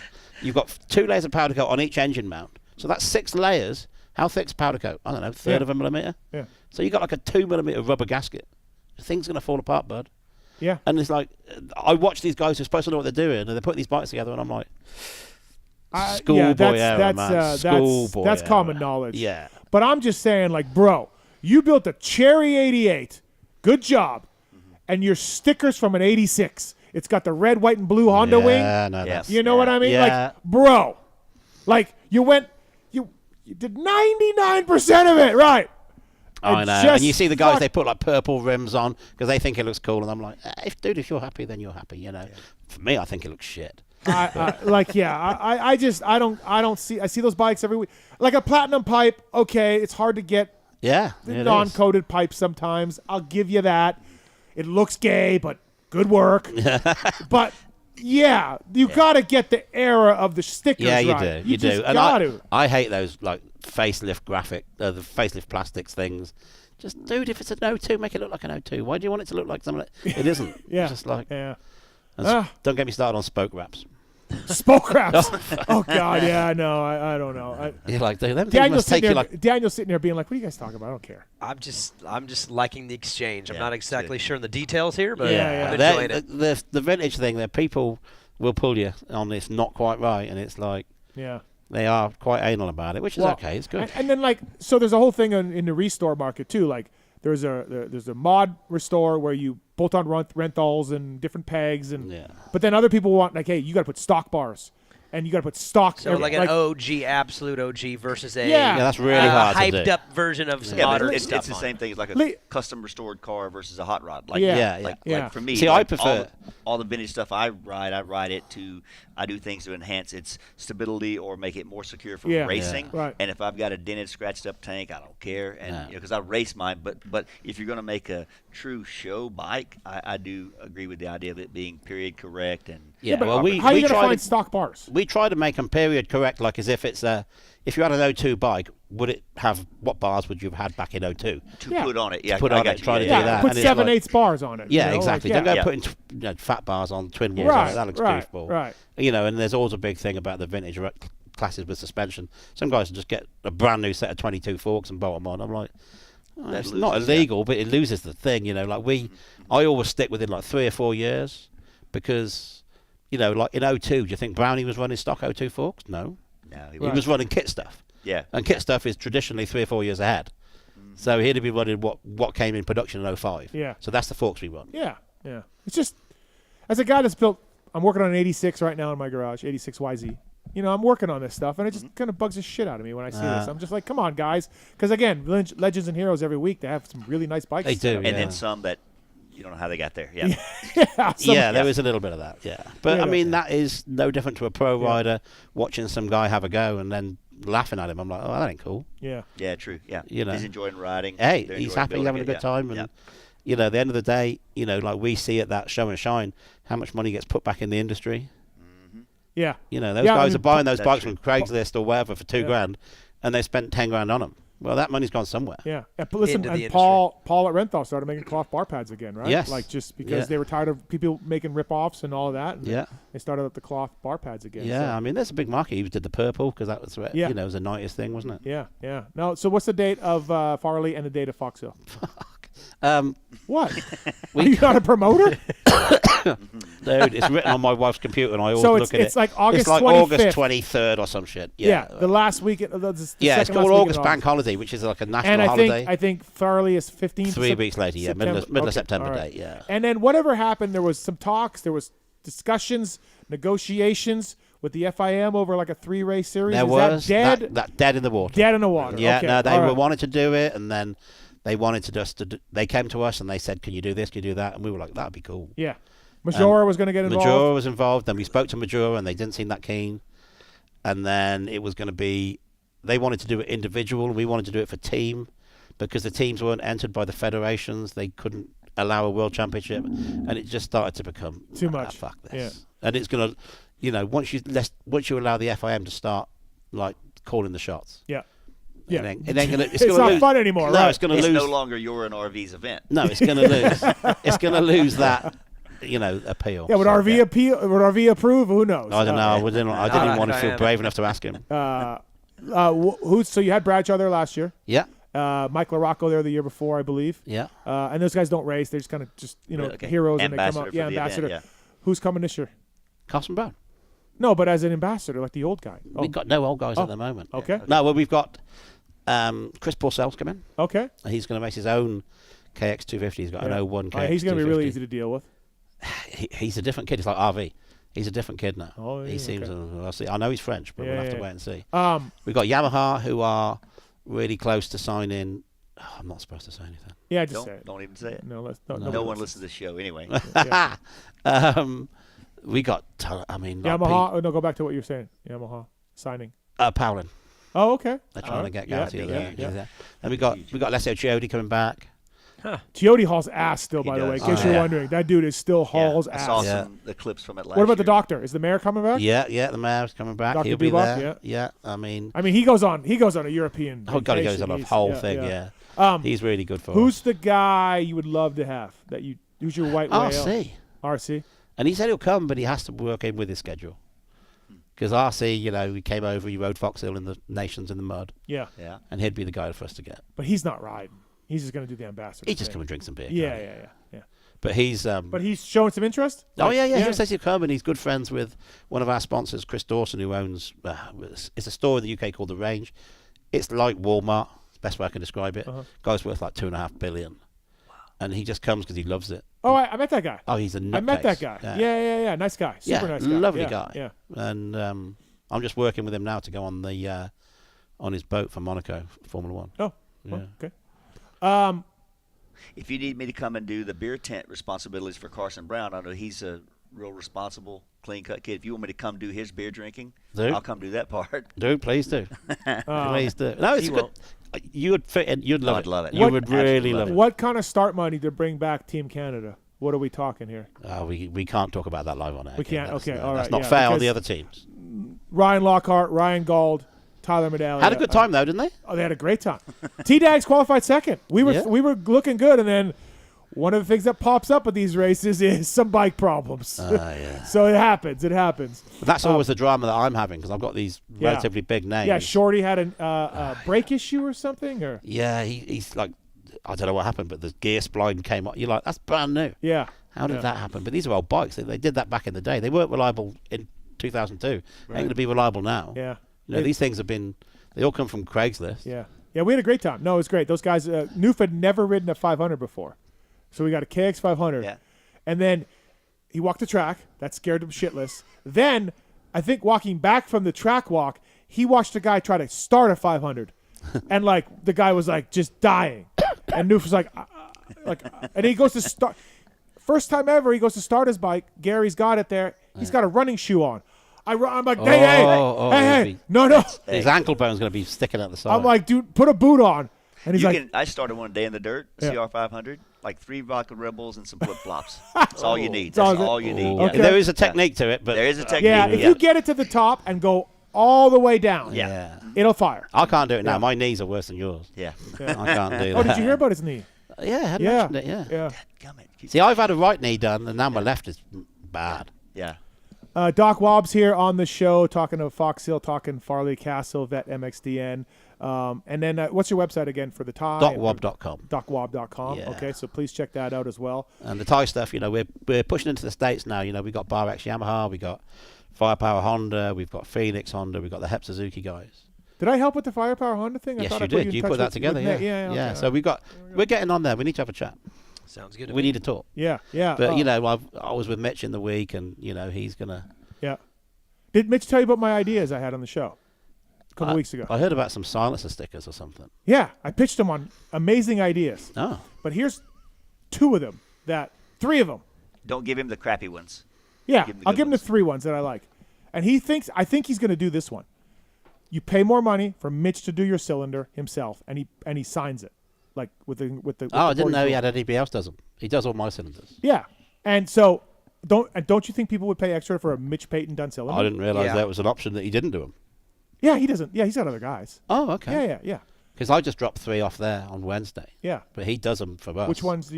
What kind? Right, Yamaha YC250. Yeah. So there's that one, and then I said, and now I've had great response from that. I think that'll happen. Yeah. And then I said another one, carbon end caps on the mufflers to match the OEM. So blue weave, red weave. Yeah, that's not a bad call. Right? I think it's quite expensive. Whatever, man. Hey, vet people would pay for that. Yeah. And my third one was his muffler stickers on 4-strokes. They don't line up to the number plates line. They're just at an angle. It just says Pro Circuit, from the... And you lose half the sticker. Yeah, or it's at an angle of, say, a 37-degree angle, and the number plate's on a 47-degree angle. It does look good. It doesn't look right, yeah. So match the sticker to whatever the OEM number plate is. That wouldn't be that hard to do, surely. No, you just need to buy different stickers and make them. Yeah, that can't be that hard to do. Oh, it's easy. So that's 3 of my great ideas. I need you to come into my business and tell me how to improve it. No problem. Hey, for a small fee, I'll come over to fly to UK. I'll straighten that thing right out. No, listen, it's a great event, and I want to go to Farley. Yeah, come on. That's the one I want to do now, I think. It's a much nicer track to ride. I mean, not saying Fox Hill isn't. No, yeah. Fox Hills, you've got to be on. You've got to be training, and you've got to be on the ball. Yeah. Farley, I think you can come off the couch. Yeah. And I think you can hold your breath for 3 laps. I was really pissed at the one race, though, because I was doing better in my second moto on Sunday, and then it was red flagged. Oh. And I was like, there was somebody down, and then I was moving through the pack, and we go back to the starting line, and I'm like thinking, okay, like I'm good. Like if we stagger start this thing, I'm gonna. Yeah, no, you're the. And then Dubach's like, we're done, and I'm like, what do you mean we're done? He's like, Brownie and I, we're done. I'm said, you guys called it? And Dubach's like, yeah, me and Brownie decided we're done. And I'm like, wait, like. What? And like, yeah, Brownie's next moto is coming up, and he's more worried about that one. Rode like 4 classes. Yeah, I know. He was. And so I went to Dave King, and I tried to file a protest, and it was not accepted. No, we don't care. Yeah, nobody cared. No, and I was like, Dave, we're there for the fun of it, kid. I was like, Dave, we called my race because Brownie's more important moto is coming up right away. Maybe Brownie and even the whole shot doctor himself, maybe they saw your start techniques and they were a little bit fearful. Yeah, I don't know. Listen, it was the best. I felt great. I was moving through the pack. I felt like I was, Yeah, Brownie's a big deal. He comes along and he's serious, man. Dude, intense about everything. I think everything. the last downhill before you jump out and head back to the announcer's tower and all that. Dude, I came off of there one time just racing in the moment, and I just went and I was doing this down the hill, and I'm like, here it comes, here comes death, and then just all the way down and like riding the front wheel and then safe. It was Fox Hills actually as a track finished me as a rider because there's a guy called Justin Morris. He had the keys to the place years ago, and I went down practicing with him, and I rode around, and he was riding around, and I got to the top of one of the hills, and I'm like, and I can't see any dirt, and I'm like, it's like jumping off the end of the world. Yeah, I'm like, yeah. I'm like, nah, this ain't for me, kid. Yeah. And my buddy Gary pulls up, and he's like, what's wrong? I'm like, and we're both like there. And you can't see. You can see the front fender. And you're like, you come around the turn, it is just the sky. Yeah. And you're just like, oh, here we go. And you just go, rup. And you're just like, oh, I hope so. And Justin come around second, Hook third, and I'm just like, I'm going to go back to the truck. Yeah. And I was done. I was done. That was me done. Because it's an awesome track. The valley, when the guys are racing, the place lights up. And it kind of contains the sound. It really good atmosphere. But unless you're on it, you don't want to race it. Yeah, it's cool though. It's cool. I'm looking forward to Port Salut because it's quite a French style track. Yeah. I think Chris will do really well. Yeah, I mean, look, if Gauthier shows up and Port Salut's on it, that's a good French team right there. Oh yeah, well there's talk of Pichon. Oh wow, okay. And I've got his 03 factory RM250 in the workshop. So I see that. Yeah. I think it's trick. How many bikes have you bought from Leroy over the years, or how are we doing with Leroy's bikes? Leroy's in Florida. Leroy's retired. I know, but is he selling off the container? I don't know. Okay. I think you do know. my buddy Robyn's bought 3 or 4 from Leroy. Yeah. Leroy's got a nice little collection now. Yeah. I mean, that's his retirement. He had it in his contract. We had a bike every year. Yeah. I mean, some of them Travis bikes he had was fucking sweet. Yes. Yeah. I mean, the full 125 Outdoor National bike. Yeah. But yeah, you could do well with that with the Doc Wild restores. Yeah, no, we're doing some restoration stuff. I mean, we don't really take bikes in from customers. Okay. We do, but I'd rather not. Yeah. It's better for me to buy a bike, build it how I like it, and then they oversell. So. Really cool thing you did, and we put it on PulpMX.com a few years back, was you got Thorpe's 85. Yeah. And it was a kind of 86. a basket. 86. It was a basket case. It wasn't a basket case. What it was is the HRC used to give the guys a bike if they won a championship. Yeah. But HRC was so advanced and they were so paranoid about that technology getting out, the bike was empty. So the kickstart would just flop about. Yeah. There's no internals in the forks, no crank in the bike, no transmission, just one output shaft with a sprocket on. And so we tracked down all those parts and rebuilt it so it worked. All the electronics and everything. Yeah, God, it was hard. Yeah. Pretty cool. Thing was trick. Fired up. Oh, yeah, and the thing what bugs me is, like, I know what the guy paid, like, 35 grand for it, and he turned his nose up when I charged him $2 grand to rebuild it.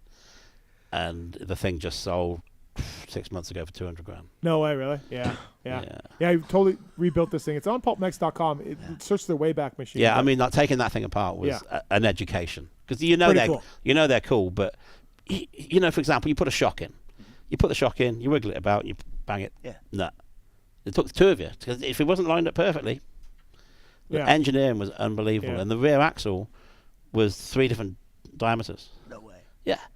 And it's like, fuck, it's tapered between the two bearings. It's like massive bearing on the sprocket side. Then it tapers down to have a smaller bearing on the disc side. You're like, when you do look at those bikes, and like you look at the YZM too, which is like they're a little cobbly. I nearly bought one of those. Did you? Yeah. They're cobbly though. Like they're not. They're it's works of art from far away, but as you get close, it's like looking at an F1 car. Yeah. Lots of duct tape and cable ties, and they're there for a reason. They're not there to look pretty. Yeah. Like those YZMs. They had 6 subframes. And 2 were alls at the welders, 2 were on the bikes, 2 were in the truck. Yeah. And you take them off, one motor, crack, change. That's all you could do. How's the Castile Jackie Vermont 500 coming? Oh, what a pain in the ass that Doug thing told is. me about this thing, yeah. Yeah, I was chuffed because we got it out, and there's no wheels, no brakes. We got all that shit. It's Honda 500 stuff, so we found all that. And then we're looking at the carbon tanks. We've got 2 tanks. We're like, that's cool. We've got 2 left sides. So we got no right side tank. We've got the big skins down the side. So we're bringing Jackie. Jim Castile built a bike for Jackie Vermont to do a 500 USGP. It was originally Brian Meiserkoff. Oh, it was? Okay. Yeah, and he got hurt, and then it went to Europe, and Jackie rode it, and he said it was really cool with the center of gravity. And, considering this was 89. Yeah. And, I think the bike got took apart in 89 because of the rust and... Yeah. Yeah, no, it's rough. It took some work. Doug told me some rats got into it. Yeah, it wasn't the best. Yeah. So, but now we've got to create the right-hand tank. But luckily, I got a few friends in F1, so we're going to do a mold, and they'll make the carbon for it. So. Okay, nice. But it's dude's going to have to pay by the hour for that one. That's going to be expensive. By the way, the 9 o'clock hour brought to you by Fox Factory Vehicles, your home for Black Widow, Rocky Ridge, Black Ops, and more, partnering with top OEMs like Chevy, GMC, Ford, Jeep, Nissan, and Ram. All have the OEM manufacturer's warranty on them. Easy finance to your local dealership. FoxFactoryVehicles.com to drive your next custom vehicle. Renegade Race Fuels as well. PulpMX 25 is the code to save. Racers that win, pour it in. Will Hahn, Justin Brayton winning championships with Renegade Race Fuels. So check those guys out. They deliver right to your door. That's what's super cool about it. Take a can and deliver right to your door. And thank you to the Renegade Race Fuel guys for coming on board, and use that code to save. Exactly. And new for the show tonight and going forward, Brunt work boots. I'm not a big work boot guy. I'm a podcaster. But, if you do wear work boots, the Brunt work boots are fantastic. PulpMX show is the code to save with those guys. Brunt didn't just make a durable work boot. They reinvented comfort for the hardest workers out there. For a limited time, listeners get $10 off at Brunt using PulpMX show at checkout. Head to bruntworkwear.com. Use the code PulpMX show. You're all set. Brunt lets you try all their products on the job risk-free. After the purchase, they ask you where you heard them. Please support the show that we do it. Tell them you heard it at PulpMX show, and we'd appreciate that. Join over 500,000 other customers, and these are great boots. They're fantastic. If you're a work boot guy, check out Brunt and check out the code PulpMX show to save $10 on that. Thank you to those guys for coming on board. Cool. Stick around with us, Doc Wobbs. We're going to run through some segments. We'll talk some more Supercross and more. Maybe dive into some Robbie Renard stories at some point. I bumped into Nick Way on Wednesday at Pro Circuit. Oh, yeah. And that's the first time I've spoke to him where he hasn't asked me, was that thing a 125? That was the word around the street back I then. know, but the problem was we had a failure at High Point, and the little pin that stops the ring from spinning came out. Yeah. And so then Suzuki sent us new pistons, but I had to change them every time he rode it. Okay. Wow. So I'm that cylinder off every time he rode it. Well, of course, people think we're swapping cylinders. I'm like, dude, you can sit there and watch. Yeah. I don't care. That was the thing. Is like, hey, they switch cylinders all the time. You know what I mean? But it's like, because I had to put a piston in the fucking thing. You have to take it off to do that. Right? Yeah, exactly. Well, so I was doing piston reeds and a clutch as well as the tires. And every time they ride it. Yeah, every time you sat on it, like 6 on a weekend. Yeah. Jeez. Yeah, it was kept you busy. Oh, Racetech Rant of the Night, racetech.com, the home of the gold valves. We're going to give away a Racetech rebuild certificate tonight, too, on the show, thanks to Checkers. Checkers, PulpMX fantasy player. He finished this weekend. Marks, you remember what place it was? 5th. Checkers, congratulations on his 5th place overall from New York. He won a Racetech rebuild kit. Good job, Checkers. Nice job. Yeah, really good job. So he donated the Race Tech Rebuild Kit to someone on the show. So we're going to do a contest at PulpMXShow.com. Contest at PulpMXShow.com. Daniel, give me a number. Between what? I don't know. How about 125? 125. That is your number. That's my number. All right. Email 125 wins a Race Tech Rebuild certificate. Thank you to folks at Race Tech. Tell me, listen to Pulp. You get a deal. Motor work, suspension work, all of those guys. Race Tech Rant of the night. You got one? I got one in advance if there's not a change in next year. Okay. So the Futures, which is now SMX Next, yeah. I'm a big fan of. I've been very public about that since its inception. I think it's time to graduate that into a championship, like a points keeping one. Yeah, I don't know if you've noticed, but every single round they give a number one plate to the winner. Yeah, it's like it's like everyone gets a trophy. And the history of this was they launched it. Yeah, they launched it, and it was new in the beginning. Not everyone really understood what it was. And you look at year one, and you had Hymas and DeFrancesco and Towers and a couple kids, but it really wasn't stacked up yet because no one understood. Yep. The next year it got filled, and the next year now there's a lot of kids that want to do it and aren't all getting in. It's invitation only. It's manufacturer's pick, and it's been perfect. But I do think it's ran its course that way and needs to be an actual points championship. Of course it does. Why wouldn't it be? I don't get that part. And I think they're going that way. So I'm just laying it out now. In case they don't, then next year I will raise the tone and temperature up a little bit because it needs to happen. And would it be an issue with the guys having to travel all over the country? Or is it like a local thing? This is amateur racing. In the now. beginning, maybe, but now, no, because all the kids are doing all of them, because all the good amateur kids are doing all of them. So I'll give you all a little insight because I did my own points. Rob, they don't go to school anymore. Really? No. No one goes to school. Oh, nice. But I'll give you a little insight if there was points. Yeah. Because I did the math on it. Okay. Enzo Timmerman would be your points leader. Okay.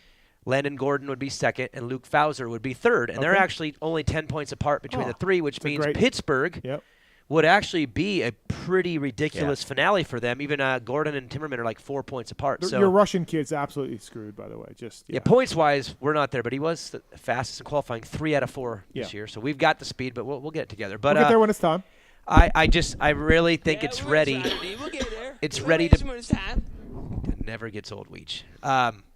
It's time for it. Yeah, I mean, the manufacturers are all in, all the riders are in, everyone's caught wind of it. The kids are getting more prepared for it. So I'm just laying down the groundwork for next year. I'll be bummed if they don't do it next year. Yeah, I agree. All right. That's my baby rant. And Randy, you don't have one because you said life is great for you. You obviously know what mine is. Yeah. Yeah. I know. We're going to move on. It's moving on. Moving on. All right, my Race Tech rant of the night. Okay, so the Dean Wilson fill-in is great. Everyone loves it. Grandpa Earl. We used to grab Ben Coisy. We used to grab Travis Preston. Nathan Ramsey was not even racing and was a fill-in for JGR at one point. They're like, hey, man, Nate, you all right? You come on in. I did one. You filled in at Geico. Geico, yep. But you were at least, racing. Teams used to fill in all the time. And then we were told, sponsor obligations, got to fill it. What happened to sponsor obligations? We don't fill in anymore. Now, obviously, Dean's the one thing that's different. But generally speaking, what happened to the fill-in riders? I like the fill-in riders. Let's do more of it. What my Race Tech rant? Fill-in riders. Yeah, I like those days. Yeah, I do too because they were always interesting. It was always it was just fun for someone to get that. Like for me, it was a rad experience. The results for me weren't fun, and I was disappointed in how it went on the track. But getting to go and get the gear and the helmet and get to walk around and do autograph signing, that was incredible for my life to look back on. Yeah. And there, you probably in the last few years, there's probably 15 to 20 opportunities Think about to do Mitch. that. Think about all of Mitch's times that he could have put somebody on the bike and never did. Just no, we're good. It's. Yeah, I just said 15 to 20, so that would have been Mitch. I think at the Grand Prix, I think they have a contract where they have to provide. Yeah. They can't. If a guy's injured, within a certain amount of time they have to put somebody on the bike. But you remember back 10 years ago, I know fill-ins everywhere. It's a good opportunity, but the guys who you're going to want to fill in have probably got a deal. That's what I was going And to the ask. guys are not going to want to leave. They're not going to let their guy go if they've got a guy who's running top 20. Yeah, but I don't even hear any talk. Okay, so Gage Linville was talk about him filling in a Triumph at one point, right? with Jordan got hurt or somebody, or Styles or somebody. And, like, they probably wouldn't let him go because he did have a little deal with the Dirt Bike Depot guys. But you don't even hear any, like, talk about that. No. Like you're saying it's just gone away. Yeah, it's the just whole gone. Thing Like, gone away. teams aren't even trying to find a guy. It's just we're not filling in. I was wondering if to what Doc Wobb was saying. I was wondering if it was because back then, you had factory level riders, and if you had a factory spot, then there wasn't all this mid-level rides with all these mid-level teams, and it was just privateers. You just pull privateers. But like, so I wonder if that's it. Because now you have a lot of people who have a team. I was in a van. I was straight up in a van. You didn't have to get out of anything. No, nothing. Everyone was stoked. You had to get out of some. Get out of your van. Get out of the van and get to fly. But no, everyone they were all blown away, and they knew also that I was gonna come back. It wasn't like I was gonna get that and go. That was a cool thing. We'll get them back, and they all did. Yeah. So I don't even hear like, okay, yes, like Wobb said, like some of these guys have rides, but I mean I got to think like there's some guys in the pits that could do a good job or whatever. They could get out of their current small team deals. I mean, it'd be cool to them to showcase what they're capable of. Yeah. But, would it be detrimental to them if later they're negotiating their career? Well, you had a shot on that bike and you didn't perform. Yeah, I mean... So would they get looked over? Would that be... That's what happened. I mean, with me, me riding for Geico was the end of the dream because I didn't do any better. I was doing better on my own bike. So I actually went... it was flatline. So for me, it was like, oh, he got a shot. So the dream was the expectation is like, you give me that bike, I'll perform. Yeah, from then on, even in my own mind, it was like, yeah, well, okay, that was cool. Now let's focus on just trying to make money and do other things. I'd like to see fill-ins come back, just more. I do too. Yeah, I just don't know what happened to them. They used to always there used to be tons of fill-in riders. So my race tech rant, I had another race tech rant that Pookie talked me out of. Well, no, I wouldn't call it talked out of. I'd call it she told you not to. Okay, fair. Okay. Just call it like I hear it. I think the group all agreed that we just let that one slide. But he wouldn't listen to you and I. Nope. I want to hear it. Or if you're a little bitch. You made me spill the beans about my Yamaha deal. No, I can't. I'll tell you after the show. But yeah. I mean, it may get if she's gone one night, it could come out of. It'll come out eventually. Yeah. But it was just today. He opened up his mouth and it got. It gets. My wife's the same. Voice of reason. Yeah. I have to. But there's also she shuts me down. There's quite different often. types of rants. There's rants like, man, fill-ins, but then Steve's other one is like. Probably going to cause some dust up for a while. Yep. I don't even care. Yeah, what do I care? I know you don't, but she does. I care about Pookie. I do. MotorcycleIndustryJobs.com, Job of the Week, Power Sports Product Line Manager for Cometic Gaskets. It is a job title, Product Line Manager. What are you doing? The Power Sports Product Line Manager supports the Power Sports Sales Manager in the strategic oversight and execution of Cometic's Power Sports Gasket product line. Sounds like a good job. It's in Ohio, full-time job. Thanks to the folks at Cometic. Good company, good brand name. MotorcycleIndustryJobs.com, Job of the Week. Upload your resume for free today. It's the first and only job board built specifically for motorcycle industry. Looks like PulpMX is looking for a general manager also on there. Do you know? Damn it. Yeah. That's new info in the last 2 hours. Not happy with the current one, it says. But damn it. Yeah. MotorcycleIndustryJobs.com, Job of the Week. And by the way, that was the Race Tech rant of the night over there, fill-in riders. Let's get that going more. We love the fill-ins, and it should happen more. So it's easy to do. We're happy to do it, and the fans are into it. So, Randy, as far as you go, by the way, I want to say I've talked about this on the show a little bit with Michelin, the new E-Wild series. Yeah. You guys have redone those. You've kind of combined the DH and the old E-Wild together. And made a really good tire for e-bikes. So more influence of the DH casing into those E-Wild tires. Yeah. So are those been a hit? Have those been good? Been very well received. Yeah, absolutely very well received. And as you know, you've been an advocate for it for some time, but e-mountain biking just continues to be more and more commonplace and more acceptable. And that's a strong part of our product offer in the mountain bike industry. So people want to check that out. Go to Michelin Bicycle and check out that new E-Wild. They've revamped them. They're really good tires. They're fantastic. And then everything else, you guys got a new Goldwing tire? Absolutely. Yeah. And I would like to say thanks to you. You bringing that up, referencing a couple years ago. Yeah, like tires for a Goldwing. I'm like, no, we don't have those. It's really so anyway, good, really just good Pulp Nation, partnership, man, they just rallied around it. All of us Supercross and motocross enthusiasts rallied around it to ensure that we brought a tire for the Goldwing. No, to be honest, it's a very, very key segment for large volume key segment riders. here in the U.S. primarily, and long mileage, wet weather, and our new Michelin Road WGT is awesome for that motorcycle. It's a high-end consumer, really high-end bike, and they like a premium brand tire for it. So we've had great success with that thus far this year as well. And I've been talking about the rebates going on. Yeah, so it's still they got going that on. going on. Buy them at motorsport.com or your local dealer. Yep, And if you buy 2 Starcross 6s, front and a rear. Yep, front and a rear, you get $30. $30 back $30. for a set, $15 for a front or rear, a single tire. And then on some of our higher end items, like I was talking about, $50 for a set, $25 for a tire. Yeah. And that's going through April the 26th. Yep. Oh yeah. Well, we got 5 more days. Yep, exactly right. I may go home and buy me some. MichelinMan.com. Check that out. And for all of the things Michelin tires and Starcross 6s, of course. Yeah, doing really well with that. I offered to install yours for you while I was here in town. You did. Promised I wouldn't make a production out of it. No, you would. I not. don't trust that. Nope. I don't. Would not make a production out of it. Wouldn't do it. Don't, Daniel. Can't trust them. Can't trust them. So I need to do that though. So you're saying I'm not a man of my word. If I say I wouldn't make a production out of it, you think I would? Yeah, I think you would. I think you really. Yeah, I think it would. I think it would come up a time or two. Nope. So I'll change my own Starcross 6. I was a factory mechanic. Yep. For many years. Yamaha, you guys had to and do we your had own to do our own Absolutely. tires. Yep. Because Dunlop pinched Glover's tire in '83, something like that, and that was it. That was it. That was it. Everyone else had to do their tires. So we did get out of our mooses though. We didn't have to do our mooses for the Nationals. But Doug with Bridgestone would get those dialed in, right? Doug and Roy. Yep.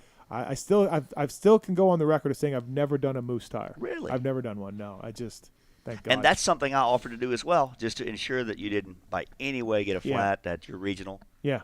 If you take racing serious like I do on my road to Loretta's, that's what you would do. But if it's just recreational riding, I'm more worried about the shock performance for the moose, and I haven't done any testing on that. So I want to tell you about something. I want to look at this Verb Prospect app that we have here. So I don't know if you know this, but we learned over the weekend Verb Prospect app that they have for yourself. You like to track racing, right? You got it? Yeah, got it. I checked my ranking out. Where you at? Oh, Where you at with that? No, I'm good. Where are you? Good. Where are you right now? Oh, profile. Let's look at where you are. Looks to me as if though you're about you're currently all-time rank. You're 44,000. Okay, but your all-time rank. You're ranked 44,000. Let me just say though. Look here. We can see it on screen. Let's look right here. Okay, it's easier to do it this way. Just look on screen. Okay, so first of all, I don't like any of this. What's going on? No, right I know now. you don't. I don't and that's like why any I do of this I know right you now. don't. That's why I do it. Yeah. So hold on.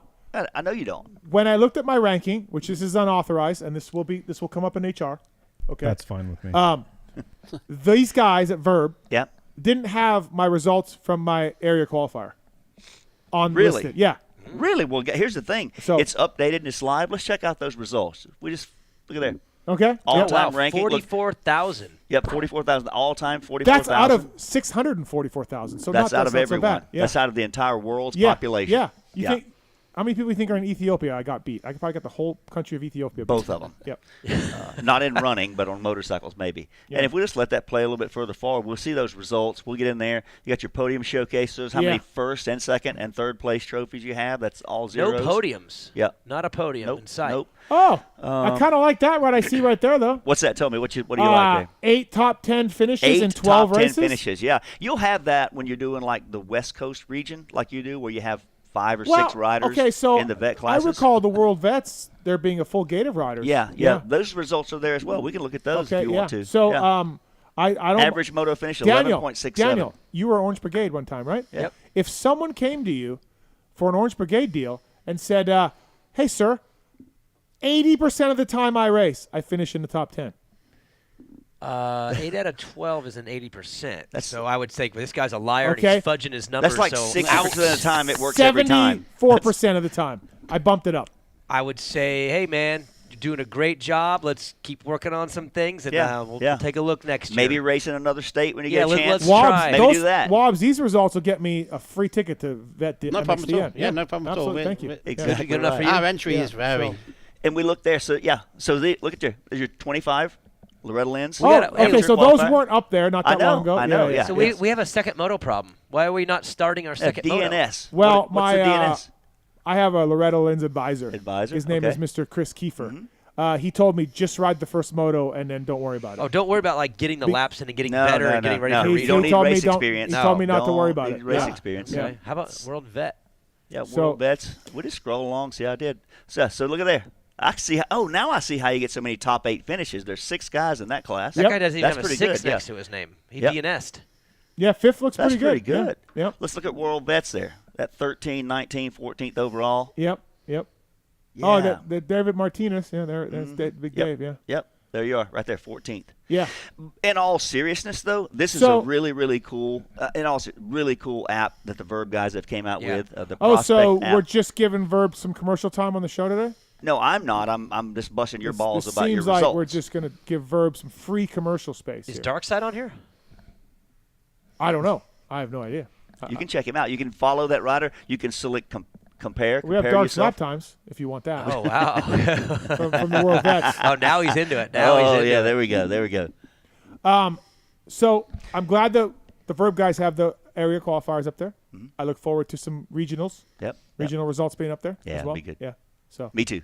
No, but you can follow. I can actually follow live timing for your regional when it comes up. It's all right there on the app. If you want to look at, for us, let's say, for example, at Michelin or someone like Club, if they want to look and compare athletes around the country, see where they're racing, what the results are, phenomenal app for that.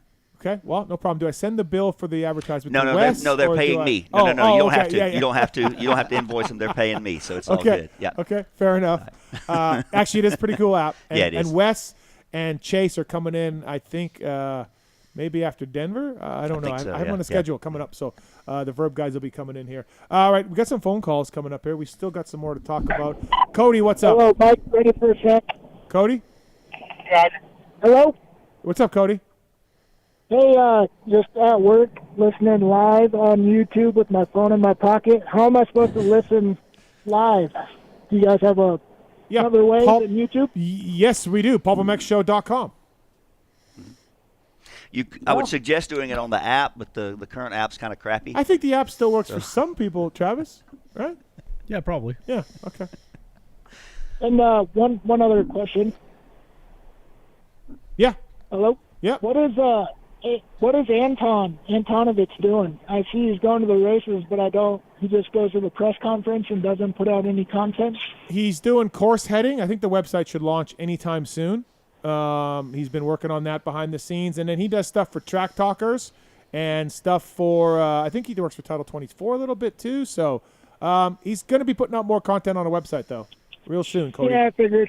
I just hadn't seen nothing yet. I was just curious. No, it's coming out. Course heading. Check it out. So thanks, buddy. Cool. All right. Thanks. Thank you. Appreciate it. Dustin, what's up, man? Dustin. Hey guys, thanks for taking my. Yeah, what's up?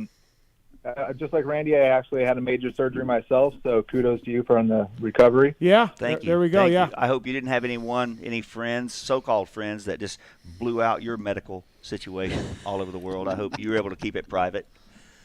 For the most part, yeah. That's good. That's good. That way. I wish that was my situation.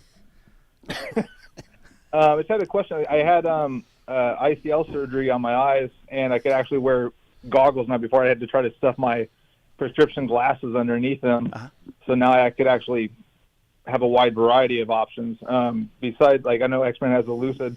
Like, what other brands, like, or beside with that one would be good? Because I still like ultralight sensitive. Like, what kind of lenses would you recommend?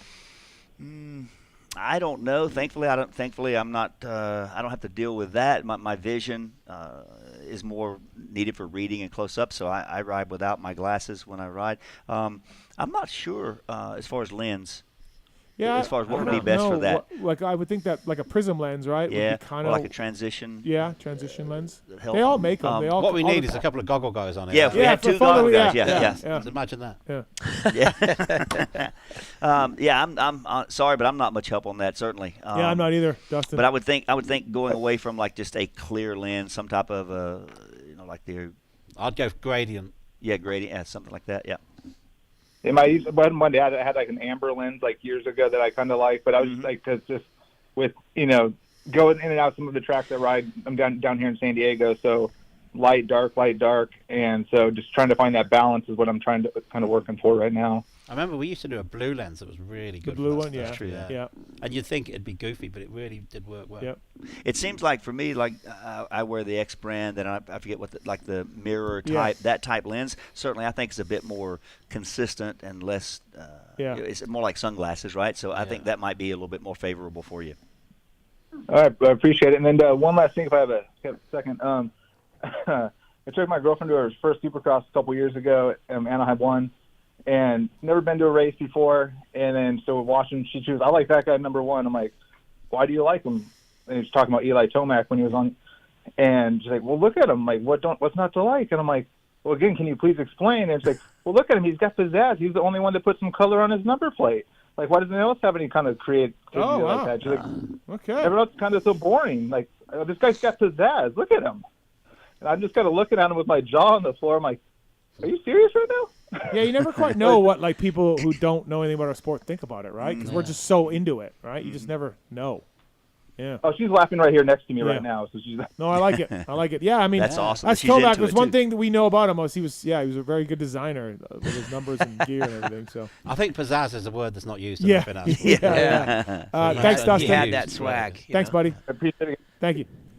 Kicker Bob. Hey, what's going on? Thanks for taking my call, Steve. Yeah, what's up? So this turned into a race tech rant because I didn't realize, as I was on hold for so long, that you hadn't done them yet.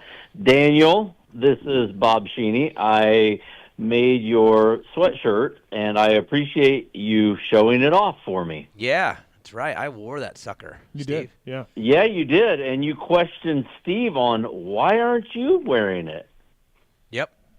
Yep. And that's my race tech rant is thanks, more Bob. of a... I think you wore a hockey jersey or hockey team something, didn't you? In the most on the recent, review show, award-winning show. Now, I will say that when I came out of the room wearing it, my wife was like, "What are you wearing?" And she thought it was scary. Just so you know, it does look it scary. scared Yeah, her. it does look scary. It's aggressive look. Yeah, great for YouTube since people do watch Steve. See, exactly. But That's what I was going after. But you scared my wife with that sweatshirt. Oh boy, scared her, Bob. But here's the thing: on the pocket that you didn't show, it had your logo. What logo? Part of your logo from your show with the Ghost Rider. Yeah, the Ghost Rider, the skeletons on it. That was your logo. Really? I didn't know. I guess I didn't look that close. Are you talking about the sponsors all in the arms? No, the logo on the Oh, the Blair Witch. Yeah. No. What are you talking about? I'll show you after. It's got the skeletons. You don't even have it in the studio, Steve? Not in the studio, Bob. No, I got it hanging up in the. It's in a treasured part in the frame. Yeah. You have to be a really, really iconic rider to have your presence in the studio. Yeah. Not just anyone gets their presence here in the studio. Yep. You have to be a high level, like the high jersey level behind rider. me. Yep. No, I noticed it. Don't Well, worry here's about another question. Here's another question for you, Steve. So you picked 11th for Faulkner. Did I? Yeah. Why in the world did you pick him so high? What did he end up getting? 7th. Oh, I said 11th. I think so. Geez, on the East Coast, it's kind of weak too. I don't know. Yeah, I don't know, man. I don't remember exactly, but I do. There you go. See, I dropped into a race tech rant and an I don't know. You did. Good job, Bob. That's talent right there when you can double up. Yep. I tell you. Hey, thanks, guys, Bob. have a great night. Thank you, man. Appreciate it. Thanks for the call. Appreciate it. Jeff wants to congratulate Daniel Blair. What's up, Jeff? Hey, what's up? What up? Is that Steve? Yeah. Congratulations, Jeff. You've gotten through to the show. Yeah. Yeah. So I've been battling away. So yeah, great. I met you there at the PulpMX live show at at the Seattle round. So wanted to say thanks so much. It was a great show. Awesome. And wait, I thought you said you missed it. No, I was there. He met you. You don't remember? I thought he said he missed it. He said he met me. you. Got it. I'm sorry. He met you there. I thought he said I missed the live show. Nope. Okay. Nope. No, I made it. I was there. He met you there. Yeah. Thanks for coming out, man. That was a fun one. That was a good one to do. It was a great one. It was awesome, dude. Lewis, it was awesome. Lewis and who was the other guest we had? Yeah, Lewis and it was Lars. Oh yeah, Lars. Right. Yeah, Lars was great. Yeah. It was great. It was awesome. So I rode pro back in the day, back in '84 through '87, and I have a product that I'm I don't want to. I'm trying to grandstand anyway. So I at that event, I handed my product to Weege because he's going to do a review on the motocross trainer. Anyway, so okay, has he done it yet? Has he done it anyway? It was a great show. Your show was awesome, and Daniel, dude, I've followed you for years, and good for you, man. Thank you. So excited. Appreciate I'm that. excited for your future. Appreciate that. Thank you. You're the man. You are the man. You are a commentating. Shoot, you. Dude, you are. I know Anyway. it. You are. I appreciate that a lot. Thank you. Yeah, no, you are the dude. You are the dude. Yep. Come on. I'll take that. Yeah. Come on. Yeah. And, did you watch his yeah. video? Did you watch his video, Jeff? What's up? Did you watch his video? Anyway, so okay. yeah, so we'll just leave that alone. So I just wanted to know if you watched his video. That's all. He was. I've watched a lot of videos. Yeah. So what are we talking about? Oh. Big YouTube watcher. Yeah, he's a YouTube. Anyway, yeah, lots of videos. Yeah. So point is, love you guys. Thanks, Jeff. Thanks, buddy. Yeah. Thanks, bro. Yeah. Yeah, Thank thanks you. so much. All So much. That's it's Jeff, everybody. Yep. Sounds gay. All right. Fans like that pay for these ceilings. Dumbest calls ever on this show. I didn't say that. Steve, I didn't say you that. just said Wow, that. Steve. You just said that. I saw you say that. Luxon The only one on clamps, YouTube. luxonmx.com, Pulp 2025 is the code to save. Fast Freddy Norton using Luxon clamps, proven by top racers everywhere. And they use advanced engineering techniques to develop products that are unlike the rest, lighter and stronger. Optimized stiffness. I got a set of these clamps on my bike. They look pretty sweet, thanks to the folks at Luxon. If you're looking for clamps, all sorts of offsets, all sorts of different bar mounts and designs as well. The split clamp. So that's all the rage these days. LuxonMX.com. Pulp 2025 to save with them. And Cardo Systems. I like to have a Cardo system with RV yelling at me at Fox Hill. That'd be fun. I don't, because when I came in from my moto, he had a lot of thoughts on my riding. Did he? Yeah. An opinion. Yeah, an opinion on my riding. I didn't really like that. But anyways, Cardo is a global leader in communication for rider to rider or rider to coach. Pack Talk Edge and Edge phones are waterproof, dirt-proof, allowing you to communicate with a range up to a mile away. CardoSystems.com for more information. PulpMX saves at CardoSystems.com. The sound is crystal clear. JBL sound system. Thank you to Cardo. You ever used this, Cardo?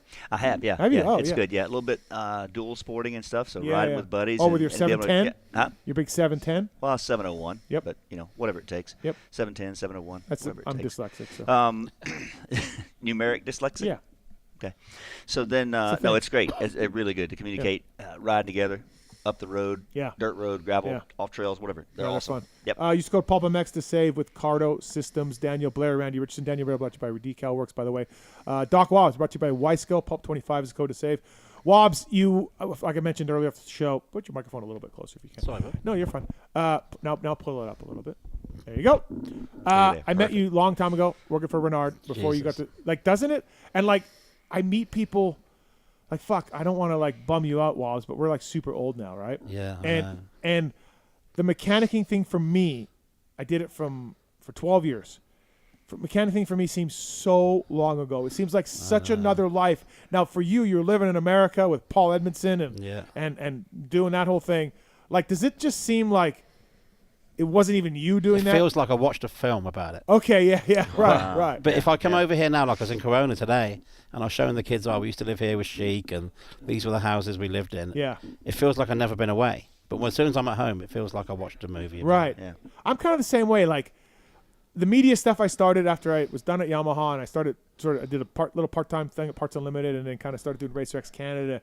And that's all pretty clear to me and pretty hey, here's the step I took. Here's the first podcast I started. Here's starting the Pulp Show in 2010. And, I got a couple big sponsors along the way, right? And that's all very, in this career, in this, what I'm doing now. Life chapter. Yeah.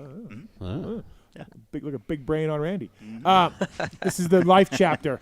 But the mechanicking thing, the 12-hour days, the 16-hour days, sleeping in the truck, driving to truck stops. Well, I was the last of the Boxman guys. No, you were not. I was the last of the box fan guys. Really? Yeah. In 2002 with Nick Way, I did it in the box fan. Did you? Yes. In 2002. You were the last then. I was really one of the last ones. I remember that time.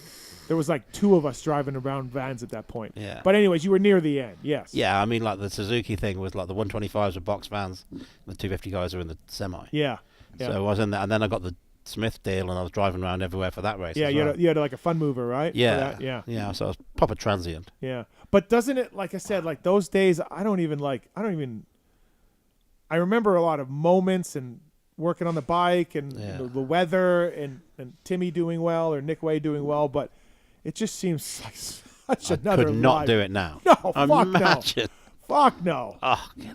But like what we're doing. And you were so into it. You were so. Oh, yeah. Dude, I was killed for my rider. I mean, absolutely nothing. I think there was a lot of us foreigners back then, Canadians, South Africans, Australians. Yeah, because we had nothing else to live for. That's it.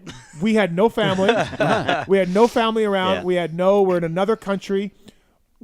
I just worked. That's all I know. don't Some team managers, they were like, dude, if you can make it this far, you're keen. Yeah. You know, you're not going to get bored in a couple of weeks. No. You know, like you've come to another continent to do this job.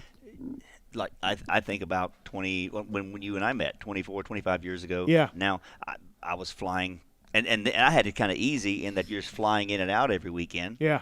But still changing, 40, 60, 80 tires on the weekend. There's no way I'm doing that now. No, certainly not. No. And I physically couldn't do it. Physically couldn't do it. But then at the same time, like I went to A2 just to hang out and watch, and saw Brian Fleck with Dunlop there, and Marshall Plum, and I have so much respect for those guys that are still just dedicated to the sport and grinding. Week in and week out. I much respect for them. But saying that, part of my deal when I was done at Smith was Bevo, because I'm like, I don't want to be that guy. Right. I don't want to still be doing this 40 years on. Yeah. No. Yeah, I feel like, you need to progress. Yeah. You don't want to be a goggle guy for 40 years, yeah. No, absolutely. I was the same way, like when I quit being a mechanic, and like Goose and Berluti are still doing it. And I love those guys and they're my friends, and I'm just like, what are you guys doing? Yeah. How do you still do this? The workload of a mechanic and the stress of a mechanic is unbelievable, oh my God. right? And your life is directly dependent on the results. Yeah. Mm-hmm. And it's out of your hands, really. Yeah, yeah. I just remember like, hey, Matthes, you're gonna, like FMF Honda, you're gonna work here for Supercross, and we got a place for you to stay. And I drove to the place to stay, and all of Hilton Beatty's South Africans were in there, and they said, there's no room, you can't stay here. And I'm like, okay. So I bought an air mattress and went and slept in the race shop. Yeah. And showered at the gym, and slept in the race shop in an office. Rats scurrying around. Rats. Yep. I could hear the rats at night, and it was fine. I'm like, okay, well, I guess I'll just stay here. You had no problem with it. Yeah, I'll just live in a race shop. Because you're doing what you want to do. And then in the summer, we went to Ohio. They built us some living quarters. I remember that.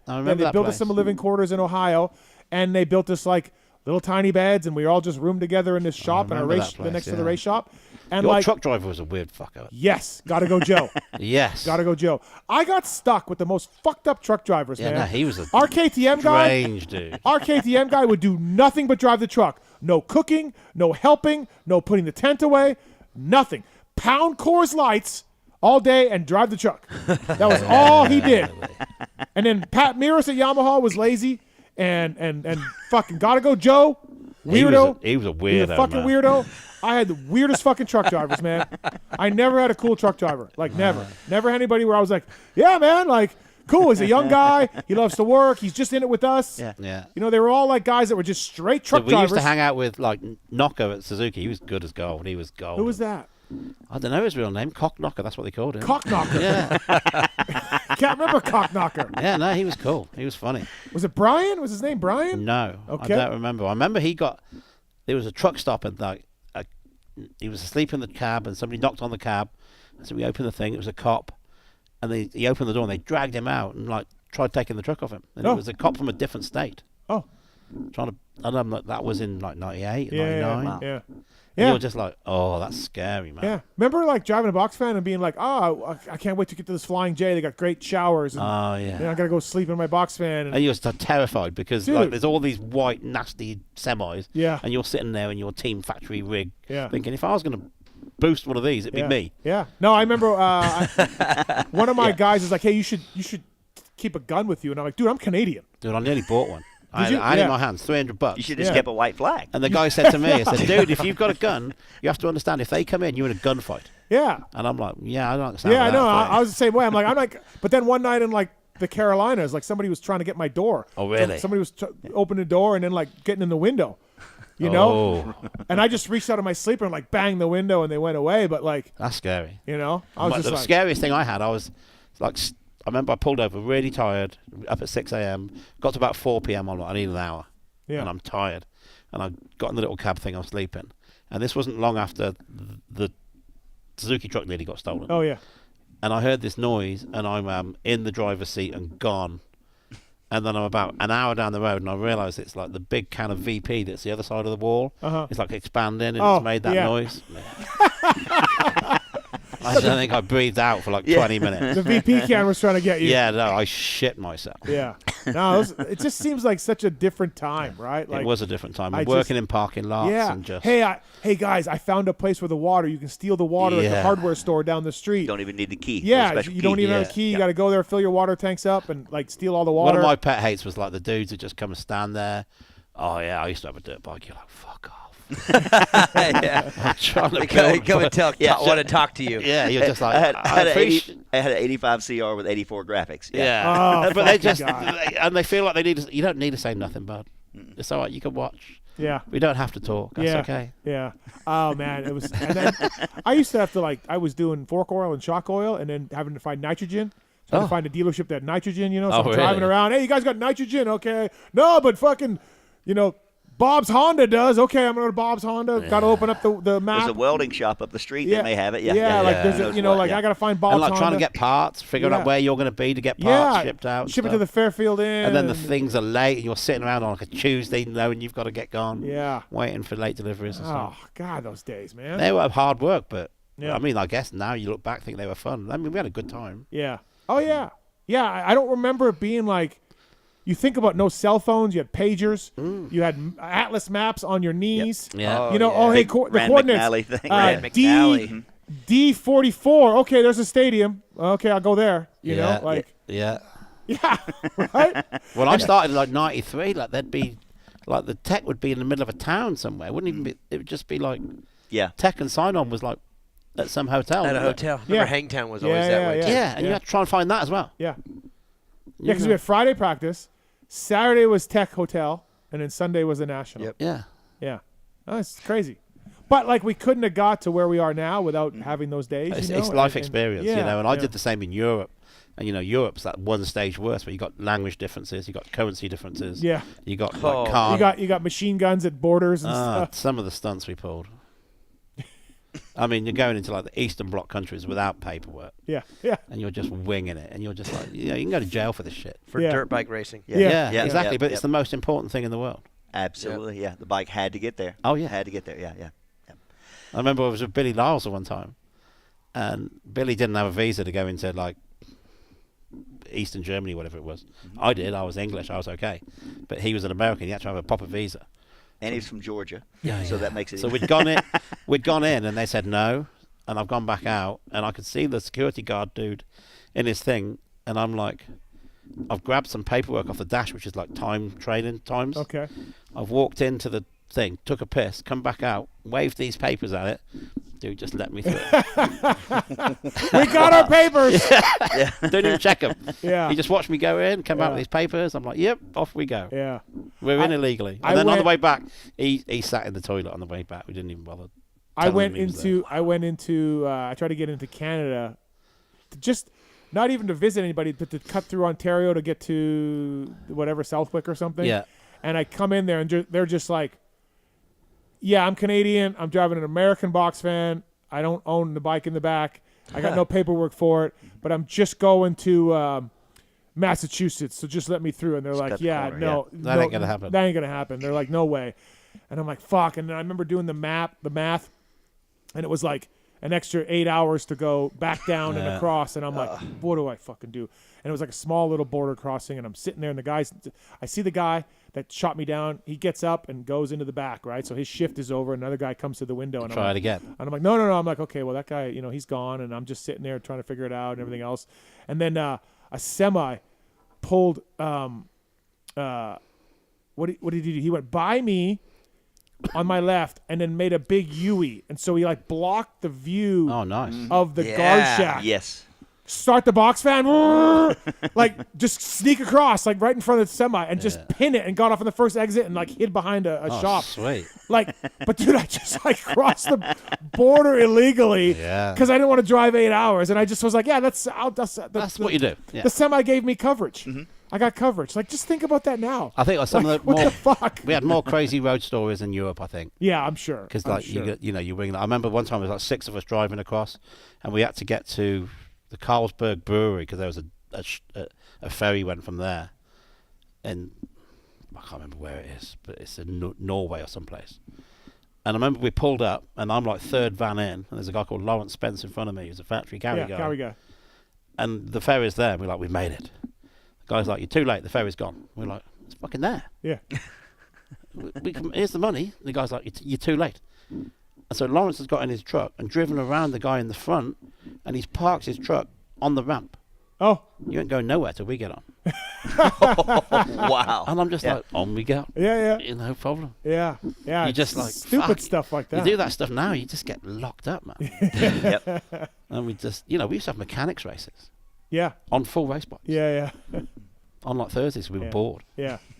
We did too, and then a bunch of guys got fired. Yeah. We did it at Chad Watt's house in '97. Yeah. There was all the PC guys and Chaparral. That year, Chaparral had all the different brands. Yeah. Deegan brand. Yeah. Brooks was manager. Red. Yeah, I remember the gear and everything. Yeah. So those guys were at Chad Watts' house. I was there with Birdwell. The PC guys, Kenny Germain, Dave Feeney, R.I.P. Dave. Yeah. They were all there, and then we all got on everybody's bikes. And Chad Watts' parents had a grass track, and we were just motoring down on everybody's bikes, helmet and boots only, gloves or whatever, and just a little grass track. Everybody's riding everybody's bikes. Everybody's having a great time.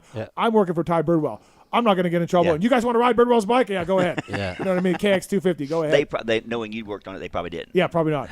And those guys all got fired. The chef Brooks found out somehow. Brooks fired all of them. Rookie, Steve, and another guy. Yeah, you're fired. You're gone. Oh. Wow. Yeah.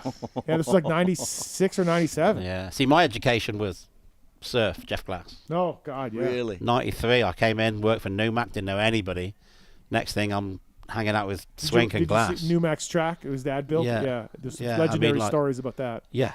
I mean, that was an education. That was like, I hung out with Glass and Swink in 96 with Paggio in Altoona. Oh. He had the little wax shack thing. Those guys drank moonshine and got hammered. I thought Jeff Willow was going to die. He was throwing up so much. And then they would all go to the wax shack during the day and like get either I don't, maybe it was not a wax shack, maybe it was like a happy ending place. No, it was what was it? Like a little porno thing. Was that it? Yeah. Down the road. Down the road. Yeah. They all part of the box fans and I'm outside. fresh from Canada, no gun, and also no wax shack that I'm going to. Like I don't know. I'm like, I used to read about Brian Swink in magazines. Yeah. And here he is drinking moonshine, going to the wax shack in the middle of the day. Oh, dude, Swink was what the off fuck's the going on? Charts. This was Swink Triple X days. So much. I got him. When I was with him was factory Suzuki times. Yeah. Dude was cool, man.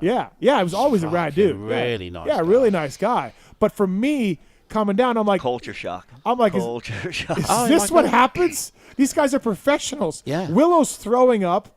Swink's going to the wax shack. Yeah. Like, do we race or what do we do? I know. I had the same with Sheik, because when I was living with Sheik in like 97 in Corona, he was factory Honda. Yeah.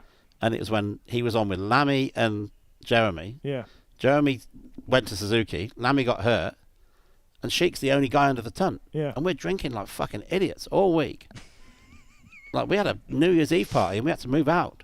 Yeah. The house was fucked. And I'm like, is this a professional? And he's the only guy at HRC running the whole program. And I'm just like, I had him the next year at FMF Honda when he hated Bobby Moore, hated the bike because it was the aluminum frame. Slow. It was slow as fuck. He kind of got demoted. I think he kept his pay, but had to ride for FMF Honda. He was FMF, Hated Bobby Moore. Bobby would be like, you're the fucking biggest idiot ever. And I'm like, that's the team manager, Bobby Moore. You can't say that. Again, being from Canada, like, what the fuck is going on? The rider is telling the manager he's a fucking idiot and shut the fuck up. And, like, you know what I mean? And I'm like, what is happening? I know. I like, Sheik used to come out and knock me up in the morning. We're going to go. Angels, really? Dude, it's 2 in the morning. It closes in 30 minutes. Come Oh, on. Angel Strip Bar? Yeah. Yeah. And when I was telling my girls this morning, he'd flown in and he was in a rental car and we were out drunk and I'm in the back and all I remember is I got a Taco Bell and he's driving down the road and he's gone far too fast to make the turn into where we're living. Yeah. So he's just pulled the handbrake, e-brake. We're going sideways and I remember looking out the window and there's a cop car there. Oh. And I'm like, oh, this is going to end badly. But he managed to get around the corner to his house. We're just getting out, and all the lights are on and everything. I look, and the dude's got the gun out, and I'm like, I'm going to sit back down again. Yeah. And I'm just sitting there covered in fucking hot sauce and shit. And I'm factory Suzuki. He's factory Honda. Yeah. And it's just like, the cop's giving it, what do you think about your friend's driving? I'm like, it's all right. And you know how Sheik got away with it? Sheik told him it's a rental car. You're supposed to do that. Oh, that makes sense. Wow. And the guy's like, where'd you live? We're like, there. Get in there. Do not come out again. Oh. Yeah. God, dude. Yeah, no, different times. Fun times, yeah. Different times. I mean, if these guys are having as much fun as us now, I'd be surprised. Yeah. Yeah, it was different. I just, like I said, I look back on it, I'm just like, wow, it seems like such a long time ago and such a different guy and different time and different era, right? Yeah, you know, I think you can't get away with a now lot of stuff. Now I'm yelling about sidewalk chalk. Yeah, I know the feeling. 702-586-7857. All right, we got Rusty's got a rant about race tech rant about announcers. Daniel, do you want to take this one? Ooh. What's up, Rusty? This might be a fucking. Sit it out. What's up? Oh, I'll get it out. I'll tell you that. Okay. All right. First off, every motherfucker that I know that watches the sport, or even that doesn't watch it, like anybody, and I put on the race, they ask me right away, like, where's this at? Is this in America? I'm like, yeah, this is America. Well, why aren't there American announcers all the way around? Okay, that's fucked up, No offense, no hate to anybody else out there. And then second, to anybody who fucking comprehends the English language, something you should do in really before you even go to grade school, but third, fourth grade, cannot stand Ricky Carmack. What the fuck? He can't put two sentences together. I don't care if he's the greatest. I don't care if he's the GOAT at motocross. He's the GOAT fucker at announcing. Wow, is this Hobo Nick? Daniel, did you set this up? Jeez. Was this? No, I did not. I don't have an opinion on the matter. You don't have an opinion? No. Daniel has no opinion. DB, shout out to you, brother. Love you, bro. You're fucking had fun racing with you in privateer days. When you're at the money races. He probably DB's one of the real ones. DB's one of the real ones, dude. Probably beat you. Sick. Thanks, Rusty. Thanks, buddy. Appreciate it. You pussy. I think Rusty's been drinking, maybe. Is that Rusty Holland? No. The only Rusty I raced with. If it was Rusty Holland, Rusty always referred to himself in the third person. Russ. Yeah, you see, like, Russ. How you doing? He's like, Russ is good. Russ is good. So that would have been. Jim Chester does that the only too. Rusty I knew that I raced. Yeah, Chester does that. Yeah. Ryan, what's up? Hey, what's going on, Steve? What up? First, hey, GB, I want to give a shout out to you, man. I'm the guy that years ago did those two canvas pieces for you, and I saw them hanging up in your studio. Yeah. That's so, dude, awesome. I appreciate you hanging it up, man. That was for me to see that was cool as shit, man. It was fucking awesome. Those are two of the raddest things I've ever received from anybody. So yeah, they went right up in my studio. Thank you. Yeah, I appreciate that, man. Cooler than the sweatshirt. With Sexton and Kawasaki, so whether it happens or not, but we know Kawasaki puts everybody in a box, and you can't go further than that. What they say. Would that be good for Sexton, since he's always trying to chase things and find new things, or what? What do you think, Daniel? Well, I mean, I've been complimentary of KTM for allowing him to get his way on a couple things. Forks, training with Bakers, because he trains there, but not with the program. I've never actually thought of it that way, but maybe he would need a little bit of a tighter box to operate in. Maybe that would be better for him. I don't know. And I've actually thought about that too with Bakers. Bakers is really disciplined, and just they keep everything really tight there, and you're not really allowed out of the box too much. And I actually have wondered if there was a need for that with him because Chase does have little issues here and there, little slip-ups. But I've never really thought about it past just kind of a surface level thought. But that is something to think about, Steve. What do you think about that? Just certain guys need certain things. Some do need a lot of freedom, and some need little freedom. The big dogs now, like Eli and Chase and Jet, they wag they're the tail wagging the dog. Yeah. So they suck up a lot of oxygen. And I saw this with Chad when I was at Yamaha, right? So you can say, like, hey, man, we think that we're going to give you less options because we think you're going to – they don't care. They want everything. And I'm not saying in a bad way. That's just the way it is. So those guys get what they want. They go where they want. They practice where they want. They train where they want because they can win and win championships. So there's a lot of those guys that make a lot of demands. I think with Chase, it's purely motorcycle. And that's where Cowie, we've heard in the past, has been more rigid. They don't let you do much on the bike. Well, so funny you say that. I got an interview with Oscar Werdeman coming out this week, and I asked him about that. I asked him that exact question about, hey, one of the criticisms of Cowie, and he pushes back on that. So listen to it a little bit, yeah. And I think he does it in an honest way. He's a good dude. Oscar's a great dude. You know him, yeah. So he told me he doesn't see it that way, and he told me why on the interview. So yeah, I'd like to hear it. Yeah. It's just what you've heard in the past, and mainly the main one was the Eli clutch thing, right? Because Eli was very vocal about the clutch. Yep.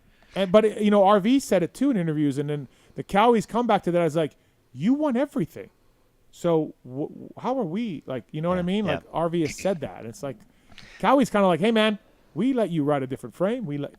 You won everything. So what were we doing so bad? So maybe it's more of a perception than reality. Then I'll be interested to hear that. Well, I mean, Weimer's got some pointed stuff about not being able, them saying, "Hey, RV likes it this way."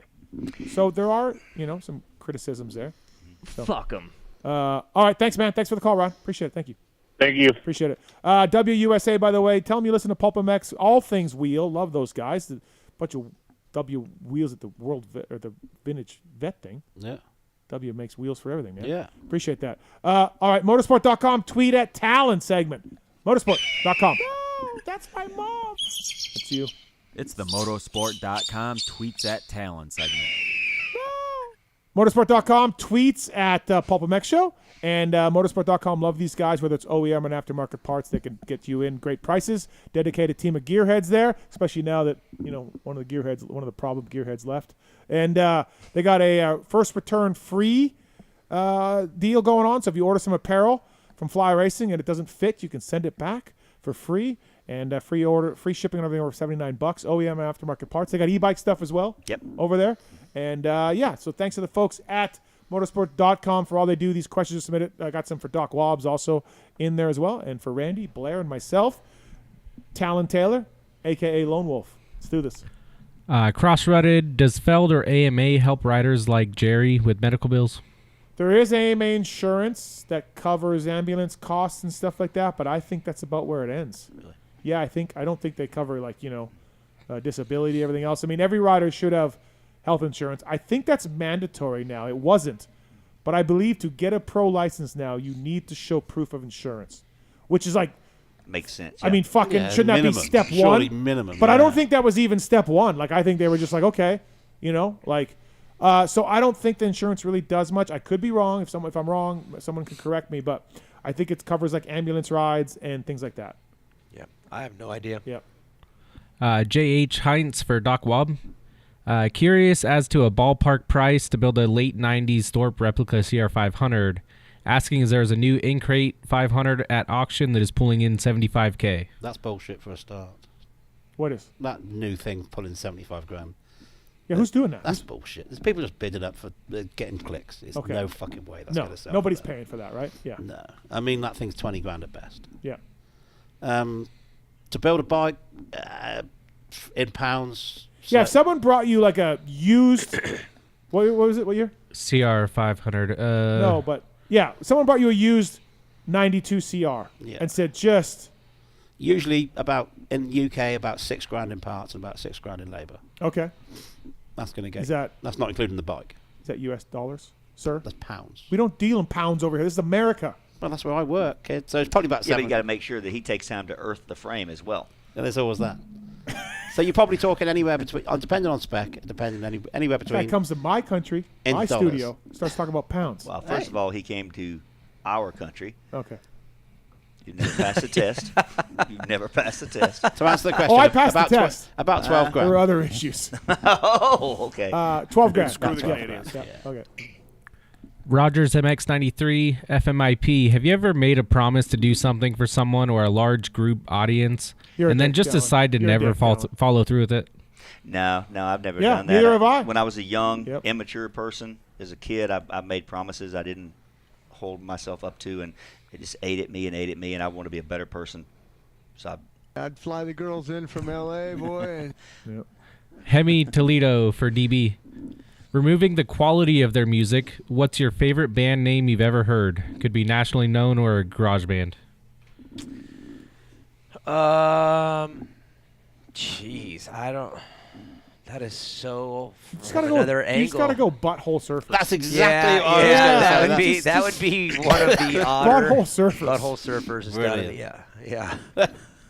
I mean, I don't have an answer for that one. I would have to think about that one. Then I don't have a quick answer on that. Voice of the Drunken People. How much do riders train on nasty rutted tracks that are representative of 450 Main? 99% of practice videos look like they're on a perfectly groomed track. Yeah, that is a problem. I think Alden leaves his rough sometimes, or that's the plan or whatever. But yeah, what's it like at club? Club gets hammered. I mean, there's anywhere between 12 to 15 riders on the track, and they do a lot of laps. So I would say the end of the day there, and it's gnarly.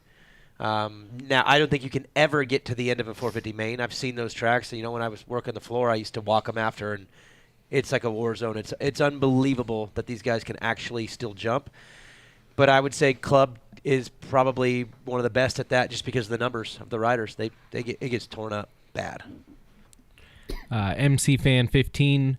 Is motocross success now dependent on having amazing balance skills? Seems like more than ever the best guys have amazing natural balance. I think that's all part of it, right? I think it's always been. Like, look at Jeremy. He came from BMX. Yep. Kind of forever, but yeah, probably even more now with the tracks being the way they are. For sure. It's funny. Some of the best motocrossers I know are really good at like tennis and golf and skateboarding and things that are hand-eye coordination and things like that. They're really good at that, right? And I think it all applies. From a technique perspective, the more and more that riding, keeping feet on the pegs longer, I would think balance would be even more important than sitting down foot out. Yeah. But you know what I mean? Maybe I'm wrong, but. I mean, there's a lot of different types of things, too. I mean, Jet Lawrence did dance when he was a kid. Yeah. When he was young, he danced. Like, it was like a thing he did full time, not just like by himself. Yeah. He was in we dance. saw videos of it. Yeah. The So Australians are known for breakdancing. That's really? Yeah. What was that? What was that? The Olympics. Yeah. What was her name? That's right. The lady. Yeah. That's right. That's right. Yeah. I forgot about that. But no, I mean, think about it. Yeah. The having the rhythm. Mm-hmm. Yeah. That plays a role. Even if you watch Jet ride, you could tell like he rides in a rhythm. Ray gun. It is Ray gun. Yeah.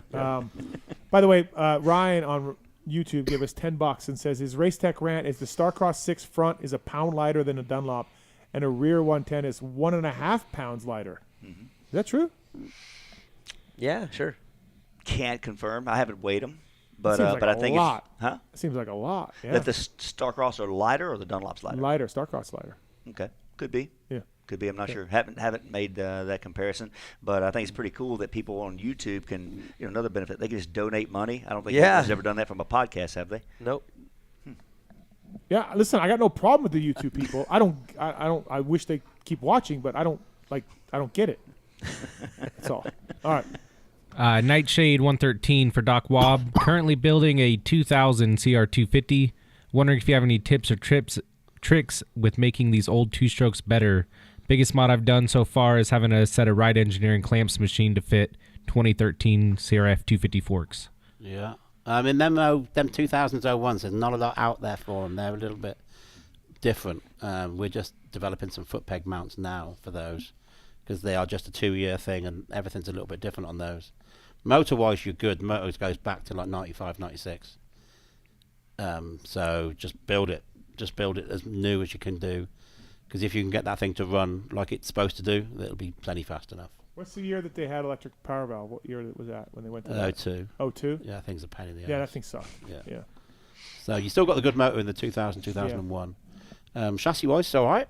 It's just hard to get parts for. Just nobody. There was a kind of a window of those 2 years that nobody's really making much for them. So, like brake carriers are different. But as far as motor and carburation and all that, there's nothing weird about it. You should be able to get that thing to run pretty good. All right. Craig Hedgeda, I seen some videos of J-Mart looking frisky on a KX450. Do you know of any outdoor national plans, Canadian or U.S.? Yeah, he said that in one of the interviews I did a while ago. He's going to do Millville on a KX450, I think. I don't know why he wouldn't do it on a Star bike because, he's working for Star Hospitality, and they probably get him a bike. I don't know why, but apparently he's doing Millville on a 450 They like to run a trim roster. They probably didn't have any space for him. Yeah, probably not. But good for J-Mart. That'll be cool. He's taking it seriously. He's working hard on it, I guess, from what I hear. So.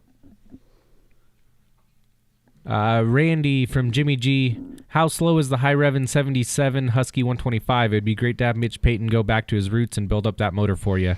It would be if only Mitch would do if he would do the porting on it himself and then sign that cylinder. Stamp it somehow. I would pay top dollar for that. Yep. Now the 77 Husky 125 is incredibly slow.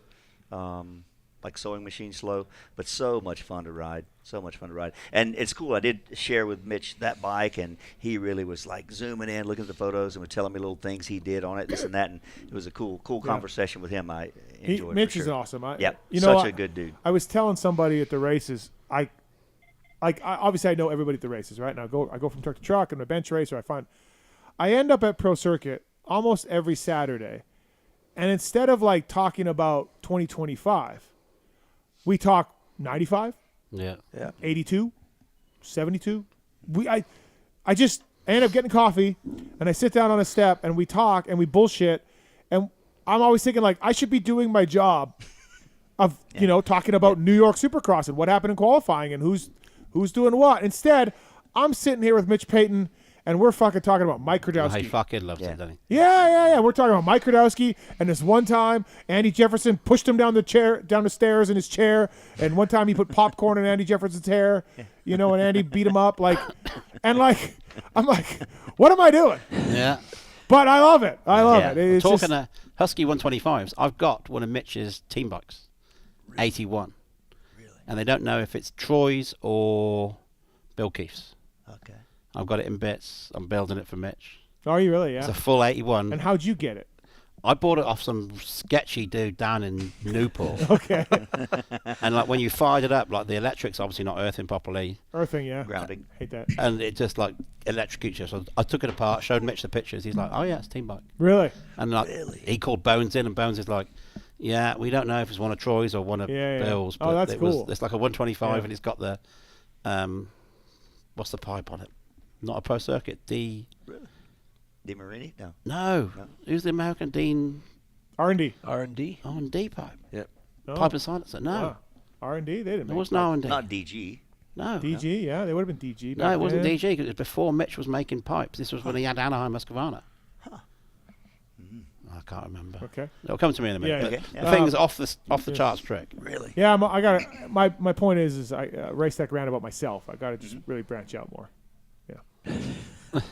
So. Now if it makes you happy, keeps you going to the races and happy. Yeah. McG 194. Daniel, Earth flat or no? Yeah, that's ridiculous. I just move on. Is that from your show or something, or? It just got brought up, and oh God, just kidding. Well, we got time. It's just 10 o'clock. Go ahead. I've been an always 100% Earth this round person, and I watched a video, and I'm 99. That's all. I'm just saying the video was very intriguing, and I was like, huh, that's it. Did you listen to a podcast, or you watched the YouTube? It was a YouTube. Oh, there we go. And literally, my response was, oh, wow, maybe. It's as simple as that. Okay? I'm not a flat earther. I'm just not 100% convinced anymore. It's really? 99. I just think that, if that was the truth, all these airlines have got to be in on it. All the pilots have got to be in on it. Everybody's got to be in on it. And I'm like, there's no fucking way. Yeah. All those people could keep their mouth shut. You know what I mean? The video I saw made every point you could possibly make to make it sound like it's possible. And I was just like, damn, that's a lot of info.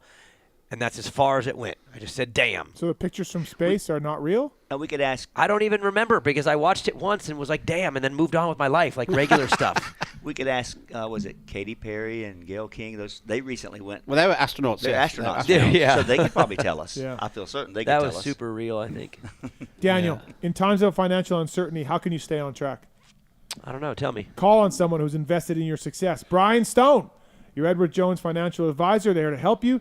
Call Brian Stone. He can work to build a complete picture of your financial life, including your unique goals and passions. Call him. I might do that. Brian used to be a Midwest legend, Midwest fair race legend, Brian Stone. 816-761-4066. So thanks to Brian. He's helping out a lot of people on our show with some retirement advice and financial planning and such. So What's that number again? 816-761-4066. Got it. All right, Marks, or Tallon, whatever your name is. Wow. Thanks. Hold on, this person keeps calling. Last one. Watts 170. If the majority of SX races are late at night, why do riders get up early in the morning to train and ride? Would it be beneficial to ride and train in the afternoons or invest in floodlight supercross tracks like Stewart did? Yeah, Honda did that too, right? Yeah. For a while, Honda was renting lights and doing all that. Yeah, kind of neat. It's unbelievable how much you put into this to be at your best shape physically and mentally, and yet they ride all day, but they do race at night. Yeah. And they don't practice at night. And, I mean, and it's not seriously, the body is very smart about body knowing clock, what's going on. And Yeah. it's crazy. Even like east to west travel, like Yeah. if you're an East Coaster and you live in the East and you ride whatever, and then you go and race Seattle, do you know how tired you are at 7 o'clock when that night show starts? Yeah. You're worked before the night show even begins, and that's like not considered a big deal, but everything else is a big deal except for like that. Yeah. And to me, that's kind of crazy. I have a friend of mine that recently traveled from the East Coast just out here to the West Coast, and he struggled for the past few days. He had to nap most all the day today to get caught up on sleep he'd been missing. I had a rough couple days. Listen, the Verb World Mini took it out of you. It did. I've never been as wiped as I was last night and this morning. Well, that was always challenging with jetting. Oh yeah. On like on the West Coast, because as it got colder, the bike would run better. Yep. So your jetting that you run in the afternoon was different, and you don't get time on the track. Yeah. So you just kind of sucking it and see. And this is when the guys were coming from a corner and hooking third on the face of a jump. Yep. Nothing bogs. It's going to be a problem.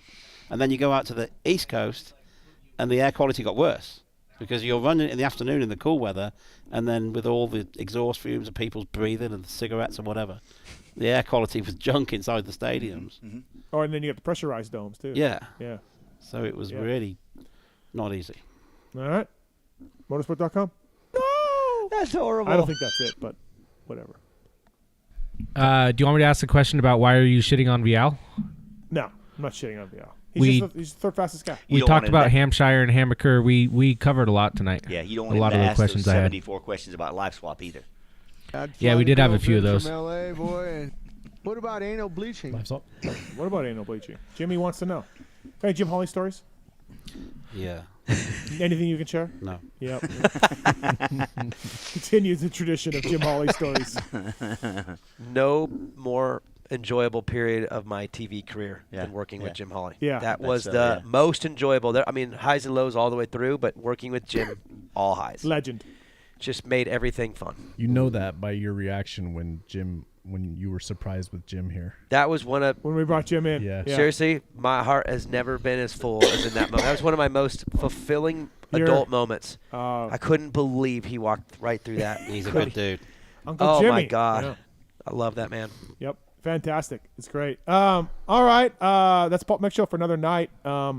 Wobbs, thanks for coming in. No, thanks for having me. It's been awesome. Yeah, appreciate it. Listen, you've been a lot of help for me getting me over for the last couple of years. I appreciate everything you've done for me. And I'm happy to give the race some publicity. It's a fantastic event. Thank you. Fox Hill and Farley, Vet MXDN. Yep. Follow them on Instagram to learn more about it, right? Yeah. And, what a time it is. Yeah, it's good. It's a lot of work getting it all organised and getting the guys there and building the bikes. It's a whole program. I don't know, Yeah, I know you did a good job, though. Like, you all of us Americans, including goofball Canadian buddies. Yeah. You guys looked after us. You know? You always feel like welcome. Yeah, you and Dave were fantastic. So, good luck with everything. Thank you. This at Farley and this year and everything else. So, we got to get Teen Your Citizen there somehow. 100%. As like an ambassador or something. So, Make it happen. Dean Wilson, Dylan Ferrandis, Phil Nicoletti. Best interview tonight? JT as well? I mean, honestly, I don't hear from Dylan a lot, and I actually really liked listening to him. Just I like the transparency. So I'll say Dylan just because and he has an exotic cat. Yeah, I like the cat stuff. Yeah, I didn't know that at all. Yeah. But I like the honesty from someone that I don't hear from really ever. All right, Randy? Yeah, I agree with that. I echo that. All right. 100%. Marks? I was going to say Dylan as well. Tallon? Dino. Wrong answers. The best interview tonight was Doc Wobbs. There you go. Yep. Best But interview. he's sitting. Yep. I was thinking Tallon. You didn't Doc even, Wobbs. Yep. You didn't list him as an option. Yeah. Yeah. Doc Wobbs. Way to go, guys. But he's here to answer the same question. Assholes. Who was your favorite? Yeah. Don't ding because I like him. Yeah. He's fucking half your country. Yeah, he is. But then again, Dylan, because he's running our bolts. There we go. There you go. Yeah. Thank you for coming in. I really appreciate it. And again, thanks for everything. No problem. Thanks for having me on. Follow him on Instagram. Awesome. Go to his website. Buy the titanium. All Just that. Google Doc Wobbs. Yeah. Shit. There you Loads go. of stuff comes up. Right. Daniel, thank you, buddy. Appreciate it. Always on time. Good luck with everything at PulpMX. Thank you. Blair Matthes project this week again. Crushing it. We're crushing it. We're the best midweek show out of anybody. And that's on YouTube, right? That's on YouTube. We dominate It's also YouTube. a podcast. Making sure, yeah. Midweek domination. Okay, so actually, I got a tweet. Someone said if you buy YouTube Premium, you can listen to it in your pocket or like it doesn't shut off or whatever. Oh. Is this Mark's? Yeah, I have YouTube Premium. You can lock your phone. Yeah. And it'll play just like an audio podcast. Okay, so I don't have that. So YouTube is pretty awesome, Steve. See, I don't have YouTube Premium is well worth it. The last thing I need is another fucking subscription. You know what I mean? Like, good God, just chalk it up. I got something called Hulu. I haven't watched it in 3 or 4 years. I don't know what it is. You should probably cancel that. Action, you got that one. I got MXN. Yeah. Randy Richardson, Michelin, MichelinMan.com. Always a fun time. Thanks, buddy. Appreciate it. Yeah. Thanks for what you do for the brand and awareness for our products and the friendship for so many years. Yeah, awesome. Greatly appreciate always it. good to have you in. It's always fun when you are in it. So, Thank you, and buddy. don't worry, Live Swap is happening. When do you think it'll happen? Like, give us a rough timeline. You think it'll be 2025? 2025? Yeah. Really? Yeah. No, there's been internal discussions. Before or after you don't qualify for Loretta's? I think after. After? Yeah. Okay. There's been internal discussions about it, and all the parties are on the same page. Oh. And yeah. All right. Yeah, there's been some deep discussions. Yeah. So stay tuned. Should be a lot of fun. Looking forward to it. Does that mean Kiefer's going to host this? He's going to host this show? No, there's just 5 days now, this and that. They've changed all the rules. Maybe- 5 days, I bet you 5 days will become 3 days. I think you guys need to live swap before Paula. That way, Kiefer gets you in. Yeah, heck yeah. That'd be it. Dude, that's the week. Yeah. Do it that weekend. He can ride for me. Steve goes 1-1 And then the live regional. swap again at Loretta's. Yeah, there we go. You would do 1-1-1. Listen, after going to Loretta's last year. It was, huh? After going last year. Yeah. Like, if I make it, I don't know, man. Like that. All I can tell you is I, as someone that's a fan of Loretta's, I love to go and just have a great time. I am hoping and praying you make it because I cannot wait. You will not imagine That'd the be amount great. of content and Yeah, production that I'll be generating. I watched Shorty and Emig look like first of all, they were exhausted. Yep. And they looked like sea riders going through the turns because it was so ruddy and so rough and so hot. And that's Emig and Shorty. What am I going to look like? Like, you know what I mean? Like, I did see some DNSs on the app. Dude, I could see a DNF, DNS. Yeah, it's going to be gnarly. I hope I make it. Whatever. Yeah, We'll me see. too, I need to ride my dirt bike more. Yeah. Bicycling, got that down. Dirt bike riding. That's because you have to do. Because correct me if I'm wrong, but the regional isn't on bicycles, right? It's on dirt bikes. You got to ride your motorcycle. Yeah, you got to ride a motorcycle. Even if you're in shape enough to ride the bicycle from here to Palo, that's not going to help you. Still not going once to help the me. gate Yeah, drops. so I need to ride the dirt bike more to make it happen. So we'll work on that. Next week is Alex Martin, Jeremy Martin, and Phil Nicoletti in studio. That's going to be a banger. That'll be a banger. Looking forward to that. And Tallon, thank you, buddy. Appreciate it. Thank you, Steve. Marks. Yes. Good job. We'll see you Thursday, Marks. Great job, Marks. See you Great job. Thursday. Hey, great jobs on Thank you. collabing on that video, Marks. Thank you. I think we did great. Yep, we did phenomenal. Steve was very happy Not about approved. Not approved. Don't care. And then thanks to Pookie and Swisscore and Kellen Brower for all the help they do behind the scenes, of course, for this thing as well. And Daniel, let's get you back in here at some point this year as well. We'll try to figure out that schedule. It's always a lot of fun. Maybe Hangtown weekend. I'm going to that race. Are you? Yep. Okay. It's the only one on my schedule right now that I'm going to go to. Just to visit locally? Visit family, and also for all you music fans out there, going back in the studio. Oh, wow. The Sunday after Hangtown. Okay, goddamn. Do vocals on a new track. Okay, goddamn. Randy knows the song. Mm-hmm. Oh, another cover. So. All right. Another. Oh, by the way, yeah, never mind. I'll save the announcement. But we did a cover. Okay. And we're gonna do another cover, That's and we're gonna awesome. Yeah. So we'll just save it for after Hangtown. Okay. I'm Jack to the test. Great. Thanks for watching and listening. Thank you, YouTube. Thank you, guys. Thanks, YouTube. Really appreciate it. Really appreciate you guys watching. And then, for Doc Wobbs, Daniel Blair, Randy Richardson, I'm Steve Matthes. Thanks for watching. Thanks for listening. See you next week. Love this guy right here. There's something I want to get off my chest, and it's about that summer when you went away to community college. I got an offer to do Playgirl magazine, and I did it. I did a full spread for Playgirl magazine. I mean spread, man. I pulled my butt apart and stuff, and I was totally nude, and it was weird. I mean, you probably didn't hear about it because I went under the name of Mike Honcho, but I just wanted you to know that. If you could hear me, if it got into your brain somehow, that I spread my butt cheeks as Mike Honcho.